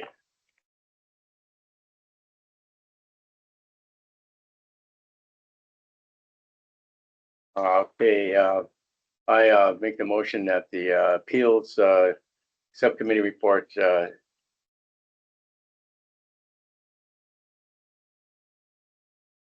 be passed by the full committee. There's a motion to pass the appeals committee report. Is there a second? I'll second. Okay, Jacob And second. then I have comments, Go ahead. and then I have comments before we go to approval. Go ahead. I would just like to amend the minutes just slightly to remove the extraneous comments on our appellant number that we should just have in there that did not meet the credit score and remove anything regarding taxes and condition. It should all match. It should just match that it didn't meet the credit score. Or appellant number 2. So take out anything regarding the financial status or the purpose for the request, since we didn't include that in anything else. Okay. So action. I would make a motion that be amended in the minutes. And it just reflect that it didn't meet the credit score for appellant number 2. I'll second that motion amendment. On the amendment to Remove the strike those words. overdraft Strike those words. Yep. and payment of taxes. Okay. And the purpose. Trish made the motion and Dave made the second on the amendment. Any discussion? Not all in favor, say aye. Aye. Nine. Okay, we'll go on the appeals report as amended. Any other discussion? All in favor, say aye. Aye. Opposed, say. Motion carried. Post-war trust fund. Post-war trust fund subcommittee, November or September 18th. Roll call of members, Steve Anderson, Trish Hodney, Dave Hillerin. Vote on the committee's chair, secretary. Which is the vote and the results were the same. The meeting and chair is the same as the appeals subcommittee. We have approval of agenda, motion made by Dave, second by Steve, carried. Approval of May 15th post-war trust fund committee minutes. Dave made a motion, Steve seconded, carried. Review of the post trust fund 410 clearinghouse plan, which was covered by a commissioner for the PowerPoint.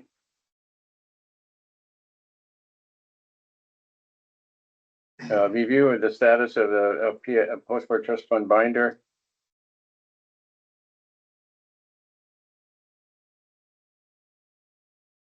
And there was also a motion to reinvest, and I think that's what part that you got, Steve. Okay, remove the post-war trust fund, allocate $377,205.22 as follows. Recognize the $50,000 has already been authorized for grant funding at the previous meeting. Invest $127,205.22 in certified in CDs with maturities ranging from 3 to 8 months, depending on the best available interest rates. Invest $200,000 in CDs with maturities between 12 and 15 months. Further, the post-war trust fund will review these investments quarterly during its meetings to ensure sufficient liquidity remains available to fund grants as new programs and guidelines are developed during the upcoming biennium.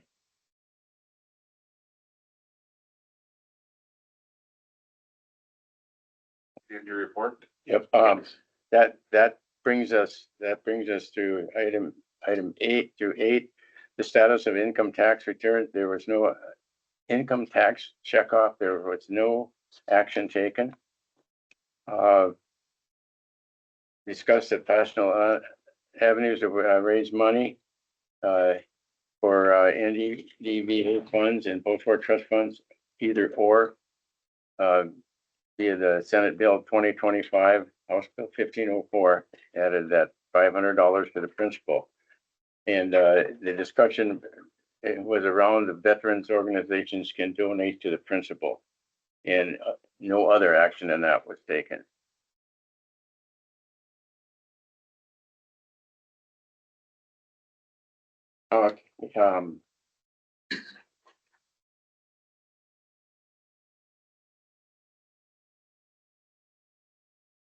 I think I got it all finally.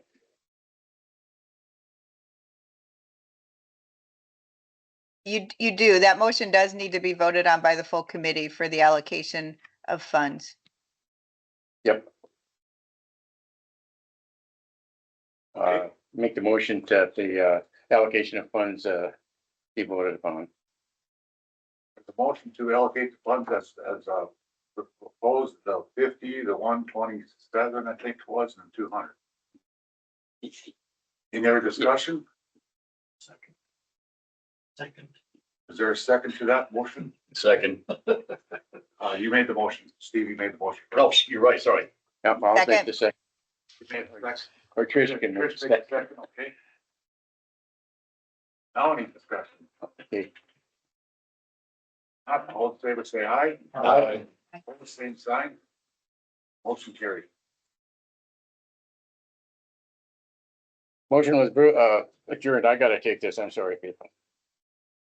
Then Adjourned if it. we adjourned, I can move the meeting motion or the minutes into, if Mr. Chairman will allow, I can make a motion to approve the meetings minutes. Trish made the As motion read. to approve the trust fund. Subcommittee. Is there a second to that? Second. Steve seconded. Any discussion? Not all in favor, say aye. Aye. Opposed, same sign. Motion carried. We've got two spots on the veterans home to put on there. I think, I don't know him personally. I guess I do have met him, but would Chris Deering be a good person to put on that veterans home? Thought? He seems like he's in control of a lot of veterans, so he'd be a good, as part of the VSO part, he'd be a good one to put on there, I think. We could ask him. Rick, do you want to talk to Sandy or Tyann and see if they want to be on that committee? One of those guys mentioned it. I can't remember which one it was. It said that would be a good thing. They both live in Fargo, and they're both retired, so they could possibly, one's got, work Crystal Shirley, the other was at the school system for 40 years, so. Do they have to be veterans to be on the committee? No, they not. No, they did not. Yes. Mr. Chair, I think if we, for the future, we had a lot of issues contacting some of these that were nominated. If, once you make these nominations or these requests and reach out to them, could you provide a phone number and email, to Dane? Maybe we need to come up with, Different way. an application form, Application, just figure, or submittal, submittal form, Submittal because form. that way we can contact not a them. bad idea. So Dane, we can work with that, because for the ACOVA, there's those processes that have now become, I said process, I'm Canadian now. The processes that have now gone online, but there was an old application, so. If that helps out. That would help tremendously, so. I'd feel much more comfortable, here's an application, if you're interested, fill it out. Yeah. Get it back, and that way, you got a little commitment from them, by them filling out, rather than just talking to someone and say, yeah, I'll do it, and then So, yeah. comes to something else happens, or whatever else. Does anybody else have any possible names to put on that list? I have a couple of younger attorneys. I'll send you their names. I don't know if they're interested, but one's in Jamestown as a state's attorney. That's fairly close, I suppose, but I haven't reached out to him, so. That would be, I know, just from a financial cost, when we do our quarterly meetings, yes, it's nice to have representation from all over, but I mean, there is a financial, I don't want to call it necessarily a hardship, but when I have a lot of them coming from like Western North Dakota, and we pay mileage and we pay their rooms, and and we obviously budget for it, but I mean, some of that stuff has, it does have, there's a cost to it as well too, and we certainly appreciate them being on the, being on the governing board, but there is, if we had some that were Fargo or Jamestown, or not to say that we don't want someone from Dickinson or Williston or whatever, but there is, I know my our CFO will say that for sure to me, that gosh, it'd be nice if we could have some people who are a little bit closer, but at the end of the day, it's nice just to have a full board as well. You like to have a Background, what background are you looking for? Do we need a banker? Do you need? No, it doesn't, nope, it really doesn't. Right now, these are okay? Yeah, these are fine, yeah. Am I to reach out to Chris Deary? And you're gonna reach out to two people? Yep. if you So I would. put John Gonzalez's info in the chat. And then what about Jeff Demeritt, legal services attorney? Would he be a good one? Sure, yeah, well, like I said, we would, it's nice to have a variety, on there, so I mean, it's, we are open to, anyone that the ACOVA would feel would be good. I think that legal services would be supportive of Jeff if he wanted to be on a board like that, because he's carrying the veterans portfolio for legal services. So I can pull up his contact info for you here really quick too.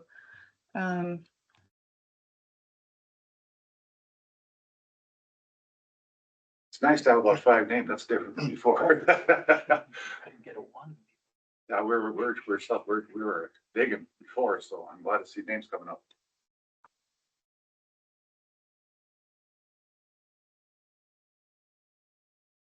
You guys are still at just quarterly meetings, Yep, yep. nothing big going on right now? that No, and requires- there's been some discussion of offering it via Teams as well too.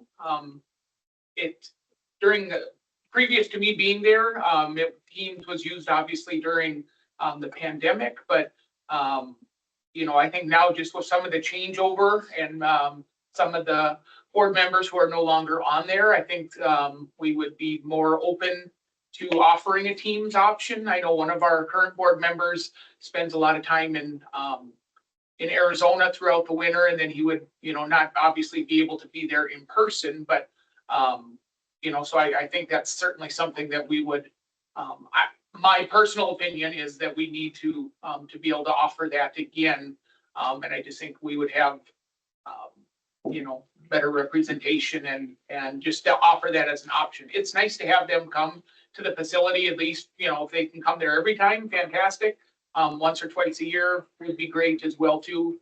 I know I'm kind of contradicting myself by saying there's a cost with it, but it's still nice if they can come. And it's, we have our resident councils come and present to them as well too, and just good interaction, but. Okay, I guess we got that done. Our round table. We'll start with Kathy because she's leaving, so we'll do that. And round table question I'm not putting out there is, where would you like to go have meetings at? Think in the future as far as 2 years out. If we can move around, we've been in Watford City, Bismarck, Steele, Lisbon, and Devils Lake. I think I have all.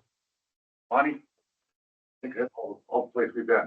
Yes, I think you kind of hit them all. I think I forgot Lisbon last night when I was going through them. Yeah, at the home. We did. When's the last time we've been to the home? Not since you've been there. I've been there.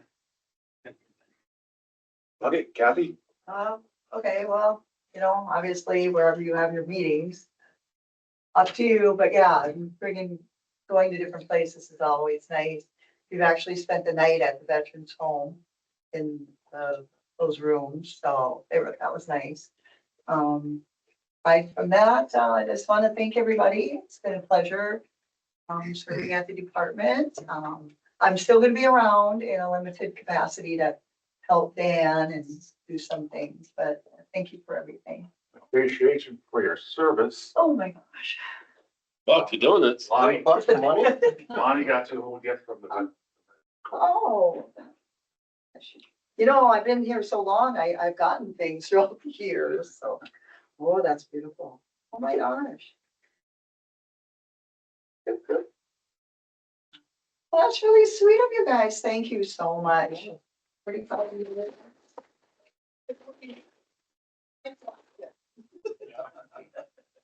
Thank you. Mr. Chairman, Yes. I want to apologize to you and the committee for this disruptions. That's not my normal policy of doing this kind of thing. But I had an international transaction going on and the attorney was having that all the time. But I apologize. We know it's a part-time gig and other stuff still goes on, so. My phone's been buzzing too, but it's just making noise. Dan? Well, gonna be, challenging to fill such big shoes. But I will do my best and, it's hard to transfer 45 years of experience to some dumb grunt like me. But I will do my best and ask that you be patient in the future as we go along, because I'll still be playing tech support as well, whatever she's doing. One thing I would ask is that email is our primary means of communication to you guys. So if we do send an invite or an email, please take time to look at it or respond to it so we know that you've gotten it, and we can make appropriate decisions based on what you can do or not do. So Reply all. fields is the big one, because By all. those are long, 67-page things, and if we don't have to print them out, we don't want to, but if you need hard copies, then let us know and we can do that too. So, other than that, look forward to trying to be Kathy. Good luck. Better get a new hairdo. I can give you a wig.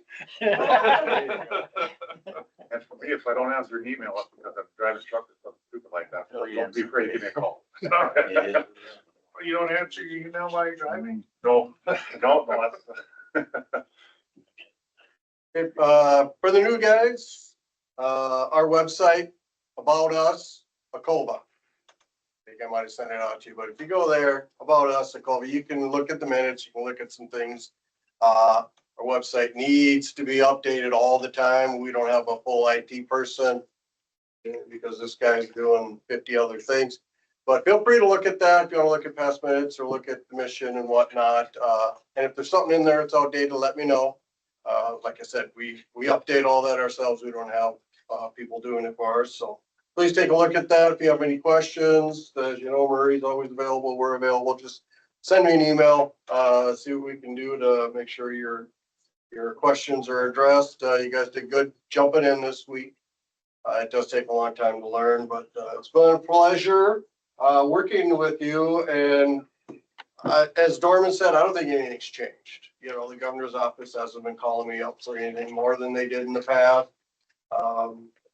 Didn't like the legislation when it came through. It infuriated me.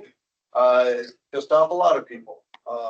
But I believe it'll come back next session. There might be more, but I'll still stand strong. Having the ACOVA, I think even the governor's office sees that, being a new governor, that this is an important thing. And looking at the changes, there wasn't that much changes for your authority because you are written in the Century Code and the Constitution. So there's a lot there. So do my best to keep things going in the right same direction and serving at your pleasure as we have in the past. So I appreciate all your support, and hopefully the next session we don't have this surprise. And Dorman is very serious. He likes the idea of this legislative caucus and all military and veterans. They're even looking at all military and veteran bills run through them. So there's no surprises like this last minute. And there was evidently a lot of policy changes done in appropriations. And while that happens and it's legal, some of the legislators that are on policy committees get very upset too. So that's their infighting, but hopefully it doesn't happen next time. So thanks for all your support over the years, and hopefully nothing changes. Where do you want the meetings held? Oh, where would I like them held? Actually, at the home again would be nice. Every once in a while, everybody get down there.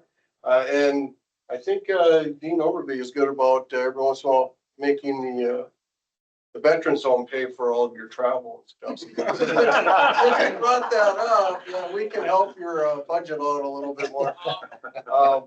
But yeah, Fargo would be good with the next time. And I would really like, with your permission, to bring in, instead of me giving you my elaborate presentation, we've done this in the past, bring some of our staff, all our VSO, supervisor, SA director, and they can give you their reports themselves. You get to meet them and ask those in-depth questions you might have, because They are the experts. I think that'd be great. There's a great facility that I think we could use. Dakota Medical has a great thing. Maybe we can hotel there. We'll work with Kathy and the new Kathy to get that figured out. And also, it wouldn't be bad to have something close to that pyramid someday. I've never been to the North Dakota pyramid. So it would be interesting to, if they do tours, or there is a place, I think it's by Carrington though. Isn't there a missile silo that can be toured? It's, you talking about the Mickelson? No, I'm not talking about, I don't know anything. I just know there's a missile Yeah, silo somewhere. but They do tours? like once a year, Okay. very, very seldom. I think some of that military history wouldn't be a bad thing for ACOVA to show up and look at, but that's my opinion. There's also a Space Force base, do you know that in North Dakota? Yep, Cavalier Air Force Air Base is no space Force store. base now, Maybe Guardians. And bringing that up, the meeting with what used to be Task Force Mind, sounds ominous, military issues in North Dakota. They changed their name to something less ominous, but hopefully the ACOVA can be a part of that more often. And I think the air bases would be welcoming for us to go out there and tour a base in North Dakota and have a meeting there. And probably base housing costs would be a little bit less. Something to think about. We've got 2 big bases, so.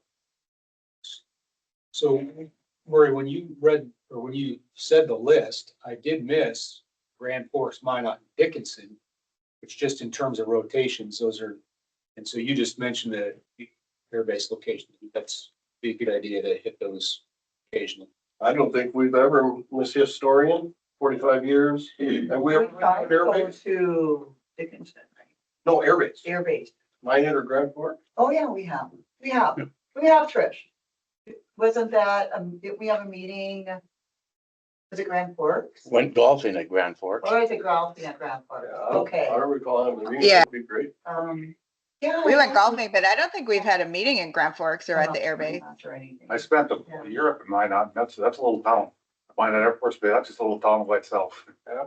Or Savannah, Georgia. I know Kathy liked to go there, and since she's off the committee, let's go there. Book the flight, I don't care. Thank you. Dane? I had all these good things to say about Lonnie earlier with, with Mr. Dorman being here and everything, but now I just teasing. I get it. And we give our full, through everything that went through with session, 100% behind Lonnie. There was, it just was, some things for me, for that to be my first session going through and just to see some of the things I was, I don't even know that, necessarily I want to say I was shocked or anything, but just to see how some of those things work, you just, you see how that grind goes through now. But again, I can't thank Lonnie enough for everything that he does for all of us. As far as locations, I would be open to any one of those. The vet's home, we certainly can do something down there as well too. If we would have, if you wanted to stay in rooms down there, open resident rooms on basic care, we could do that. The only thing we're limited a little bit is in Lisbon, there's one hotel, which I would probably direct you to go and stay in Winter or to go and stay in Enderlin, which are just a little bit out of the way. They're not too far from Lisbon, but I mean, those would be options as well too. But we certainly would be, more than welcoming to that. But yeah, the air bases sound really cool. For me being new to this, any one of those locations would be wonderful. So. Rick, what do you think? Drink fire hose? First meeting, so a lot of learning for me. I have to say, I'm very happy, first off, that we're able to tackle this homeless veterans thing. Maybe a lot of the committee people don't know that, I guess I was the brainchild to start that 1504 with Representative Schneider.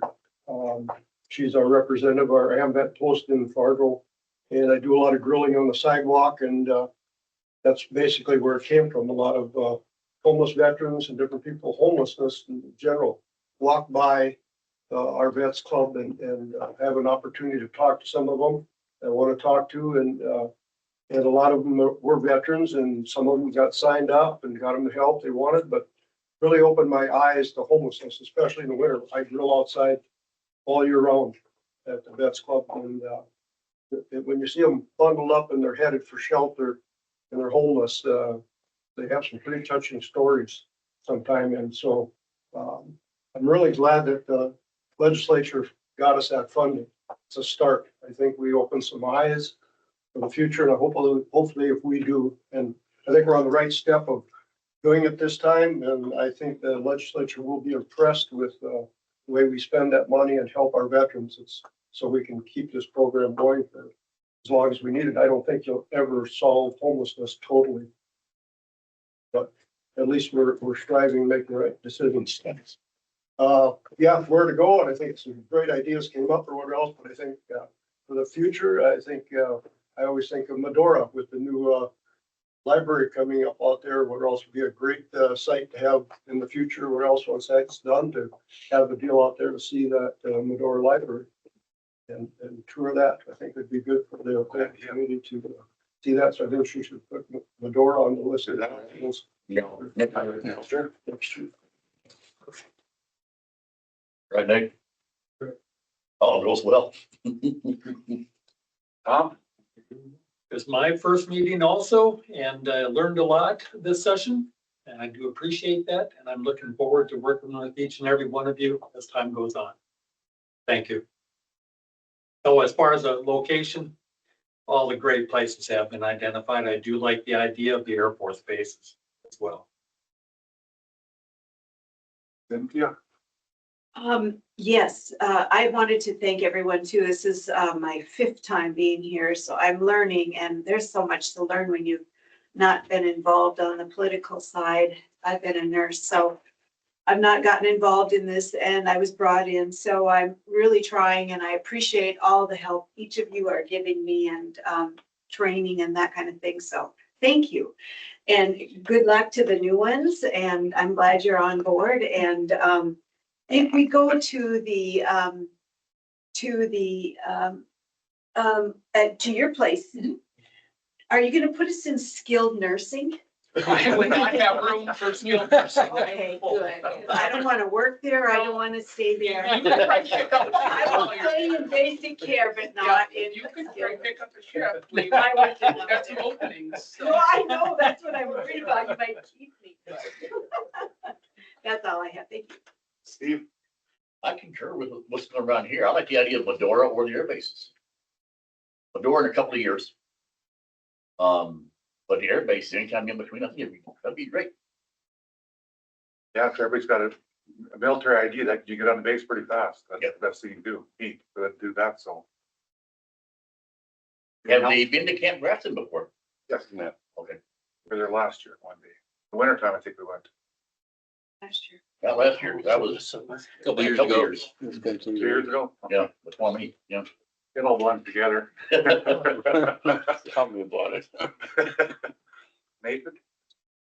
So, ladies and gentlemen, I appreciate being here. I'm grateful to Mimi Havelka, Steve as well, American Legion for nominating me. Super grateful that somehow my name made it through the governor's office. And so personally proud, but really honored to be able to continue to serve veterans and state of New York. I'm a member of Detachment 1419 in the Marine Corps League as well. I'm not saying that the Marine Corps needs a Cedar nomination, but I'm just for those Marines, I'm gonna do my best to represent them as well, sort of in ACOVA broadly. I mean, they're just one of the other pools of veterans, and I appreciate everybody's work on the subcommittee. Made some fast ground this morning on using $500,000 well. There was one other place prior to this where the people of North Dakota are a stakeholder in something, and so I'm actually a little bit moved emotionally about the investment that the citizens of the state, via the legislature, are making in homeless veterans. So really, really grateful to the people and then to you all working with that money to help our veterans out. Just really grateful to be here. Where's that old meetings at? Okay.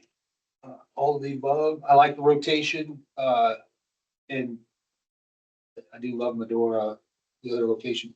To the extent that we can go to the smaller towns, all of our big towns get the rotation for all of the North Dakota high school sports. So if we can go to smaller towns, I think that we should. Bowman, Aston, I don't, whatever they are, but that's all that I would add. I got email from Jim Nelson says, make sure Nathan gets on the board, on this board. It's like, I don't know, point him. It's like, it's like, what? But, I'm glad you're on here. Bill? All the locations are good. I know we've talked about, but we haven't gone there yet, to Dickinson for the National Guard base that they're building. Yeah. It'd be nice to go out there when that's opened up and see how that's going, and That ain't built either. Oh, yeah, is it? They're not done? I don't think so. Not yet. They got some open houses that's on our I seen that website. 16th of October. Newtown. Oh, I brought them to Dave last night, so. Newton. couple of little towns would be fun. Williston would be nice to go down to up to there, hang out. Dave? Well, it's nice to have, go to the smaller towns, like everybody's kind of iterated here. And I'm quite certain that, Chairman Fox of the Three Affiliate Tribes would, welcome us if we wanted to, hang out at the Forebears. They're building a new hotel. I don't know when it's gonna be done. It's a 7-story one. And if it's near the summertime, they will take you out on these, they got that, Ripper Willow. It's like a 4-deck yacht. It's got a gambling boat basically, but we have little parties and they serve foods and all kinds of things on there. We had that, last year, the Vietnam Veterans State, convention and picnic was held at Van Hook, and then the chairman come and addressed us out there, and we had all kinds of contributions for food and that kind of thing. And he came out and he made a little address to us, and he told us wanted us to do all these things, and he said bring me the receipts. So he kicked in like 17 grand towards that picnic. So it was pretty well done deal. And he's a member of he promotes the Marine Corps too. And other than that, well, one comment I gotta make here, Dan, you mentioned you fill in her shoes, but I'm not sure if those are the red pumps that she has. I'll train myself to walk in heels. Yeah, I've been quite busy. I went to the National Vietnam Veterans Convention in New Orleans in August. Dean Overby and I went down there and attended that, and we had some Canadian Vietnam veterans that came down, also part of that. There's over 8,000 Canadians served, and like 140 some, I think, that were KIAs. At that convention, we had people, I think it was the missing in action, the vets, the daughters and sons that their fathers were killed in Vietnam, and they never met them. And there was one particular guy that he was in Vietnam when his father was killed, and he didn't even get to go to the funeral.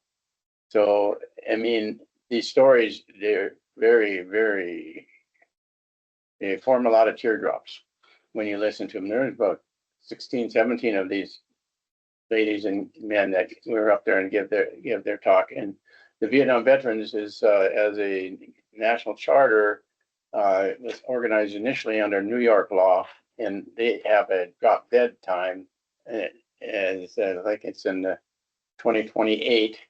And there's a big movement there for when they do that. They want to liquidate, they want to seize all the assets that the veterans have. And we're thinking that in order to get one of these other veterans groups to carry on the MIAs and POW children. We thought their group, because of their commitment, would be an excellent group in order to take over some of the mission. Seems the Vietnam veterans are last man standing group. There's another report on it. There was 1,567 Vietnam MIA POWs. Well, I think they're all MIAs, but during the session there, some staff sergeant was found and identified, and so we got down to 1,566. And that North Dakota has 8. And during that convention, Dan Stenbolt was voted in again for the district, our regional director. And I think he got, of all the national people, there was like 30 some people running, and I think he got the third most votes of anybody. And I'd mentioned here, don't get too carried away on this thing, is that the Department of POW MIA accounting agency is the one that they do the identification. They were sending out 20 teams here in the near future this year. I think a majority of them are going to be going up on some sites and stuff in I think most of them are in Thailand or near the Thailand border in there, for where people that flew out of them and crashed.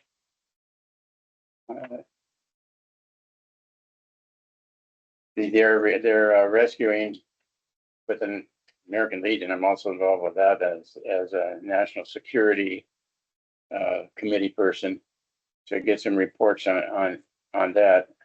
And they've recovered on the Department of POWs MIA's accounting agency.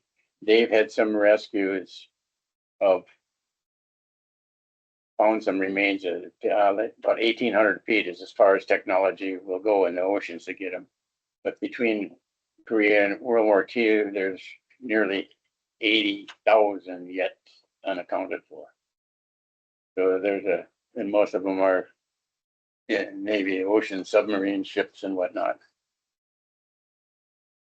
I do have a little deal I want to mention too. I get this letter from the North Central Judicial District Veterans Treatment Board newsletter in Grand Forks, and I think they have a website. I know Trish might know whether they do or not, but I couldn't find one. Yeah, I believe it is here. Now I find it. It's a North Dakota Courts Government /other courts Veterans Treatment Court.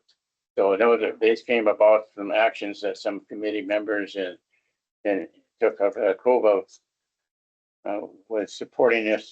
I think it took about 10 years, I think, for us to finally get it through, for the North Dakota Supreme Court had to actually approve it and set this up. And I think it's only been going for like two and a half years at this time. Other than that, in all my other interruptions I went to expose you all to, I again apologize for that. But that's basically all I got at this time. And if I can follow up on that, North Dakota had 19 missing in action, and now it's down to 8. So I think that's incredible that they found that many. So that's what I'm tracking, at least. One of my classmates was missing. He went down Dong Ha. He was on a rescue mission on Byron Coolin on UH-1, and he was trying to rescue this Hamilton, who was part of this movie was made on. He used the golf course to identify his escape route down there, and Byron was on that mission when they lost him. There was one survivor of that. 3 died in it, and POW out of, I think, Truth or Consequences, in Mexico or someplace. But he was missing. It was Easter Sunday, I think, April 2nd, 1972, when he went down. And I last seen him in Fargo after I'd been home. He was getting ready to go and excited to be a pilot. And he was missing for 22 years before we got them identified, and then we buried in the three are buried in a common grave at Arlington. So I've been kind of immersed in this for a while. But other than that, I'll leave it go. Thank you. Good meeting again. It's always nice to get to meet new members and work with the existing members we have. As far as places to go, I think everybody pretty much addressed every area, town, whatever that I would have recommended. So I like the idea of Medora, the air bases, and kind of move around a little bit. I know we've been here in Bismarck quite a bit. But it'd be nice to move around a little bit. Maybe we go to Bolton. That's all I have. Okay, Ryan? The only thing that I would add is, that, remains that's coming back to be buried next June. Yep. Maybe we should, have a meeting up in that area at that time or something, and Coming back to Hector, and we'll be trying to figure out some kind of trade route for him or Yeah. escort. And then Dalen, North Dakota. He's probably familiar where that is. What's the name? Dalen, Dahlen. Kind of by Devil's Lake area there, so it's in your area. That's the farm and the cemetery, but the family's all over this. They're making a big thing about it. And they've already got hundreds of people lined up to come. So they're looking for some kind of support for like porta potties and all things, because this is a gentleman, Irvin Ellingsworth. He was lost at the Japanese MIA camp, prisoner of war camp, I'm sorry. And so the remains that they had, they believe they took them to the punch bowl, figured we'll never be able to figure this out. So 84 years later, for some reason in June, they're gonna bring him back. It's on the date of he left, I think.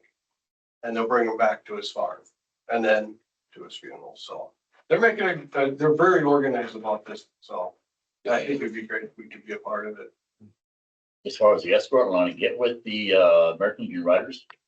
Oh, gotcha. We have 10 chapters within the state. I know we can get a pot of them. Were you trying to I'd say like- Dolan? And or with the CVA also. No? CVA combat vets. Okay. That's great. I'm the state director for the riders. If I can help you out, just let me know. All Were right, you help us saying- out. Were you saying, Lonnie, were you trying to Now say I get a little Dolan? more information, no problem. Put on your to-do list. I'd like to have some kind of bodyguard, somebody, in uniform that would stay with the casket until it's buried. I have no idea. EPA provides that or who does that, so we're going to get that. The guard might be interested in that. I think you meant Dolan, Dolan, North Dakota. Is that what you One were thing I trying to did fail say? to mention, I wanted to welcome our new members, so thank you. And thank you for your tolerance. And it seems to, and for the. Didn't know we had a choice. The first days, I think I've been here like Ever. 87 meetings, I think, somewhere in there, Never missed a meeting. somewhere about that, yeah. And Mr. Chair, if I can, I just got an email back. Chris Deary would be honored to serve on the Veterans Home, so we could throw him on the list. And I do have a bunch of the Vietnam veteran welcome coins left here. So I forgot to mention that earlier. If anybody needs those, take back. Someone want to make the motion to appoint Chris Deering to the Veterans Home? I'll make a motion. Joe made the motion. Is there a second? Rick made the second. Any other discussion? You'll be good. Not all in favor, say aye. Aye. Aye. Opposed, same sign. Motion carried. Are you done, Brian? nope. I'm back in. Okay. All right, I just wanted to thank you guys for your service now on this. It is a learning experience every time you come here. I think you learn something. So it's been interesting through my however many years. And Kathy, really appreciate you and all you've done for us. Thank you. Now I'm done. Is Trish still on? Nope, she just dropped out. Oh, I just was, yeah, just gonna get to her. Okay, a couple things, uniforms. Usually on the first day, we wear a tie and a hat or whatever you wanna call it, a tie and a suit coat. My tie didn't fit this today, so otherwise I'd have choked myself to death yesterday. Otherwise I had it with me. We are veterans helping veterans. That's what our motto is. We are veterans helping veterans. Oh, she's back up. Oh, she's back up? Yep. Okay. Trish, you got anything to add to a round table? Sure. I think Lonnie met Dolan, right? Is that what you were trying to say, Lonnie? No voice. No voice. Perfect. Done. No, I'm here. Why can't you hear me? Still no voice. Did you turn your sound off? I can't read lips. She's unmuted, but I can, but it's I not don't know legal. what's going on. Man, got mute on her Hello? mic- on her side. I don't know what's that Oh. noise My microphone is working. Turn your speakers up. Type it in, Trish. Turn your sound up. Testing Dan. 1, 2, 3. Hold on. You muted, girl. I am not muted. Dan needs to It's your turn one his that's sound up. muted. Don't forget where that button is.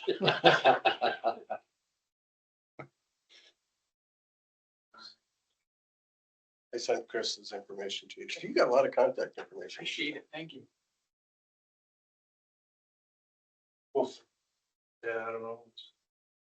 Turn your sound up. Turn your sound up. your sound up? Talking earlier. I don't know. Can you turn your sound up? There you go. Speak, that helps. Yeah, that was Dan muting me, not anybody else. Ha ha. Yeah. I kept trying to talk earlier and I couldn't figure out why nobody was listening to me. Lonnie, I think you mean Dolan, right? You were saying Dahlen is Dolan. D-A-H-L-E-N, yeah, Dolan, Dalen, Dolan, yep. Yeah, it's called Dolan, North Dakota. It's down, yeah, it's close to Lakota too, so. Yep, That is a Dolly. small town. it is a small town. So welcome to the new members. Thanks for accommodating my teams. Looks like I'm the only one on Teams this time. I appreciate it. Hopefully I'll be there in person going forward. We'll see. We'll see how that goes. As far as where meetings are, since we're off legislation, it'd be nice if they weren't in Bismarck, since we end up there enough when legislation is in session. For those who haven't slept in the nursing home beds, I have done that 3 times. I have been to Lisbon and slept in those rooms. You should experience. It's a great experience. It's a lovely place. So if we go back there, I think that's great. I've been to Camp Grafton a number of times. I enjoyed that as well. Getting a chance to work those simulated weapons. Though that is one of my favorite things to do. I would love to tour the Grand Forks Air Force Base and see their new mission. I am right here in Grand Forks and I never get the opportunity to do that, even though UND is closely tied with the air base in some of those unmanned missions. But to be able to see that collaboration would be pretty neat to see and interact with those active duty military personnel. So yeah, I think that it's wide open on where we go, and definitely keeping connected with our tribes and our small communities. It's always fun to go to Steele. They're very receptive for us as well, where our chairman's from. So I think we have lots of great opportunities, but I think we were productive and I appreciate everybody. So Kathy, I look forward to being a part of your retirement. You will be missed. It's been a pleasure working with you all these years, and hopefully we'll stay connected if you're not traveling. All right, sounds good. Or I'll travel with you. You go to great places. Yeah, or you could travel with me now that you're retired. Yes. Okay, thank you, Trish. We are veterans helping veterans. We've got 3 subcommittees, so you're on the subcommittee for 1 year, and we'll try to switch you around. If you want to go to a different committee, if I don't move you, make sure you move yourself. Let me know if you want to go to a different committee. Some guys like to be stuck on the same committee all the time because they're used to it. But you go to all the rest of the committees, you get to see what the whole gist of this ACOVA is all about. In AMVETS, we got a program called Americanism, and then we got different essays to do, like what does the flag mean to me, different things like that. At the national convention this year, a little junior AMVET, she came up with the best thing. You know, we were talking about the one where they could stamp on the flag and stuff like that. That law, you know, we're talking about that. We don't like that. We want to make a law they can't stamp or just destroy American flag.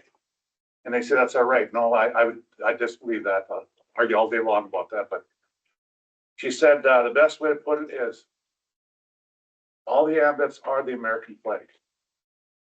We are the flag. So if you think that you can stamp on me, you're not a guest coming. That's the way she put it. And she brought tears to the crowd. So with that, is there a motion to adjourn? There's a motion to adjourn. Joe made the motion.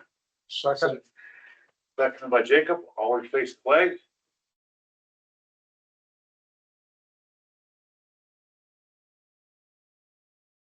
Examine arms.